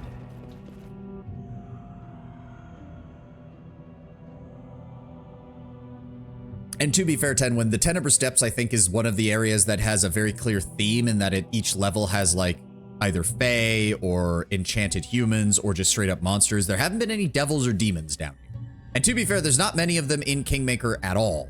There's plenty of daemons when you're dealing with Charon and the Cyclopses in Vorticai in Act 3, but other than that, there's really not many. Because to be fair, this part of the world is much more fae-focused than demon or devil-focused. I'm just gonna go ahead and run the perception triggers. That is not far. I don't care. We already missed it, so it's not like we're gonna miss anything. Oh, we're still in turn-based mode. Just go ahead and turn that off. Move through the door, please. Oh god, there's a lot. Oh, dread zombie cyclopses. Oh, a ferocious devourer. That's actually not good. Focus fire on him. Oh, that was fire snake. Did anybody take any negative negative stat, negative energy bullshit? No. There we go. All right. There we go. Now go after the priests. And the other priest. Thank you, Ekun. Those critical hits are lovely when you get them off. Done with waiting. Amiri, I'm gonna need you to heal. God, you have so much health. You have so much health that I have to use so many healing potions to get you alive. Oh dear. Oh dear. We're starting to have the frickin' particle effects are starting to cause problems again. Belt of Giant Strength +4, Amulet of Natural Armor, Ring of Protection, Cloak of Resistance, Full Plate +2, Greatsword +2. Okay, so we're going to be making plenty of money off of this area. Because I think if, yep, these are the Dread Zombies, so they come with a Breastplate, a Ring of Protection, and a Cloak of Resistance, all +1. Not that we really need money at this point, but... I believe I've found something. It is done. There we go. Letter of the Captive. Okay, so this is number 3. This paper is covered with large but neat letters. I know some of you will read this, mortals. That is why I write in your language. I learned it for another trick, but to you I will be plain. Does the darkness frighten you? Do you feel alone? How many testaments to death will you find before you leave your own? This letter is mine. I am your worst nightmare, mortal, a soul hunter, slave of the great horseman, one who will not take only your lives, but also the thing that comes after. Only the most daring of wizards will risk the likes of me. It is thanks to one such fool that I am caught in these depths. He thinks himself my master, and I have not yet dispelled his illusion, for I belong only to Abaddon and the horsemen, though I lie now in shackles. He knows much, my master. He calls himself the Captor. He has studied every step, every magical aura in this dungeon, and says that he has found a dire secret. He wrote this secret upon 2 magic rings, one of which he gave to me. Also, you can tell that the mage is actually pretty smart. He did not give the soul hunter his actual name. He is strange, this mortal. Imagine the literal blob of mist with arms poking out, writing a little letter. We already read that. He's strange, this mortal. I desire to steal his secret and to ask that he teach me the mortal tongue, but alas, my ring possesses only half of the secret and makes no sense without the other written on the captor's ring. He knows much, my master, but not all. He does not know that I have found a way to free myself from his power. I only wait for him to leave me on guard as usual and fall asleep. With just a little effort, the spell that binds me will fall away. Your soul, master, will be a luxurious feast served just for me, but I will not enjoy it in full. Many others have died in this dungeon, most by eternal imprisonment. They cannot leave and keep here endless vigil. The power of the spawn is so great that it defies even the sacred laws of Pharasma and the power of the gods. I am haunted by a strange thought, ever since I learned the secret to my freedom. If I kill you, master, and then myself, then we will become eternal prisoners of these depths, just like the others, and even the great horsemen, rulers of Abaddon and my true master, will not be able to reach me here. I will remain forever here with you, so which of us is the captor, and which is the captive? As it should be. You can thank me now. Oh, what is that? The Philosopher's Hat. +4 enhancement bonus to intelligence, charisma, and wisdom, and gives a DR5 in melee. Nice. In due time. Very useful for any frontline mage. Okay. This area appears to be clear. And more Cyclops zombies. We'll do it the hard way. And it's just regular enemies. good, That's you fine. dead. Oh my god. Ekun. Krista. Get the fuck out of the way! Thank you. Let's attack Akbo, but we're fine. We're way over leveled for this area, I think. And we still have plenty of time to rest outside. Yep, go after the priest. There we go.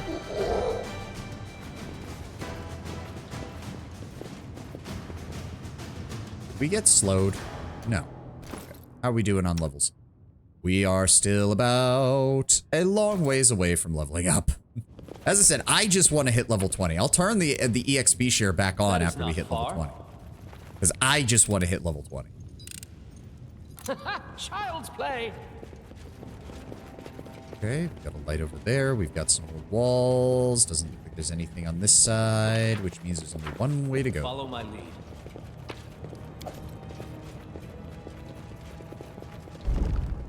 Yeah, but did this guy seriously think that a soul eater or a soul haunter, whatever the hell they're called, wasn't intelligent? Like, All according to plan. dude, he was gonna fucking try to find a way to kill you. Light mace +5 and some random gear. Stop. Oh. Look. In due time. Thank you for pausing the game automatically. Child's play. So we started this expedition on 13, then 14. So this should be the last level before the boss As level. it should be. If I'm doing my math right. What a Oh, god find. damn it. Bubelos. You can thank me Thank now. you. Oh, multiple ferocious devourers. Do you guys have the level drain or am I misremembering? They have true seeing, which is annoying. Oh, and we failed the check for all of them. Thanks, game. Yep. Devourers are the undead remnants of fiends and evil spellcasters who became lost beyond the furthest reaches of the multiverse, returning with warped bodies, alien sentience, and a hunger for all life. Devourers threaten all souls with a terrifying, tormented annihilation. These withered corpses do stand 10 feet tall, but weigh a mere 200 pounds. Okay. That is not far. Yes? Jubilost, I'd appreciate it if you could try to knock them over. That would be great.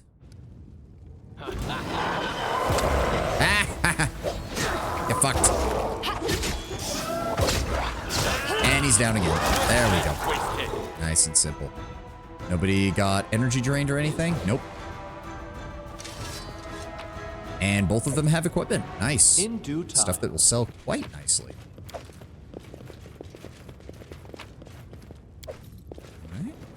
The rest of the room appears to be empty. Dinosaur bones. Those are always nice. All according to plan. Remember in one adventure I DM'd, there's an instance where a Devourer and a Devil are arguing over a soul the Devourer ate. Ah, let me guess, a soul that was promised to the Devil, and the Devil's just like, you give that fucking right back right now.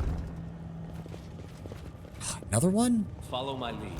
There's no way it's just one. There's no way it's just one. Where's he? Oh, he's coming this way?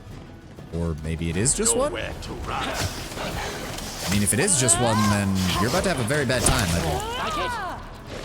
Yep, thanks for the 8,000 experience points and the free, like, gear that's actually worth quite a bit of money. Because we don't need it anymore. Does this do anything? No, it does not.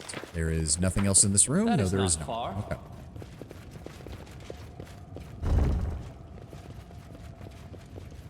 Interesting. Nope. I forget if a contract was involved, but more or less, yeah. I mean, that just sounds like exactly what a devil would get involved in. Like, you ate that soul, give it back. How many of these bastards are going to be in here? Now is the beginning of the hunt. 2, 3. Okay, it's just one meleeer and 2 priests. We won't have a problem with this.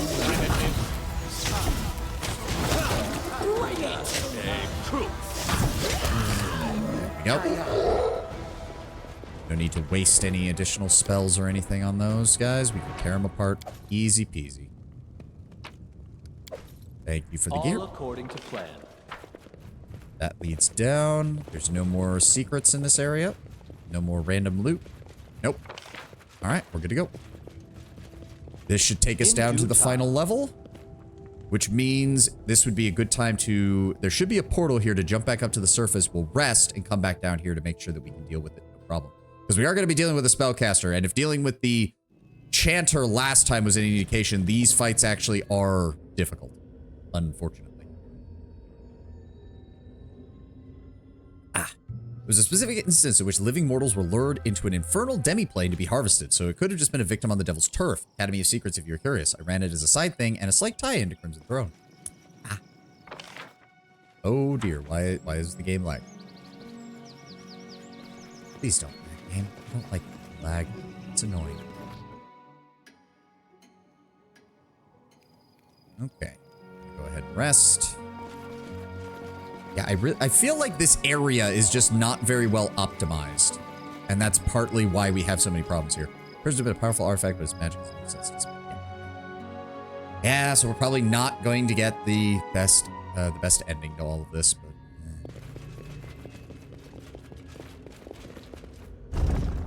That is not far. right? Actually, yeah, just run the perception for this, please. I just don't care. I don't care that it's technically cheating. I really Child's don't. play. In due time. 2,800 experience just from that. God damn. A wild hunt Oh, great. More wild hunt. Kind of a dick move to make the best ending something you can just miss because of a random dice roll. Yep, not even a random dice roll. Don't forget that, like, it's not even that. It's you didn't pick up an item before you fought the boss of the level, so the boss does not drop another item. So even if you come back to look for it, you still can't get it because once the boss has died, their loot table's determined and you don't get it. It's like, okay, fuck you. All according to plan. Is it just the one? If it's just the one, we shouldn't have a problem. Go ahead and mirror image up. Let's try this. Yeah, of course it's not just the one. Oh, okay. I'll go after that one. Do it. Hawkbow, I'd appreciate it if you would go after that one. Amiri, where are you at? Assist against the scout. Actually, no. Go after the other archer. Valerie, you take care of the scout. There we go.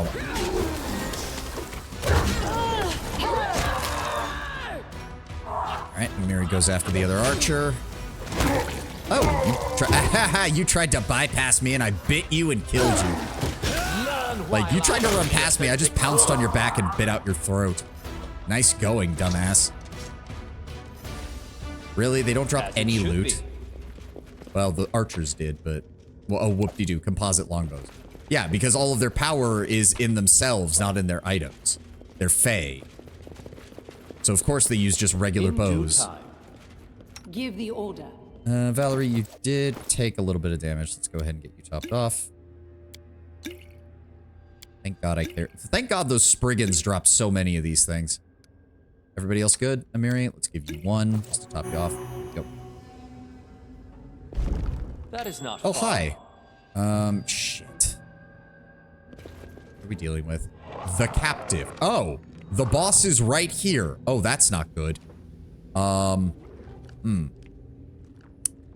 You require my assistance? Jubilost, I don't Gaining know the if you can advantage do is this without always smart. drawing his attention.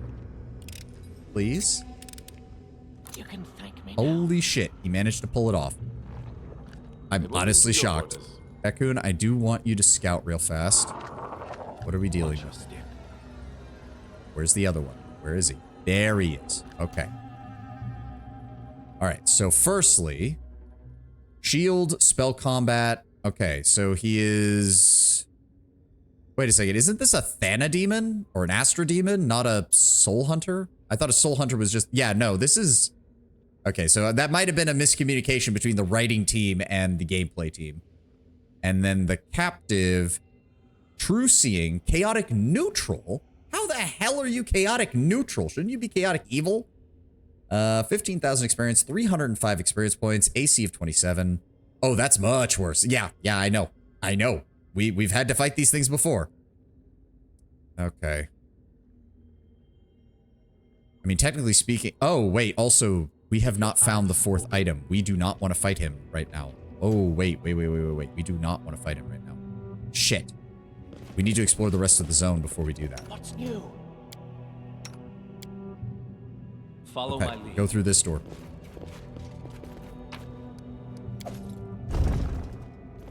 Alright.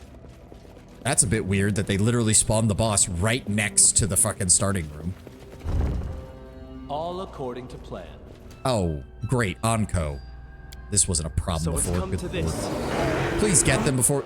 And a trap got triggered because the people with perception weren't standing in the front. Go after the ones that actually matter. Thank you. Oh, Akbo is... Ow? Why are you still taking damage? What? What is happening? In due time. Hello? What? Oh, insanity. What? Right here, my friend. Okay, how the fuck do I get rid of that? Shit. Oh dear. Break enchantment, I think? Breath of life, burst of glory. Cleanse? Heal spell? Yeah. Okay, makes sense. How did you miss? How did you miss? Why does he have concealment?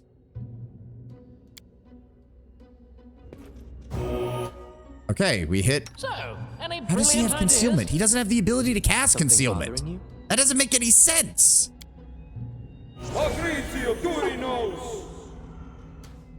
What? He's avoiding attacks because he's insane. That doesn't... What? That doesn't work. What? Isn't he blind? Wait, welcome, Britnoth. Tristan is blind. Wait, that actually has an effect?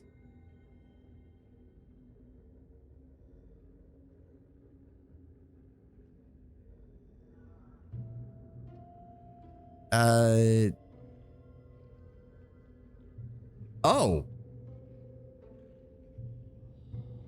I didn't... The fact that it never showed up before, I never had to worry about it. Well, shit. Okay, there we go. He hit him. Are we good now? We're good now. Okay.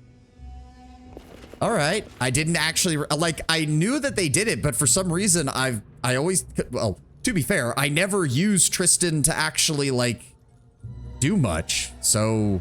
How may I help? I just assumed that his shit worked.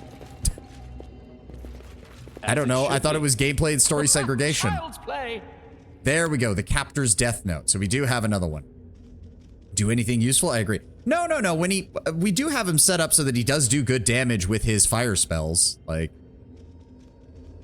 I underestimated Outcat's commitment to applying shit like that too. Yeah, I didn't even realize.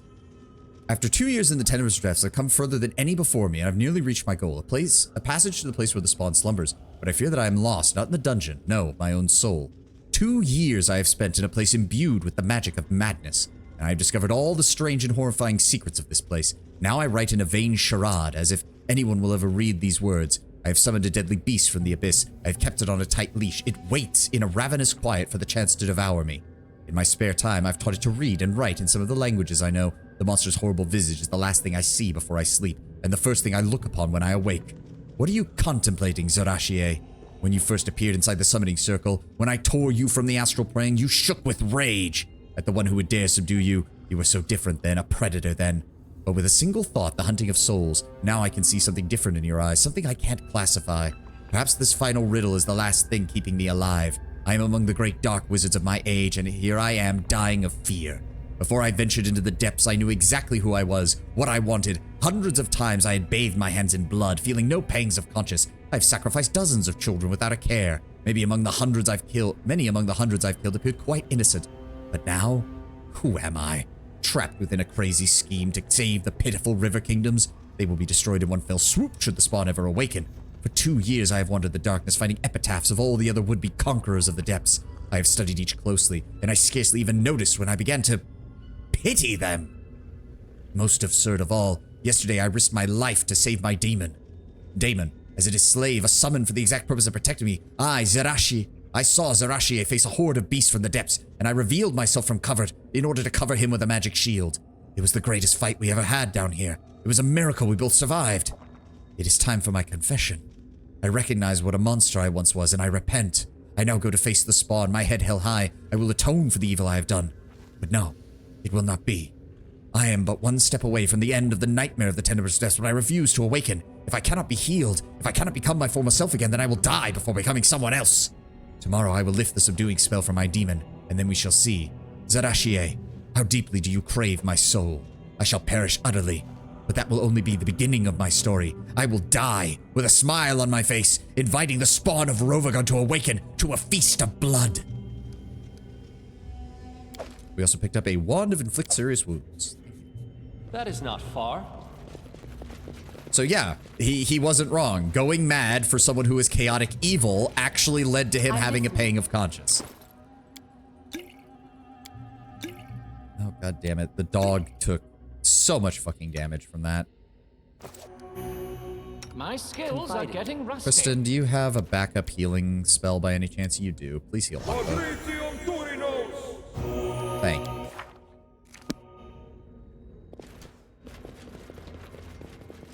Alright, let's see what else is down here before we go deal with the boss.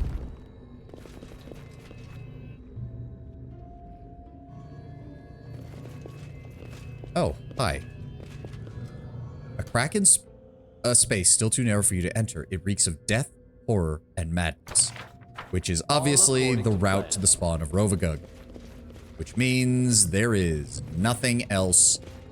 And you see, I know the area is supposed to be semi-random, but come on. You can't tell me that that was on purpose. Like, oh, you don't get the secret item that lets you uncover the true ending if you kill the boss before you find all 4 items.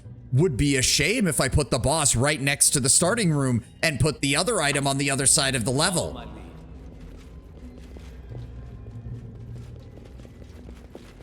Owlcat's AI knows what it's doing, I swear. Okay, so the captive, the Thanademon is going to be a problem. He also is a spellcaster, which is another massive issue. He has true sight, so we can't even really get close without setting off. Like, we can't get close to set up an attack because he's going to see us coming through the door. I am your shield. Valerie, give me mirror image. The layouts in the main campaign are pre-made. Oh, they are. So yeah, it is that bad. Okay, yeah. Well, we've already lost out on that, Britnoth. I don't know if you were lurking when I went on my rant, but we missed one item before the Chanter, which meant the Chanter didn't drop her item, which means even though I went back to find the item, we still don't have the item needed for the discussion with the Chanter, with the dragon, so we miss out on the true ending. Share your Because fuck me. I would like you to give Death Ward to our frontliners, please.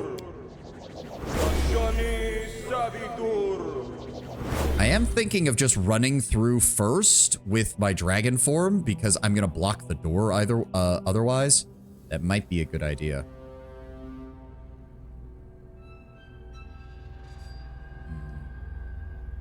Wall of Fire might actually not be a bad. If we throw Wall of Fire right here, it'll force him to come towards us. Visibility Purge, Searing Light, Obsidian Flow, Second Wind. We'll see. We'll see. Alright, Eulost. Give me your extended haste spell. I am prepared. Go ahead and throw... Where is it? Where is it? Raider. Nope. Go ahead and give me True Sight as well. Well, actually, I could use Transformation. That gets me most of the transformation bonuses without increasing my size too much, so it would be easier to engage. But I would like to be a dragon when I kill these guys, because why not? Go ahead and Stone Skin just myself. Damage is not going to be the issue. Their spell casting is going to be way more dangerous than that. Where's my extend? There we go. Give me extended spell, displacement on myself, and displacement on Valerie. And then move to the center of the group. Give me Bone Fist, Blade Tutor, and Mirror. Alright, there we go. Right, Valerie, I want you here. Tristan. Right here, my friend. Something bothering you? Please move. There we go. I know what to do. Alright, let's go ahead. F5. Give me... Oh, we could... we could do Horde Wilting as a starting. No, give me Black Dragonkind 3. There we go. And then I'm going to try to rush in and rush down the mage. Yep, go for the mage. Go for the mage. Everybody else, go for the captive. Except for, yeah, Jubilos, go for the captive. I want you to use Force Bombs to try and bring him down. Tristan, give me Scorching Ray. Do not use your stuff. Actually, use your Wand of Flaming Vengeance. That you can use on your fire spells, please. All right, everybody else, do what you need to do. Come on, me. I'm really trusting you, game. Please. Thank you. He's going to try and ice block. And he's down. He's out. He's on the ground. And he's dead. I tripped him, and then he died. There we go. 92,000 from the Astra Demon. And where is it? Where is it? Come on. And 92,000 from the captive. Nice. Get fucked. All right, which means, yep, the Ring of the Captive. My demon and I have a bond almost like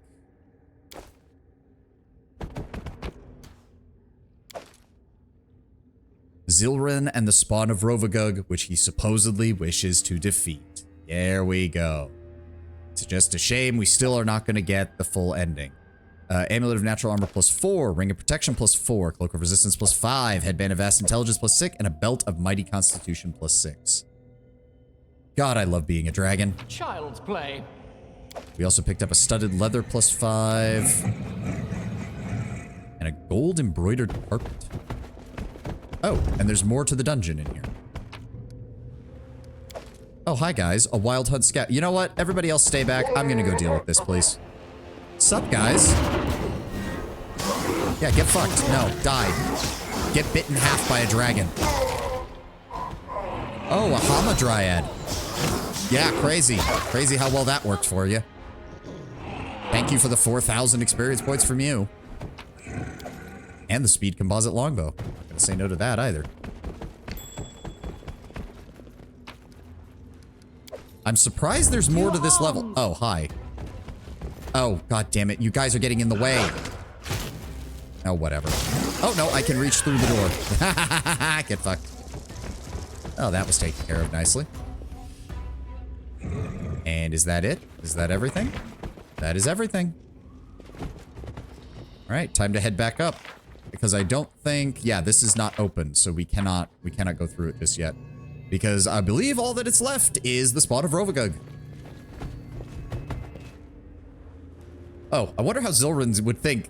I don't think they coded it, but it would be hilarious because if I recall correctly, silver dragons have an inbuilt, like almost biological trigger where if they see a chromatic dragon, they have to try and kill it. But I don't think they obviously did not put that in here. Otherwise, we would immediately be getting into a fight because silver dragons have a berserk button and it's seeing a chromatic dragon. I vanquished the captor and his demon servant. Sometimes I wonder which was the servant and which was the master. Both of them have met their end, and what remains of their souls will find their fate in Abaddon. Yep, I'll return with some powerful items. I think they interest you. I found something in the dungeon that makes you doubt it. Look at these rings. The captor thought that you served the spawn of Rovagug just like his pet demon served him. I recognize this sharp mind and wit. This joke has an explanation, and I shall give it to you. The heroes who went down into the dungeon to defeat the spawn have all died, and it fed upon their pain. In the same way, the captor nourished the demon by serving him his own soul. He wishes on me the same fate, just as he wrote upon these rings, that I should go down to fight the spawn, only to vanish and become its food. Yeah, no, because we missed one fucking thing. We don't get him to realize that he's being manipulated by the spawn of Rovagug. The path to the spawn is open. Indeed, the shell has cracked. The monster is now vulnerable. Somewhere in this dungeon, a shroud is open, leading to the very center. Go there and put an end to this ancient nightmare. Oh, we can do it right away. I thought we had to wait. Okay. Well, let's rest first. Yep, kill the spawn of Rovagug. We're not going to get the true ending, or the best end. I think it's not necessarily the true ending, but you know what I mean. Oh, right. We should also check his inventory, because I don't know what he actually stocks up on. Let me see here. Sort by price. We sold him Bloodhound, Tyrant, Honor Flail, Bone Shard, Flaming Fail, Dart, Mithril, Wand of Heroism, Bombardier's Vest, which we already have plenty of. Let's go ahead and sell him. There we go. Sort by... No, not name. Price. Thank you. Keep those 3, but I think we can sell everything else. Yeah. Yeah, Glaive +3. We don't need that. And then we'll keep those armors. We don't need any of the rest. We don't need anything below the Amulets of Natural Armor +3. Mithril Full Plate 2 is very nice when you first open this area. Oh, yeah, I'm sure it is. I've been doing the Tenebrous Depths when I've been over-leveled, so most of the stuff has not been of any use to me at all. Womp womp. Thank you for the 110,000 gold. Oh god, the game. Okay, game. Calm down. Calm down, don't go crashing on me. Relatively cheap for its quality. Yep. Most honest guy, let me take a look at your wares. Have you gotten anything? Headband of Alluring Charisma and some other stuff. Nope, nothing. That is not far. All right, let's go down there, buff up, and then we'll deal with Rovagug. Actually, speaking of which... Okay, yeah, this is really bad. I'm just gonna go ahead and give you... There we go. Cloak of Resistance +5. Thank you. God, his will save is bad. We need to up his wisdom on something. We need to enchant one of the things that I can give him. Maybe the armbands, the bracers. We'll give him some bracers of wisdom or something. Early floors have a helm that gives AC versus giants, which you can grab before you deal with troll trouble. Yes, I did see that. You can combine it pretty effectively with other gear that you get in the Troll Trouble chapter and before it to make something that is quite good. Built to physical perfection plus 8, now that I think about it. Do we want that on somebody? It would help Valor. Honestly, no, his saves are fine. Amiri's Belt of Raid. Yep, let's give it to Amiri. Here you go, Amiri. Belt of physical perfection. Your strength is now 31. Your dex is 20. Your con is 26. Very nice. Very nice. Alrighty. Let's get down there.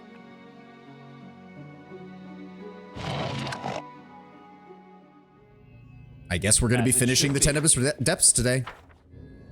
Yep, the portal is open now. We'll buff up here, and then we'll head through.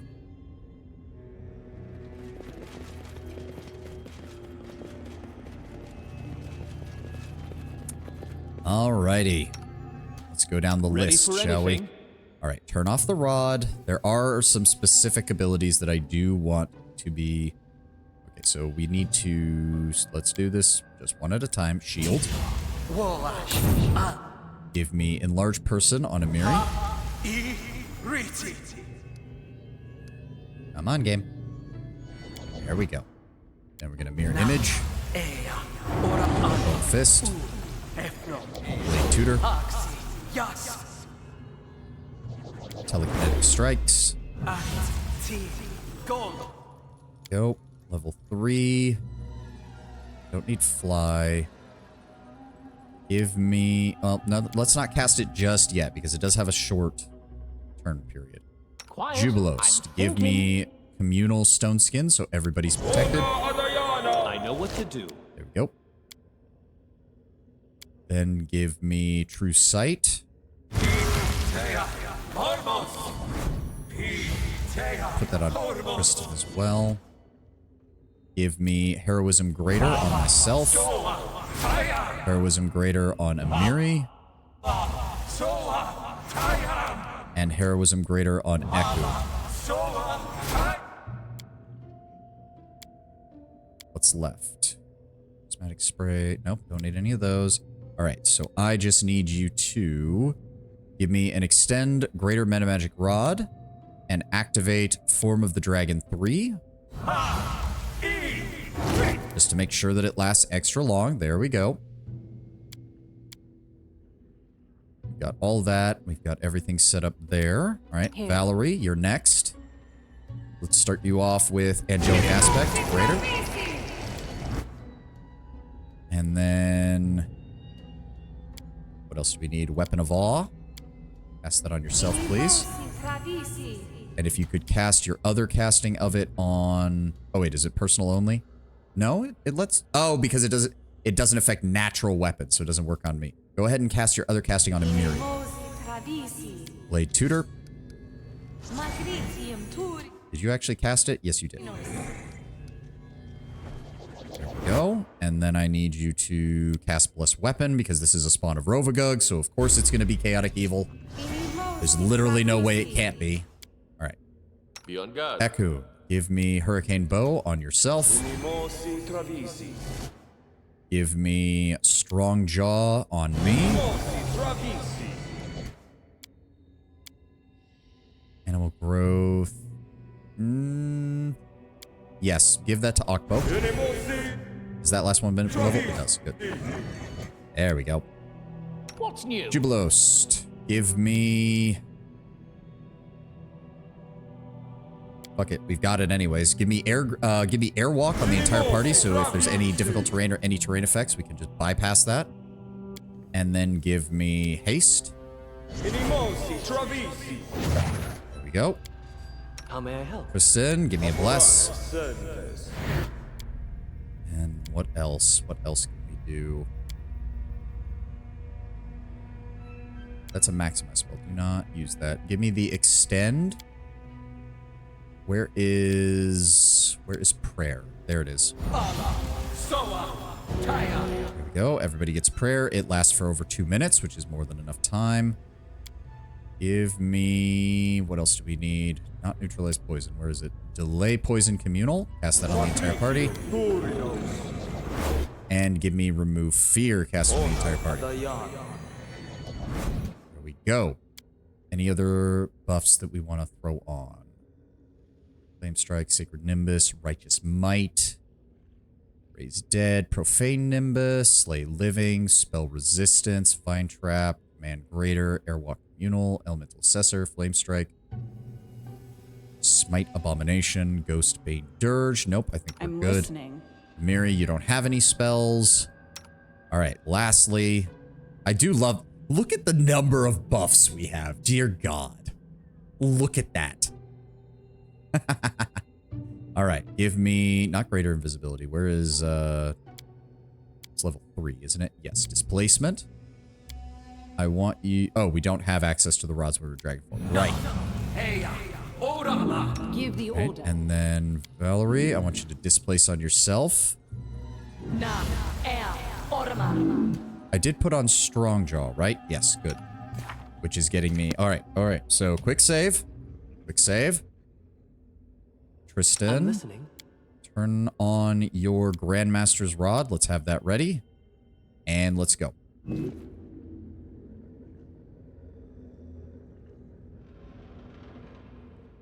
Ugh. All right.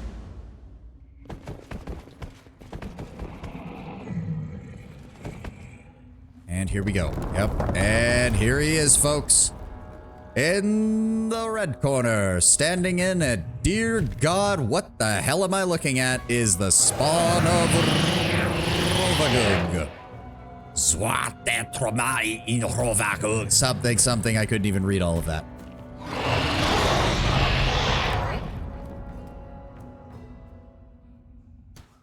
It's Mr. Pinchy. That's basically what it is. Yep.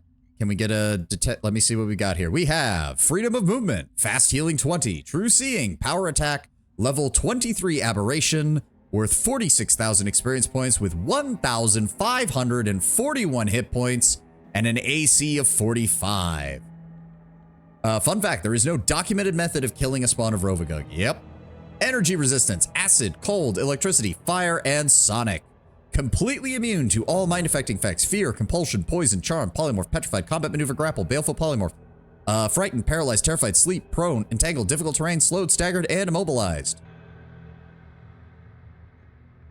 It's an arrogant, ugly piece of shit, and it needs to die.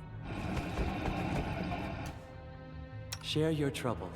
Tristan, why don't you start us off solidly? Let's go ahead and turn on turn-based mode. You're going to be using your Grandmaster's Rod for extended and maximized, and you're going to hit this thing with a Hellfire. There we go. 230 damage right off the gate. I'm going to charge this thing. There we go. Echo, let's... We can't even do a full round attack this turn anyways, so...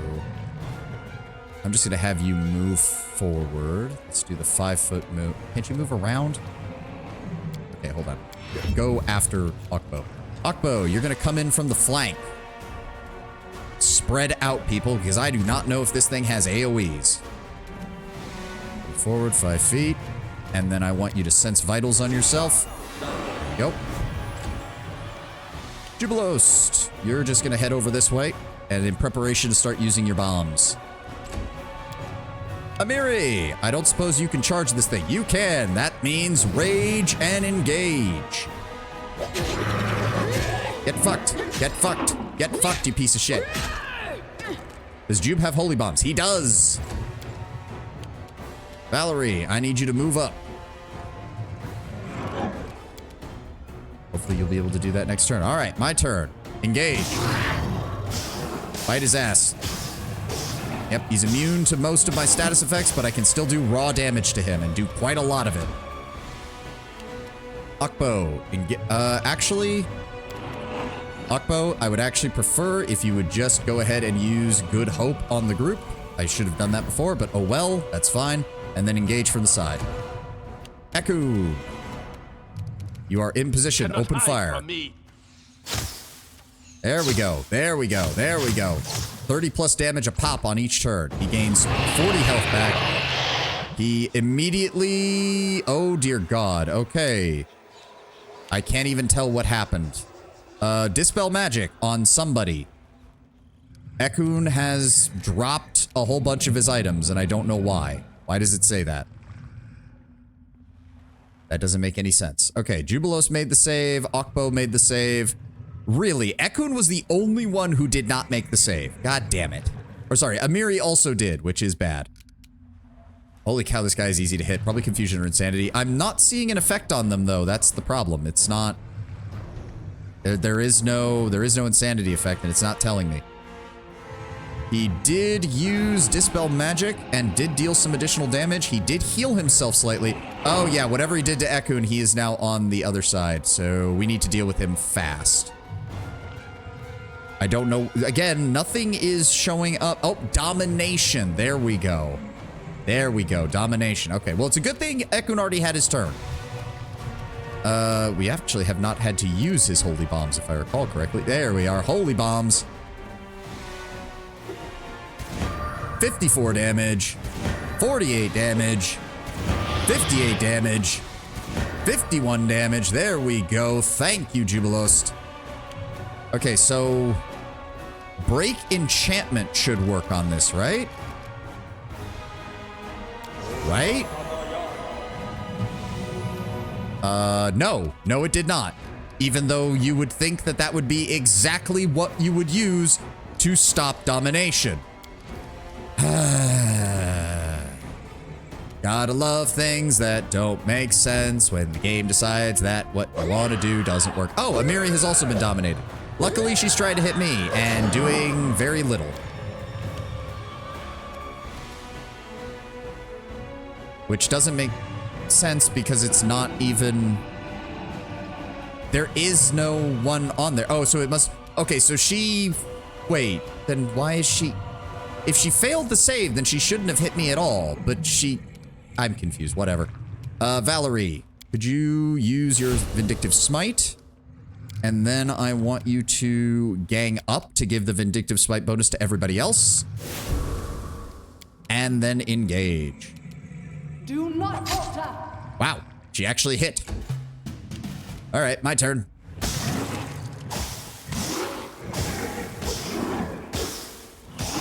Shame that is not listed in the spell. Preemptive protection from evil is the best way to avoid domination. Ah. Problem is, protection from evil hasn't been working for very much on anything, so I don't usually bother casting it anymore. Wow, the dog almost killed him. Okay, Ekun, what? Oh, he's shooting Tristan. Well, Tristan's fucked. Yep, Tristan's down. That's fine. That's fine. Phantasmal Future Fact. And... Yep, Tristan is down, and Jubilos gotten almost killed. Alright, well, he had to use part of his turn to stand up, so let's go with... You can only throw one Holy Bomb, but that was enough. So now we just need to... I hate that it lags when I put my hand over this. How long is this going to last? 3 more rounds. He was shooting at me. So... Okay. Why is... Okay, she doesn't even have the effect on her, so what is going on with her? I am confused. There is no effect on her. She's not controlled like he is, so what is happening?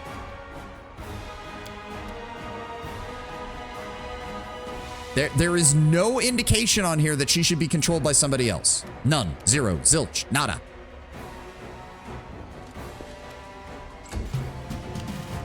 Well, I guess I could just stand here. Let's just go stand next to Ekun, really force him to focus on me. Okpo, just... Yeah, he's gonna waste his turn shooting at me. That's fine. That's fine. Jubilost, you need to heal yourself. Because you got fucked up. There we go. What is Amir? She's charging at Valerie.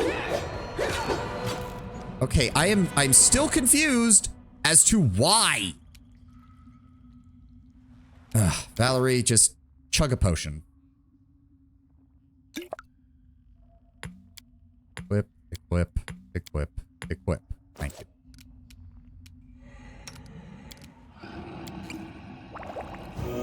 Thank you. Still don't know what's causing this.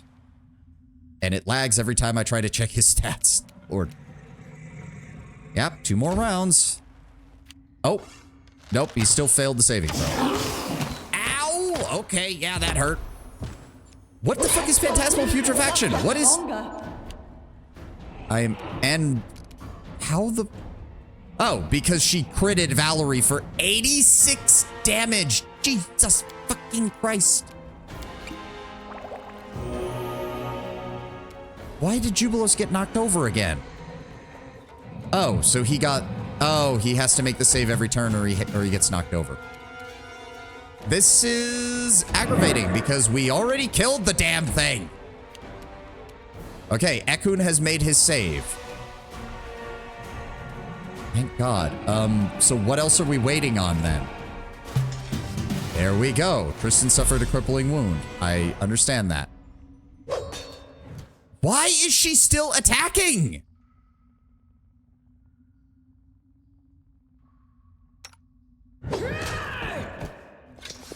I don't understand. What you want? And now she's done.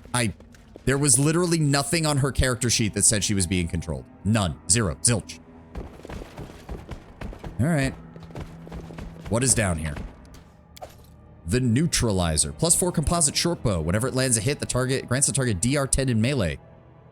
Wait, it grants the target damage resistant 10 in melee. It also inflicts a -4 penalty AC against melee attacks, and every melee attack deals an additional 4 damage to it. So, wait. What? Whatever. Wand of Heroism. And red Dragon Scale Helmet. Fire resistance 15 and a +6 enhancement bonus to intelligence ability score. Nice. Yeah, that was exactly my expression, Brittanoff. What? That doesn't make any sense. You give the target damage resistance in melee, but they get less AC in melee, and it's supposed to deal additional damage to them. You missed that part. Look at this. This +4 composite shortbow lands a hit. It grants the target DR 10 melee. It also inflicts a -4 penalty to AC against melee attacks, and every melee attack deals an additional 4 damage to it. Damage resistance overcome by melee. Oh. Yeah, I've always hated how Pathfinder writes their DR system, because I've never liked that. All right, but unfortunately, we don't get the true ending, which means Zilrin doesn't come down here and he doesn't fight as well. We picked up the Malevolent Scream. When this +5 Thundering Heavy Mace lands at a hit, it gives the target vulnerability to sound. Multiple applications of this effect do not stack. The Belt of Perfect Components. First and second level spells cast by its wearer are empowered and extended. And the Greater Ring of Ultimate Protection. +5 resistance, +5 deflection, spell resistance 24, and a DR of 2. Confide in me. Tristan, I would appreciate it if you healed everybody real fast, please. Everybody kind of got hit by that. Ekun proved himself a truly dangerous adversary because he was... If he had not focused on me, we actually might have had a problem because he probably could have just destroyed everybody else in the party. That is the downside of making your characters that capable, because if something goes wrong... Don't hesitate. They can become your own worst enemy. Let's go ahead and heal you just in case. But yes, I don't believe that we got the full ending, which means we miss out on quite a bit. But oh well, there's nothing I can do about it. Oh, I didn't even realize the ad started playing. My apologies, everybody. My apologies. It's already, there's only a minute left, so there's not much point in me stopping now. Let's just get back up to Zilrin.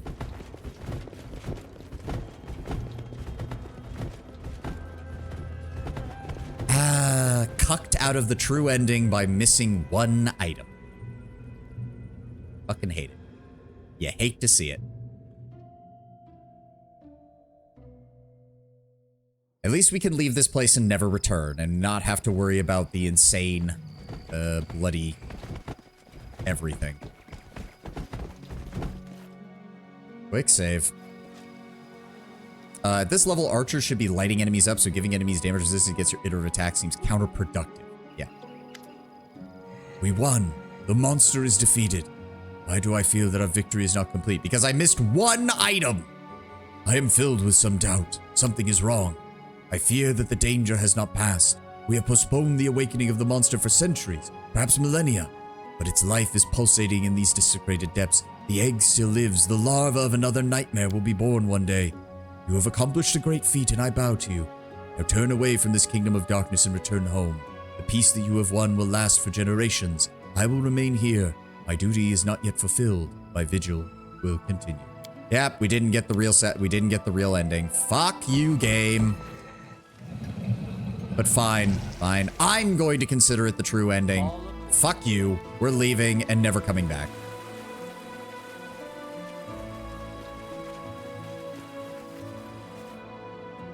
I don't even think the Tenebrous Depths gets an ending slide at the end of the game, so I wouldn't call a couple of years until the sequel game as a generation. I mean, it doesn't awaken for a while, so... All right, that's the Tenebrous Depths taken care of at least. Octavia has to be taken to Patax. We're waiting on the book to finish, and we're still waiting on an update of everything else. So let's teleport back to our capital and rest and figure out what else we need to do. We might just have to go to Patax, in which case I need to bring Octavia with us.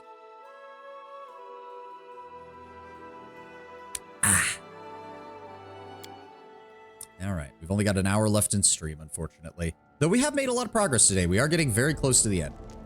Chemo, what do you need, buddy? Heart of Thunder, that's great. Don't really care. We're at the point in the game where I just don't really care. All right, nothing else there. Any updates from anybody? Jubilos took care of the event. What else do we have? Melancholy. Mysterious wanderer passed through local settlements. Storyteller, go deal with that. Soon after his visit, a natural melancholy gripped the villages. The mages claimed it was the lost prince of the Fae himself. The Sentinel, sent the Guard to deal with that one. I mean, we have so much money. We have so much money. Can't do anything with those. 4 days until those two are done.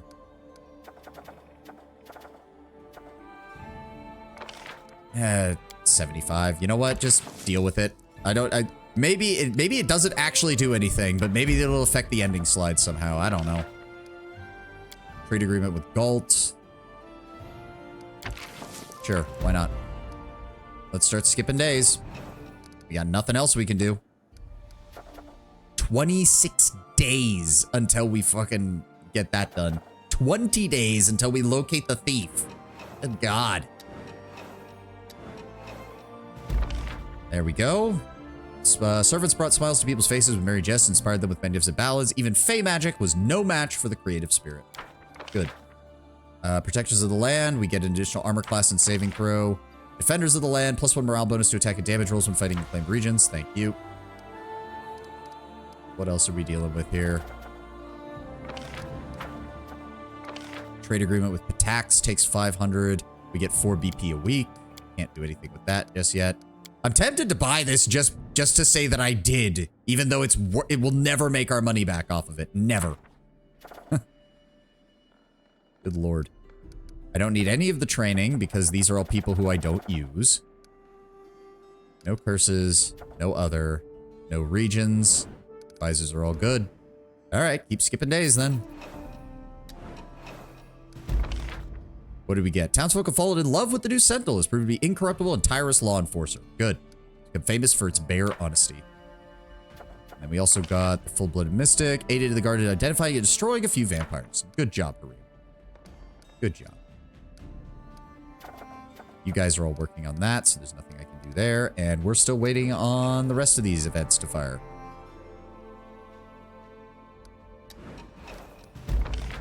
Agreement has been signed, which doesn't really do anything, but I don't care. It got done. That's the important part. Let's check in on our throne room to see if any events have fired, and we need to sell off some of this stuff to Bartholomew. Oh, Nazriel, have you finally finished your magnum opus? Oh, yep. It is the name this blade Perfection. Its blows are decisive and crushing. It is the embodiment of justice, strict, severe, remorseless. It will not hesitate to take any life if your highness so desires. There we go. I'm pretty sure that's her top tier item. I don't think we can use it, but yes, it is a one-handed longsword. Grants its wielder a +2 inherent bonus to attack to all AC, saving throws, attack rolls, and skill checks. The only person who can really make use of that and actually make it be worthwhile is going to be Valerie, who will now finally have something that she can actually properly use. There we go. She will wield the Blade of Perfection and engage enemies for us as one of our champions. There we go. Bartholomew. Let me see what you have for sale. We don't need the Neutralizer. We don't need the Malevolent Scream. And we do not need the Arcane Protector any longer. Heart of Thunder. Wielder immunity to be paralyzed. The ability to cast Shout 3 times per day as a 7th level wizard. Still not that good. Hail to perfect opponents. Don't want to throw that away. Ultimate Protection is also good. Don't need the Red Dragon Scale Helmet. And I don't think there's anything else. Thank you for the 142,000 gold. We now have more than 1,000,000 gold.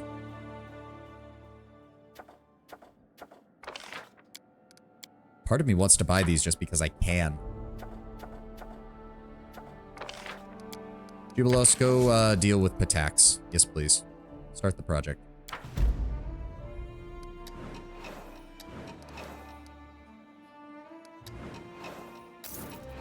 What did we get? Oh, Lindsay brought bad news. What bad? Oh, we're finally getting an update from the Rushlight tournament. Right.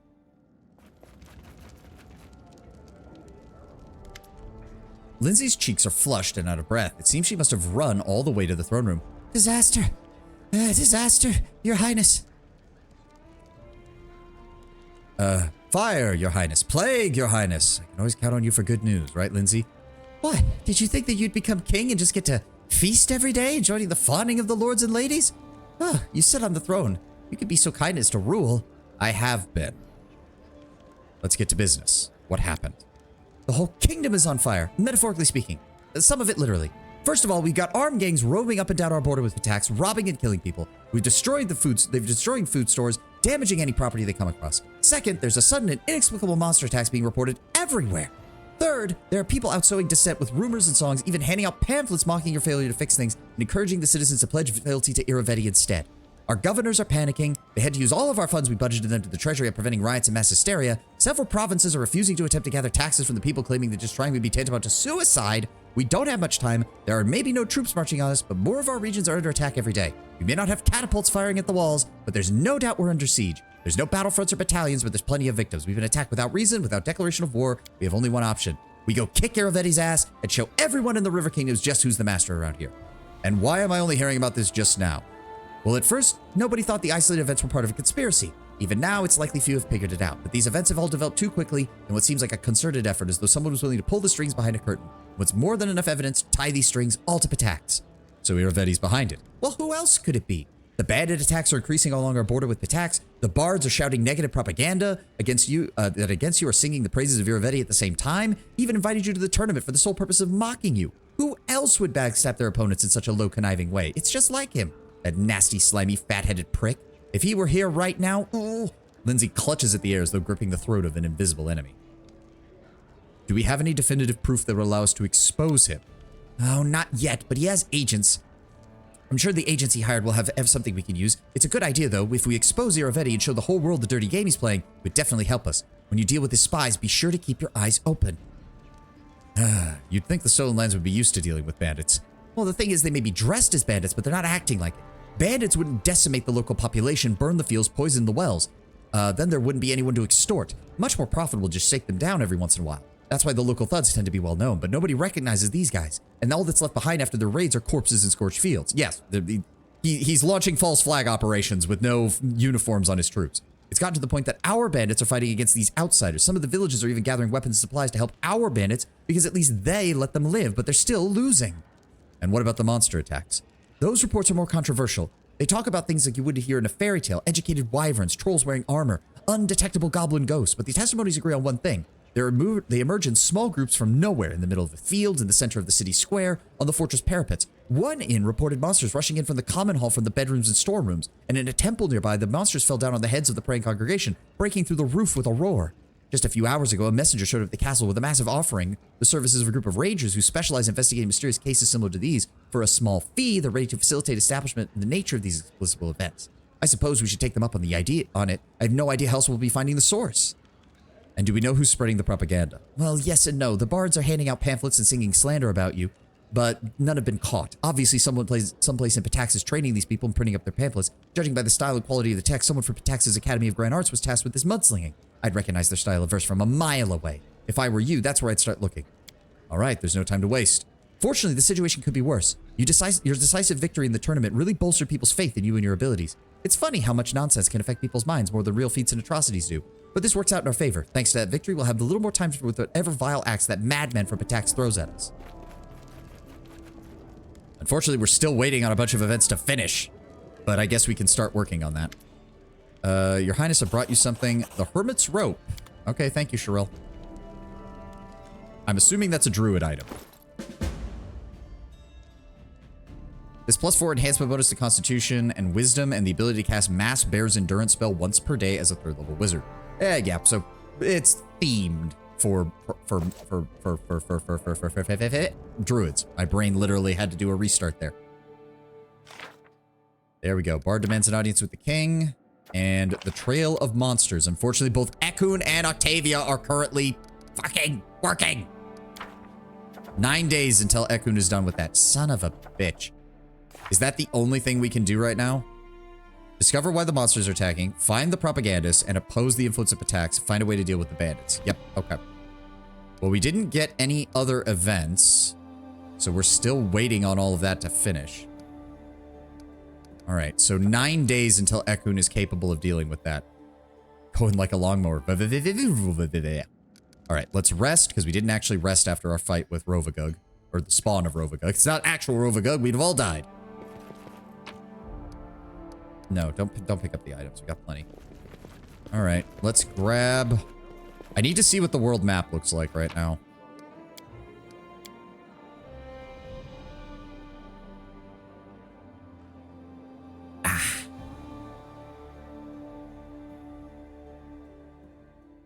So is there anywhere I need to go specifically? You would think there'd be something on the border for us to deal with for the bandits, but there doesn't appear to be.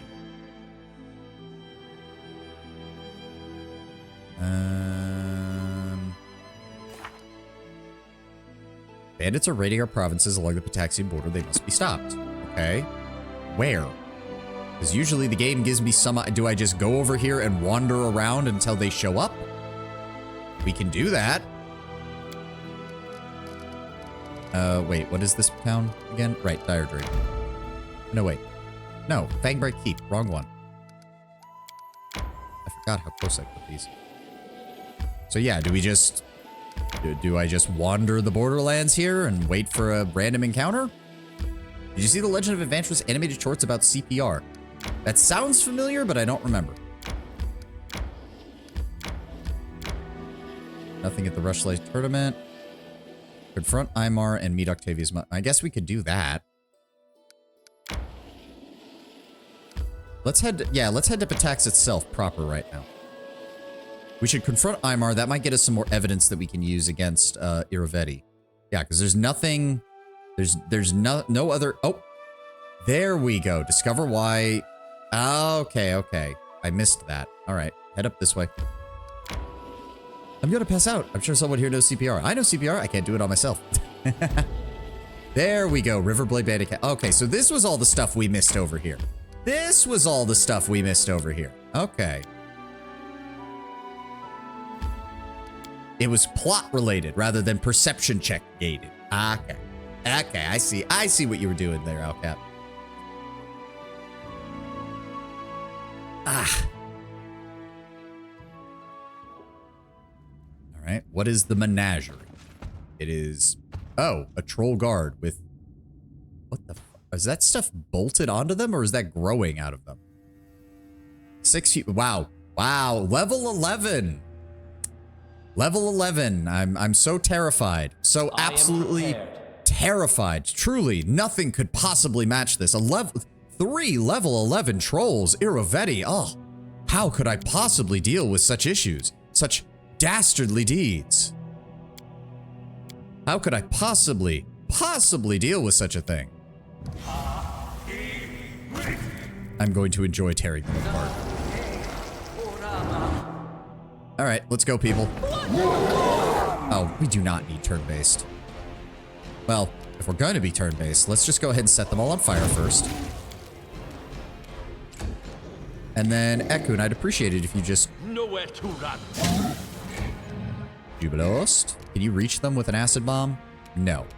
That's fine. Move over here. And then I'm just going to go ahead and charge you. Yeah. Frightful presence. Get fucked. Akbo, would you like to tear one apart as well? Thank you. Valerie, move up. One of these trolls is an internet troll. Gasp. Amiri. Thank you.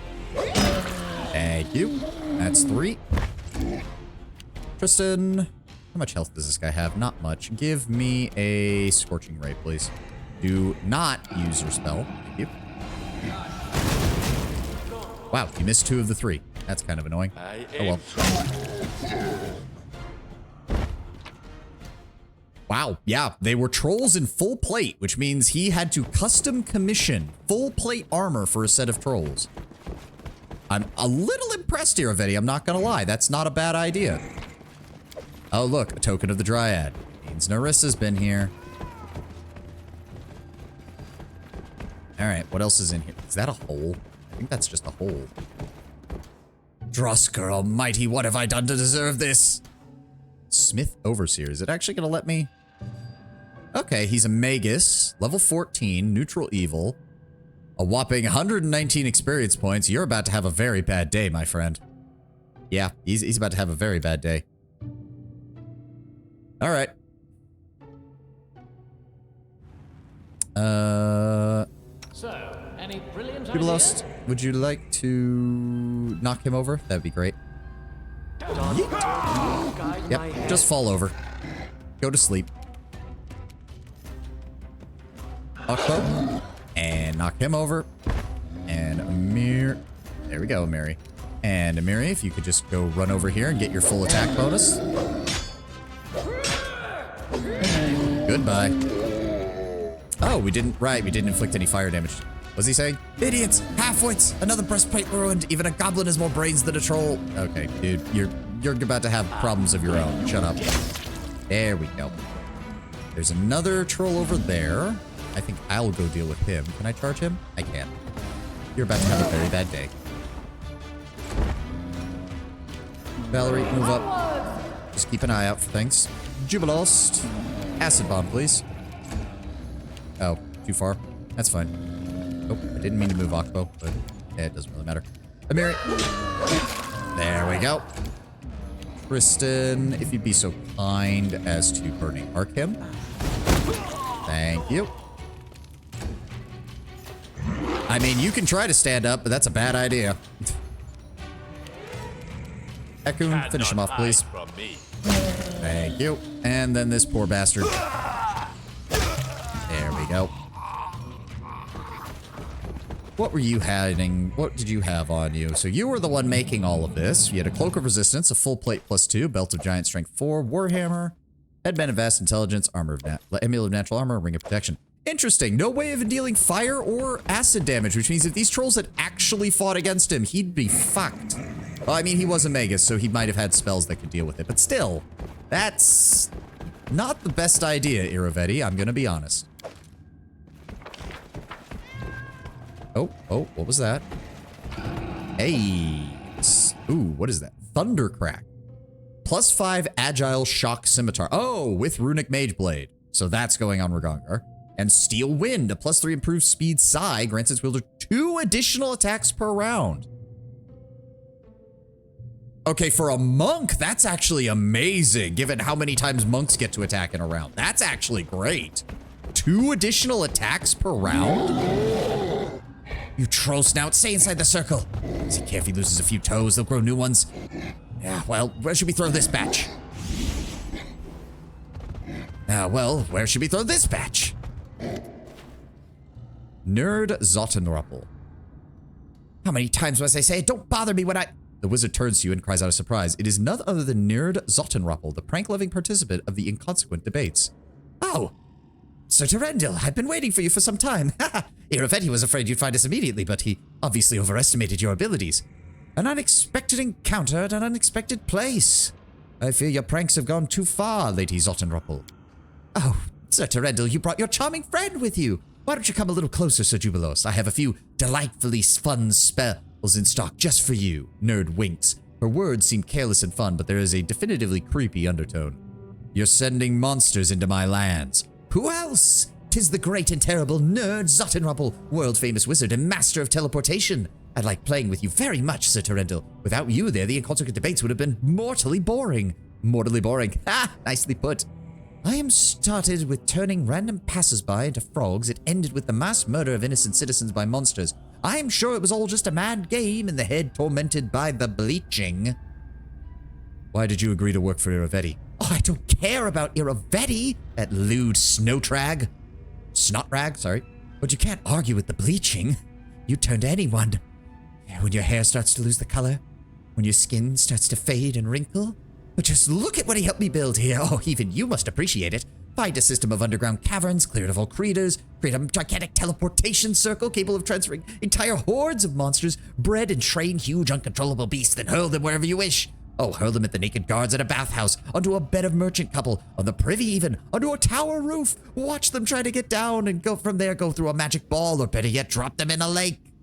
What could you possibly know about the bleaching?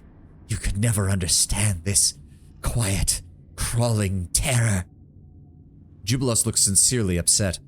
I wanted to help you during the debate, Lady Nerd. Yes, despite your love of silly pranks, but the creature I see before me simply cannot be saved. I don't think you'd be such a bore. It's a shame to be let down by a fellow gnome. Likewise. Akun grips his weapon. This insanity must be stopped.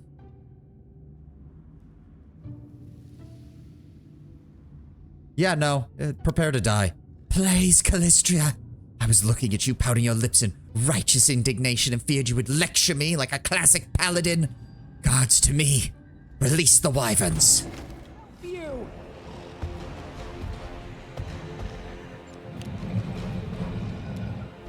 Can I just charge you to keep you? No, the guy's gonna get in the way. Okay, well, he's dead anyways. Get by.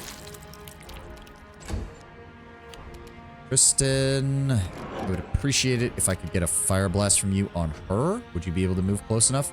You cannot because I am in the way. Fuck. Delay until after everybody else's turn then. Amiri, you also cannot move any. That's great.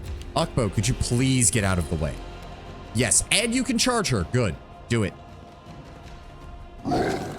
And she's down on the ground. Good. He's gonna attack Akbo. Akbo actually has decent defense, so she's fine. That is still not enough. I am the one in the way. God damn it. Well, the wyverns are going after Akbo now. Yep, attack of opportunity. What did she just cast? Attacks Oppo with Euphoric Tranquility. Okay, what does that do? Creature's in a state of euphoria. The creature's speed is halved and it must succeed at a will saving throw each round to avoid being nauseated. Oh, that's unfortunate. Oh, god damn it. I used his move instead of Stay whatever. behind me. Valerie, move up since you're the only person who can. Yep, none of the rest of them can move up. Fuck. Give me... Can you do a flame strike on him? Maybe? No, it's not gonna let... Fuck! What does he have? What does he have? What else does he have? No. Vine Trap? Yes. Try that. Wow, she made the save because she rolled a nat 20 on her very first save. Fuck you. And Amiri can't move either. God damn it. Ekun can't move either. Thank you for letting me have a turn, please. Go after her. Thank you. And goodbye. Well, she's gonna die when she tries to stand up. One way or the other. Did you actually manage? Wow, you actually managed to resist the Euphoric Tranquility. Good job. Kill nerd. And now they get to turn. I mean, you can try, but it's... Oh, goddamn fucking constitution damage. Alright. Jubilos, move up. Give me Force Bomb. Try to knock over the wyverns. There we go. Valerie, if you could attack the guard, that'd be great. Kristen, move up. Give me a Burning Arc on the troll. There we go. Good damage. Good shot. Good shot. Amiri, I don't suppose you can charge? You can charge. Very nice. Go deal with that wyvern then. Splat, splat, splat. Ekun. Deal with troll, please. And you missed. You got a critical miss on your very first attack. That's great. Fine. I'll deal with that. And hopefully, do I have one more attack for the troll? I do. Good. Hey, Jubilos leveled up from that. Nice. Also, Kristen, I'm going to need you to restore Akbo, please. Where is he? Where the fuck is he? There he is.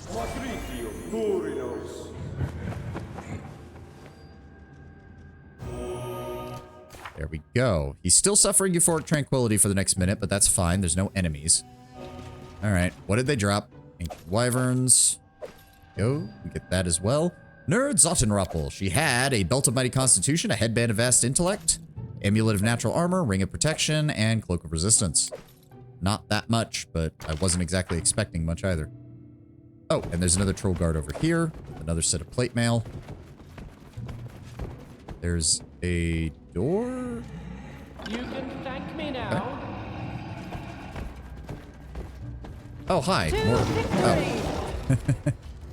Oh. You know what? I'm just gonna wait for my turn. Give me a flame strike. Thank you. Miri, would you like to charge this one? Thank you. Ekun, you can't get around. Or no, you can. Good. Can I get down here? I can! I do like that the wyverns keep failing their saves because they're watching a dragon approach them. I can't imagine. Even their animal minds are going to be like, oh, fuck, and there's nowhere we can go to get out of here.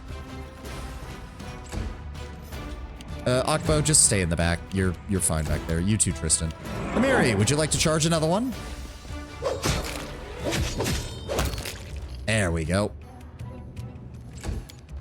Ekun, do you want to deal with this wyvern for me? And he's down. Good. I'll level Jubilust up later. Don't need to worry about it too much. Oh, there we go. Skin. Take. Yep. Anything else down here? There's a passageway of some kind or something. Looks like a mobility check. Goes back up that way. What do we have here? What was that? Move. I can't click it, but there's so much shit in the way. Ah, another Dryad token. Yep.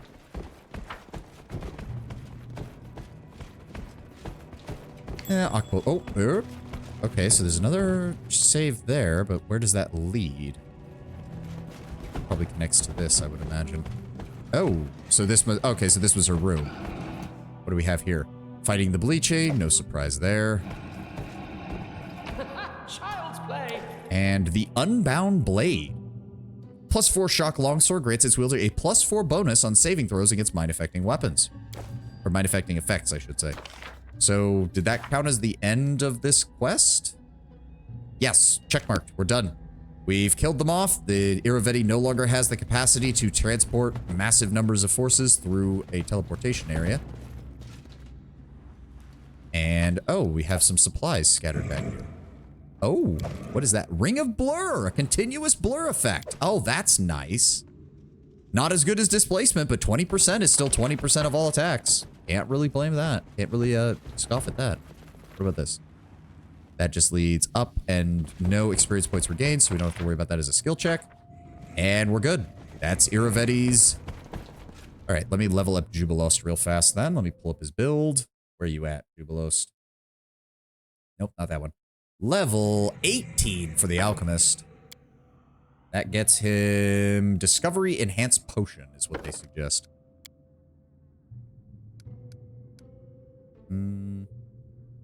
Doesn't need those. Let's just keep buffing up his mobility, because that's the only skill check we really can't do in this. Level 6, Eye Bite, maybe? True Seeing he already has. Wind Walk. Transformation, no, I don't. Transformation's not good on him. Giant Form, Dragonkind, B-Shape. Yeah, just grab Eye Bite. Good debuff. He's also got his Summon Nature Ally spells. Oh, right, because this is the Call of the Wild version. He does not get Enhanced Potion. He gets his summoning ability. Right. I forget about that. Yeah. He now has Summon at a Nature's Ally 9, which is actually useful because that's pretty good. He gets a 9th level spell as a 6th level spell. That is pretty good. It's hard to knock that. He's still got a little bit more. We do need to get to the Grand Discovery as well. And he also gets another 2 discoveries at max level, which would be nice to get to. No guarantee we'll get that far, but it would be nice. It won't look nice though. Yeah. No, the blur effect is almost as bad as the mirror image effect. All right, that's the monsters taken care of. Now let's go deal with the bandits, whose base of location we also found. There we go. All right, hold on. Save, just in case. Hello, Mr. Bandits. How would you like to deal with us today? Because you're about to have a very bad time.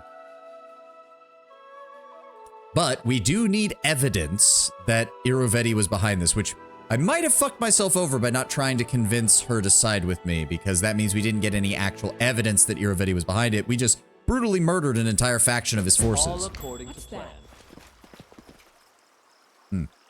My skills are getting rusty. Stealth. Just a rubbish here. Pots, axes, spinning wheels. Couldn't you find something more valuable? Strike Oh, how did they see you? Oh, fuck that. Get fucked.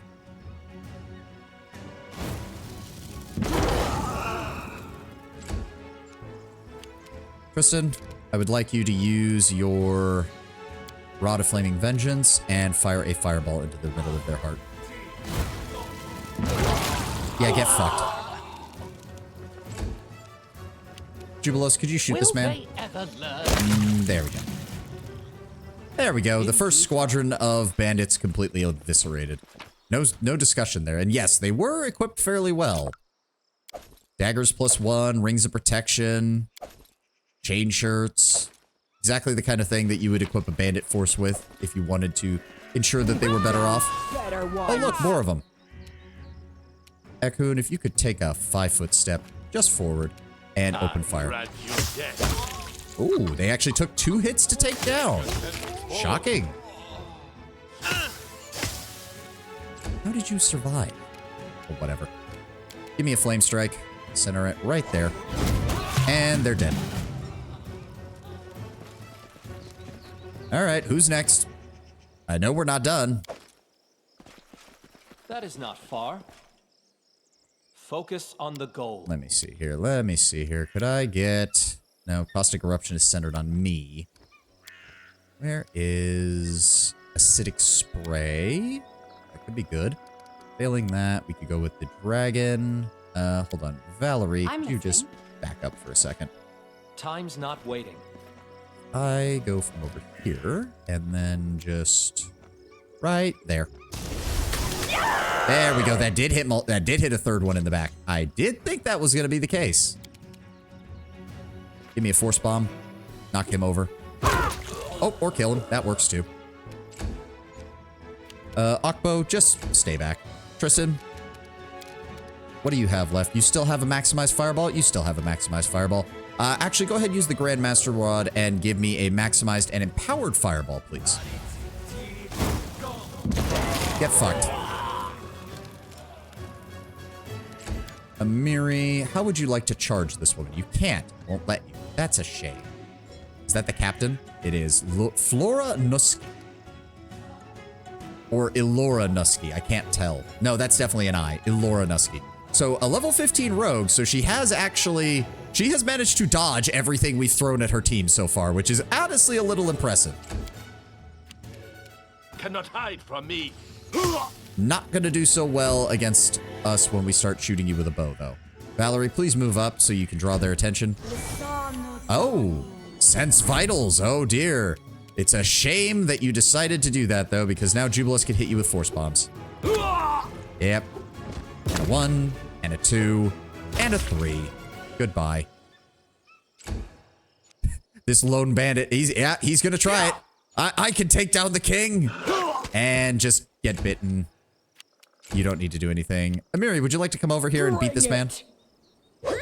Thank you. All right, this one we do want some information. Please, please don't kill me. I'm not interested in dying for Irvetti. Let the dirty creep get someone from his fancy thieves guild in here if they want this job. Or the way he gets handsy.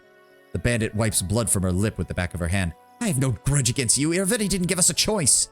Had no choice. The favorite excuse of bandits everywhere when faced with the consequences of their sins. Do not believe her. No, no, Valerie. She might have a point. Holding a blade to somebody's neck and telling them do it or I kill you and all your friends can be a very potent motivator. Hey, she fought bravely. Her people actually managed to fight. Maybe we shouldn't end her. If she attacks us again, we can have another fight. If not, we'll have a strong ally. Who are you? I'm Elora Nusky, chief of the River Razors. Well, what's left of us between you and Iravetti? The scoundrel found us, pinned us down, and gave us a single choice. He would kill us all, or we could take our chances fighting against you. We did what he said, of course. He gave us a chance. Were you the captain here? I gathered information from our scouts and planned out our attacks, recruited and trained new members, but fighting a war is way different than day-to-day banditry along a river. Our gang dwindled by the day. Iravetti just wanted to throw us into the bloodbath so we could damage you as much as possible before dying. Bandits threatened into fighting you are conscripts by another name. Yep. Are you saying Iravetti philandered with you? Oh, to put it mildly, the man hounded me like a swarm of wasps in his, like he had a swarm of wasps in his pants. Last time I was in Patax, gods, he's gone crazy. I was just walking down a palace hallway when I met him. He was holding this wooden sword. I have no idea where he got it from. He's manic about it now. When he got close, he touched me with the sword. That, I think, by accident. But then he turned and tried to pin me against the wall. I had to push him away. I was ready to knock him out, but I stopped myself. He could have had me killed for sure. Since getting that weird wooden stick, it's like he's completely lost his mind. So you're not from the Patax Thieves Guild? Of course not. We have our own gang. Good as any. Well, had. Iravetti promised the guild exclusive rights to all the orders in Patax. Not that his word's worth a damn. I'll spare your life on the condition that you work for me against Iravetti when I call for it. Another life saved. Another chance for a new start. You've got a good soul, Your Grace, and you fight like a wolf. I'm glad Iravetti will have more trouble to deal with you. Maybe we'll meet again. Oh, we'd better. I'll be keeping an eye on you.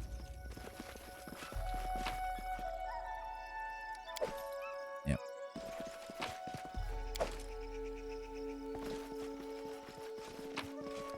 As it should be. All right. Okay, there's got to be more to this area, though. Like, it couldn't have just been that camp, right? I mean, even if it is, we cleared it out real fast. Are there any other bandits around here that might want to keep fighting? Because I'll kill them, too.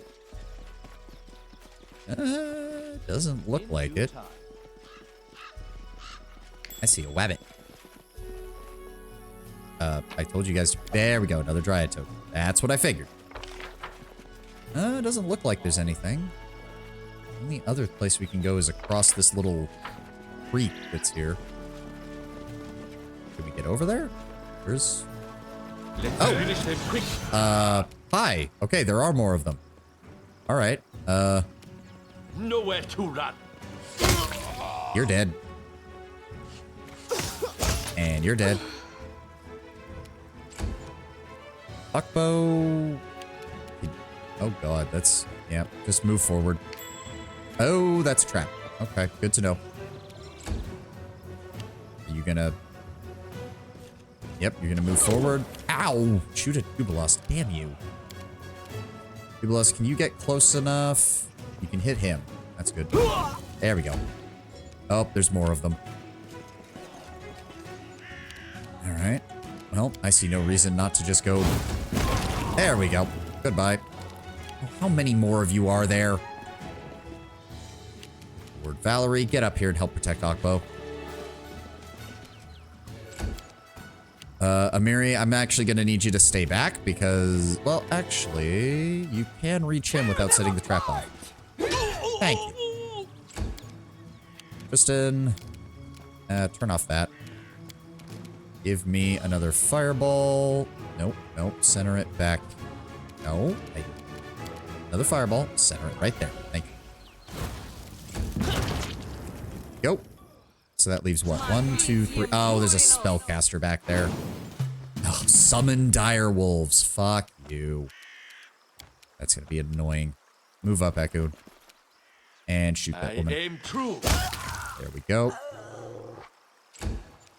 Nope, Akbo, just delay until after... No, after Jubilos' turn. Jubilos, please move up and disarm the trap so we can move forward. You can thank me now. There we go. Akbo, you'd be so kind as to go deal with that bandit. Thank you. And as for me, please let me control my character game. Thank you. Hey, there you are, Bandit Cleric. Let's just go ahead. Oh, you only managed to summon one of them. Poor bastard. He's gonna stand up, immediately get attacked, and die. Nice and simple. Thank you for the gear. How may I help?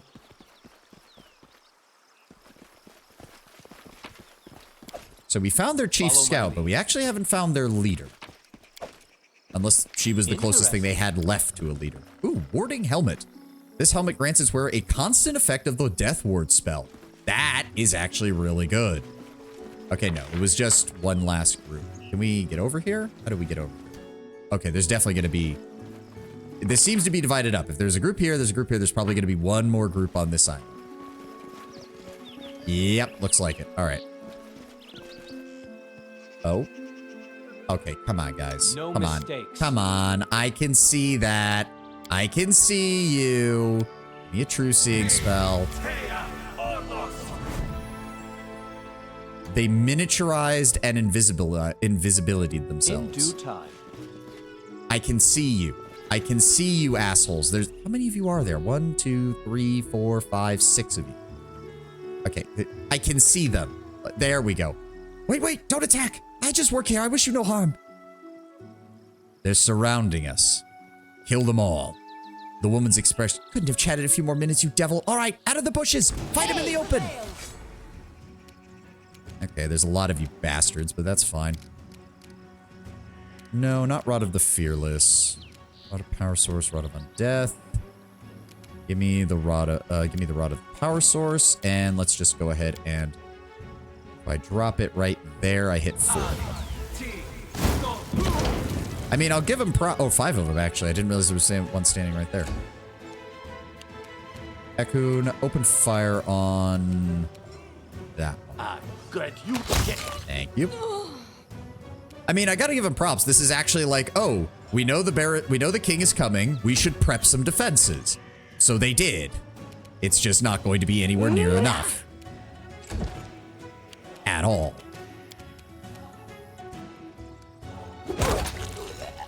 There we go. Kristen, you still have Rod of Flaming Vengeance. Good. Give me that fireball. I think there's just the 3 of them here. Yes. Get blasted. That's another 80 damage. Amiri. Can't charge him. Unfortunate. Go ahead and engage that one, though. Go down! Almost got him in one hit. Valerie, finish that one off. Do not falter. Thank you. And that just leaves you. This should do it. And they're dead. Much better. There we go. Daggers and chain shirts. More daggers and chain shirts. Lots of bombs. Not to be surprising. Ooh, what is that? Bomb thrower gloves. Grants you wear a +2 bonus to attack rolls made with bombs and their DC. Ooh. All we gotta do is put some trickery bonuses on that, and it's perfect for Jubilos. Fuck yeah. Very nice. That is not far. I love how there's very few items that really help bombardiers in this game, but the few that you get are amazing. They work perfectly for him. All right, that's them dealt with, so all we gotta do now is figure out where the bards are coming from, and we can go from there.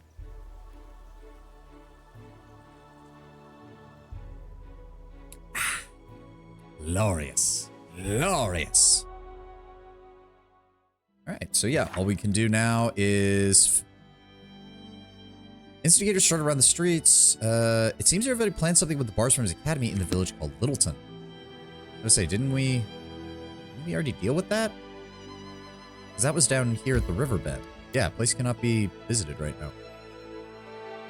Alright, let's head over to Dire Drake. I would like to grab Octavia and take her with... we need to bring Ragongar too, is the problem.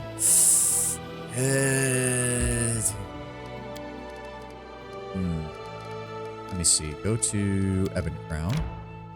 Let's change out our group. Let's drop Amiri and drop... I have good damage. So I'm willing to drop Ekun for right... No, Ekun's our top specialist for perception. Drop Tristan. We'll take Ragongar and Octavia. They're a bit lower level, but they're still solid. And then we just need to teleport back to Dire Drake. Actually, no. Teleport down here. Fangbreak Keep.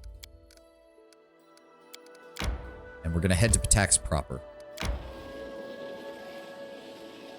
We can get the side events taken care of in Patax, so we don't have to bring Octavia and Ragongar over here when we... Oh! The whole army of mean-looking guards awaited us at Patax Gate, led by the pompous buffoon named Walsh Calloway, a Pataxian magistrate no less. Leave now, your highness. King of Eravetti's orders. We looked at each other, and... we need to discuss it with him regarding the river pirates. River pirates are Patax's concern, not yours. You'd be better to mind your own kingdom, your highness. Realizing we wouldn't get anything else from we politely asked for us to enter. Alas, one cannot get anything in this life with the help of mere politeness. Alright, fine. We can't get in yet. Fine, game. I see what you're saying. Turns into a dragon, blasts the city dash. God, I wish that was an option. That's the funny thing. We are at the point where every single person in our party is basically a one-man army. To a certain extent, at least. Like, even Harim has already shown that, like, yeah, if you get close to him, he can stun lock you to the end of your days. Good luck. All of my spellcasters are casting 6th and 7th and 8th level spells. I can turn into a dragon and just eviscerate you from the air or from the ground as I so choose. I guess we just have to wait for the events to fire, which means we're going to be wasting pretty much the last 10 minutes of stream, but oh well. Divine Protection. You know what, Harim? Go ahead. Start working on that. Why not? And then purchase BP. Just go ahead and give me 500 BP, game. I don't care that it's 40,000 gold. We can afford it. There we go. That gets us above 4,000, which means we make 4 BP a day. Power level minor deity. Technically, we're not that far, Jello, but you're not that far off either. There we go. Agreement has been signed. More changelings. Ragongar, you actually did a pretty good job that time, so I'm just going to go ahead and give you support and tell you to go deal with that. There we go. Flight from a god. We have Resmiran refugees. Tristan can deal with that. Weak Pataxian influence. Pataxian agitators are trying to lure locals away from our lands, promising a golden age under Iravetti's rule. Several have already left, and the rest are seriously considering their proposal. Okay, yeah, this is, your kingdom will fall if you don't do this. To avoid this, you have to advance the main plot, complete the following quest. War of the Gate. I'm working on it, game. I'm working on it. This is a DC of 22. That will increase the more of these events we get. For now, let's send Valerie to go deal with it. I'm working on it, game. I started these events the second you gave them to me, but I can't do anything about them now. Oh, God, we're getting hit with a lot of events now. Lindsay, go handle that. We've got the Mystical Melancholy. You go handle that. Okay, yeah. He's already dealt with the changelings. Good. We're still waiting on everything. We're still waiting on everything. The Art of Persuasion. Gonna have to send Amiri for that one. Former high-ranking agitator from Cheliax is here. 85% chance Amiri can deal with that. Hero's Reward. Can't send anybody to deal with that just yet. Oh, dear God, we're getting swarmed by events now. The minister is able to trace the thief's hideout to a ravine in the Thousand Voices. Surely the king will want to have a word with this infamous bandit. It was Faye. It wasn't actually a bandit. It was Faye. Pataxian bards are spreading lies in the stolen land, instigating unrest against its government. Well, we can't do anything about that. Druma wants to run a population census. Ragongar, I'm going to give you some support. Go handle that. Oh my God, we have so many events that we're trying to deal with right now. Yep. The messengers of the king harbored the slaves, covered their tracks, and started a rumor that they were seen in Galt. Razmir's hounds took the bait. Good. Curator's servants brought smiles to people's faces. Good. Handled that. Agreement has been signed for 4 BP per week. Good. Good, good, good. Storyteller, I need you to go deal with the Pataxian bards. Tristan, go handle the Heroes Reward event. Oh my god. Yeah, just everybody's constantly out and about dealing with this. One more day and we'll have Harim done with that. Let's go back to our throne room and check to make sure nothing else has happened. Wow, really? Nothing? Okay, well, let's rest then, because we did do a bunch of fighting earlier.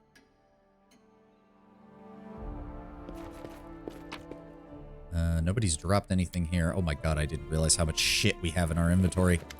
Bartholomew, my good friend, please go pawn all of this off for me, if you would.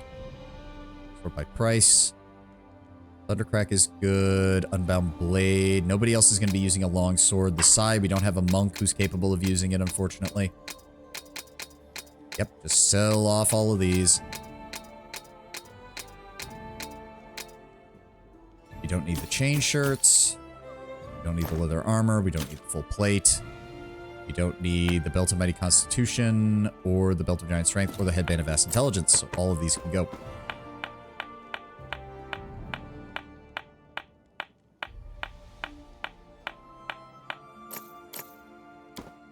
Go. Anything here? Nope. Anything here? Nope. And wyvern meat. And a book. And a book. There we go. Thank you for the... Wow. Came out to exactly 81,000 gold. Thank you, game. Wasn't that... Oh. Oh. Don't do that, game. Do that. All right. We only have like 5 minutes, so I would like some of these events to fire so that we can get moving. There we go. Public debate. The priestess all support the peasants without hesitation. She admitted the balance was more important than the lives and happiness of the people. Wait, what? Grounds of people urged to disobey the guards and resist under... Oh, okay. So we dealt with that. Project is complete. Divide protection from fear. Nice. 3 days until Octavia's done with that. All of the events are currently being handled. We're dealing with Pataxian influence there. We're dealing with the Bards of Patax there. And then 3 days we'll have the event to enter the dream world of Nyrissa. Very nice. There we go. We discovered a way to Nyrissa's dreams. Lindsay and the storyteller are ready to perform the ritual, which means we do have to go talk to them, if I recall. Happy birthday to the king! Thank you! Jaethal brings you disturbing news, which means she also needs to talk to us, which means I believe this is the final mission for Jaethal we're getting access to here. I bring news, most not unexpected. A sizable group of elves from Keonan have crossed the border into your kingdom. They have sent a message to you. The king of this land, we need not be enemies. Give us the criminal murderer guilty of the death of our children and friends, and we will leave your realm in peace. Be wise, dear ruler. Your lands have suffered greatly, and keeping treacherous monsters by your side cannot improve your kingdom's lot. We await your answer in the camp near the southwest border. Travelers from Keonan seeking justice. You may read it if you wish, but I can state the substance in a few words. We demand you turn over the murderer, and we await your response. Jaethal stares at you closely as if trying to assess something. Is she studying you or considering the larger situation? We should meet with them. Back then near the Thorn River after the battle with the Elven youngsters, I felt Urgatho's presence again for the first time since I was reborn. Now I feel something similar, a command, or at least the shadow of one.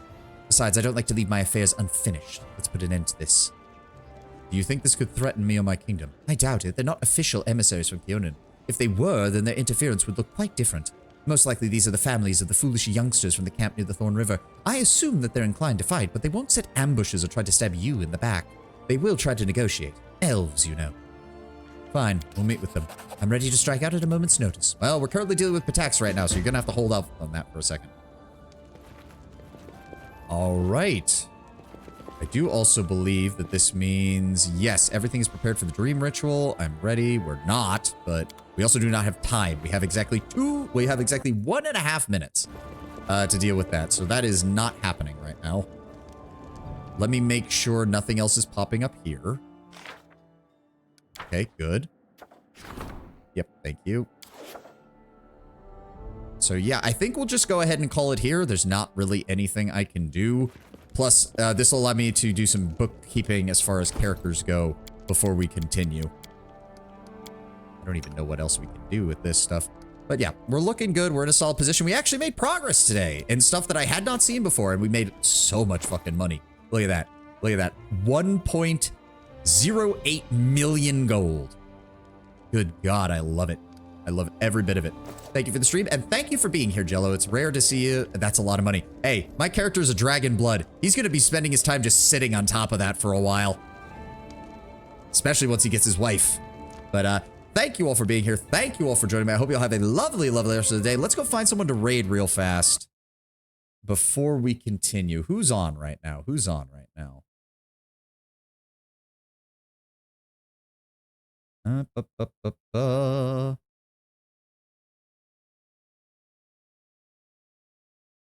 Who do we have? Who is on? Again, apparently CRPGs are massive in Europe compared to the US. You see so few English streamers playing CRPGs, but the recommended list for people to raid into includes at least 3 Russians and 2 people who speak Portuguese. Strategy games are, that doesn't surprise me. Strategy games are kind of similar. Yeah, it wouldn't surprise me at all because gun no go bang bang. And simulation games. Yeah. Well, no, simulation games, I haven't played any, but I have seen people play them. But yeah, in comparison to others, they're not as common in the English VTubing scene. I'm not really seeing it. Zentrea is doing TwitchCon walk around, which, quite frankly, good thing people are going remotely because apparently going to TwitchCon in person is a horrible fucking idea that no one should do.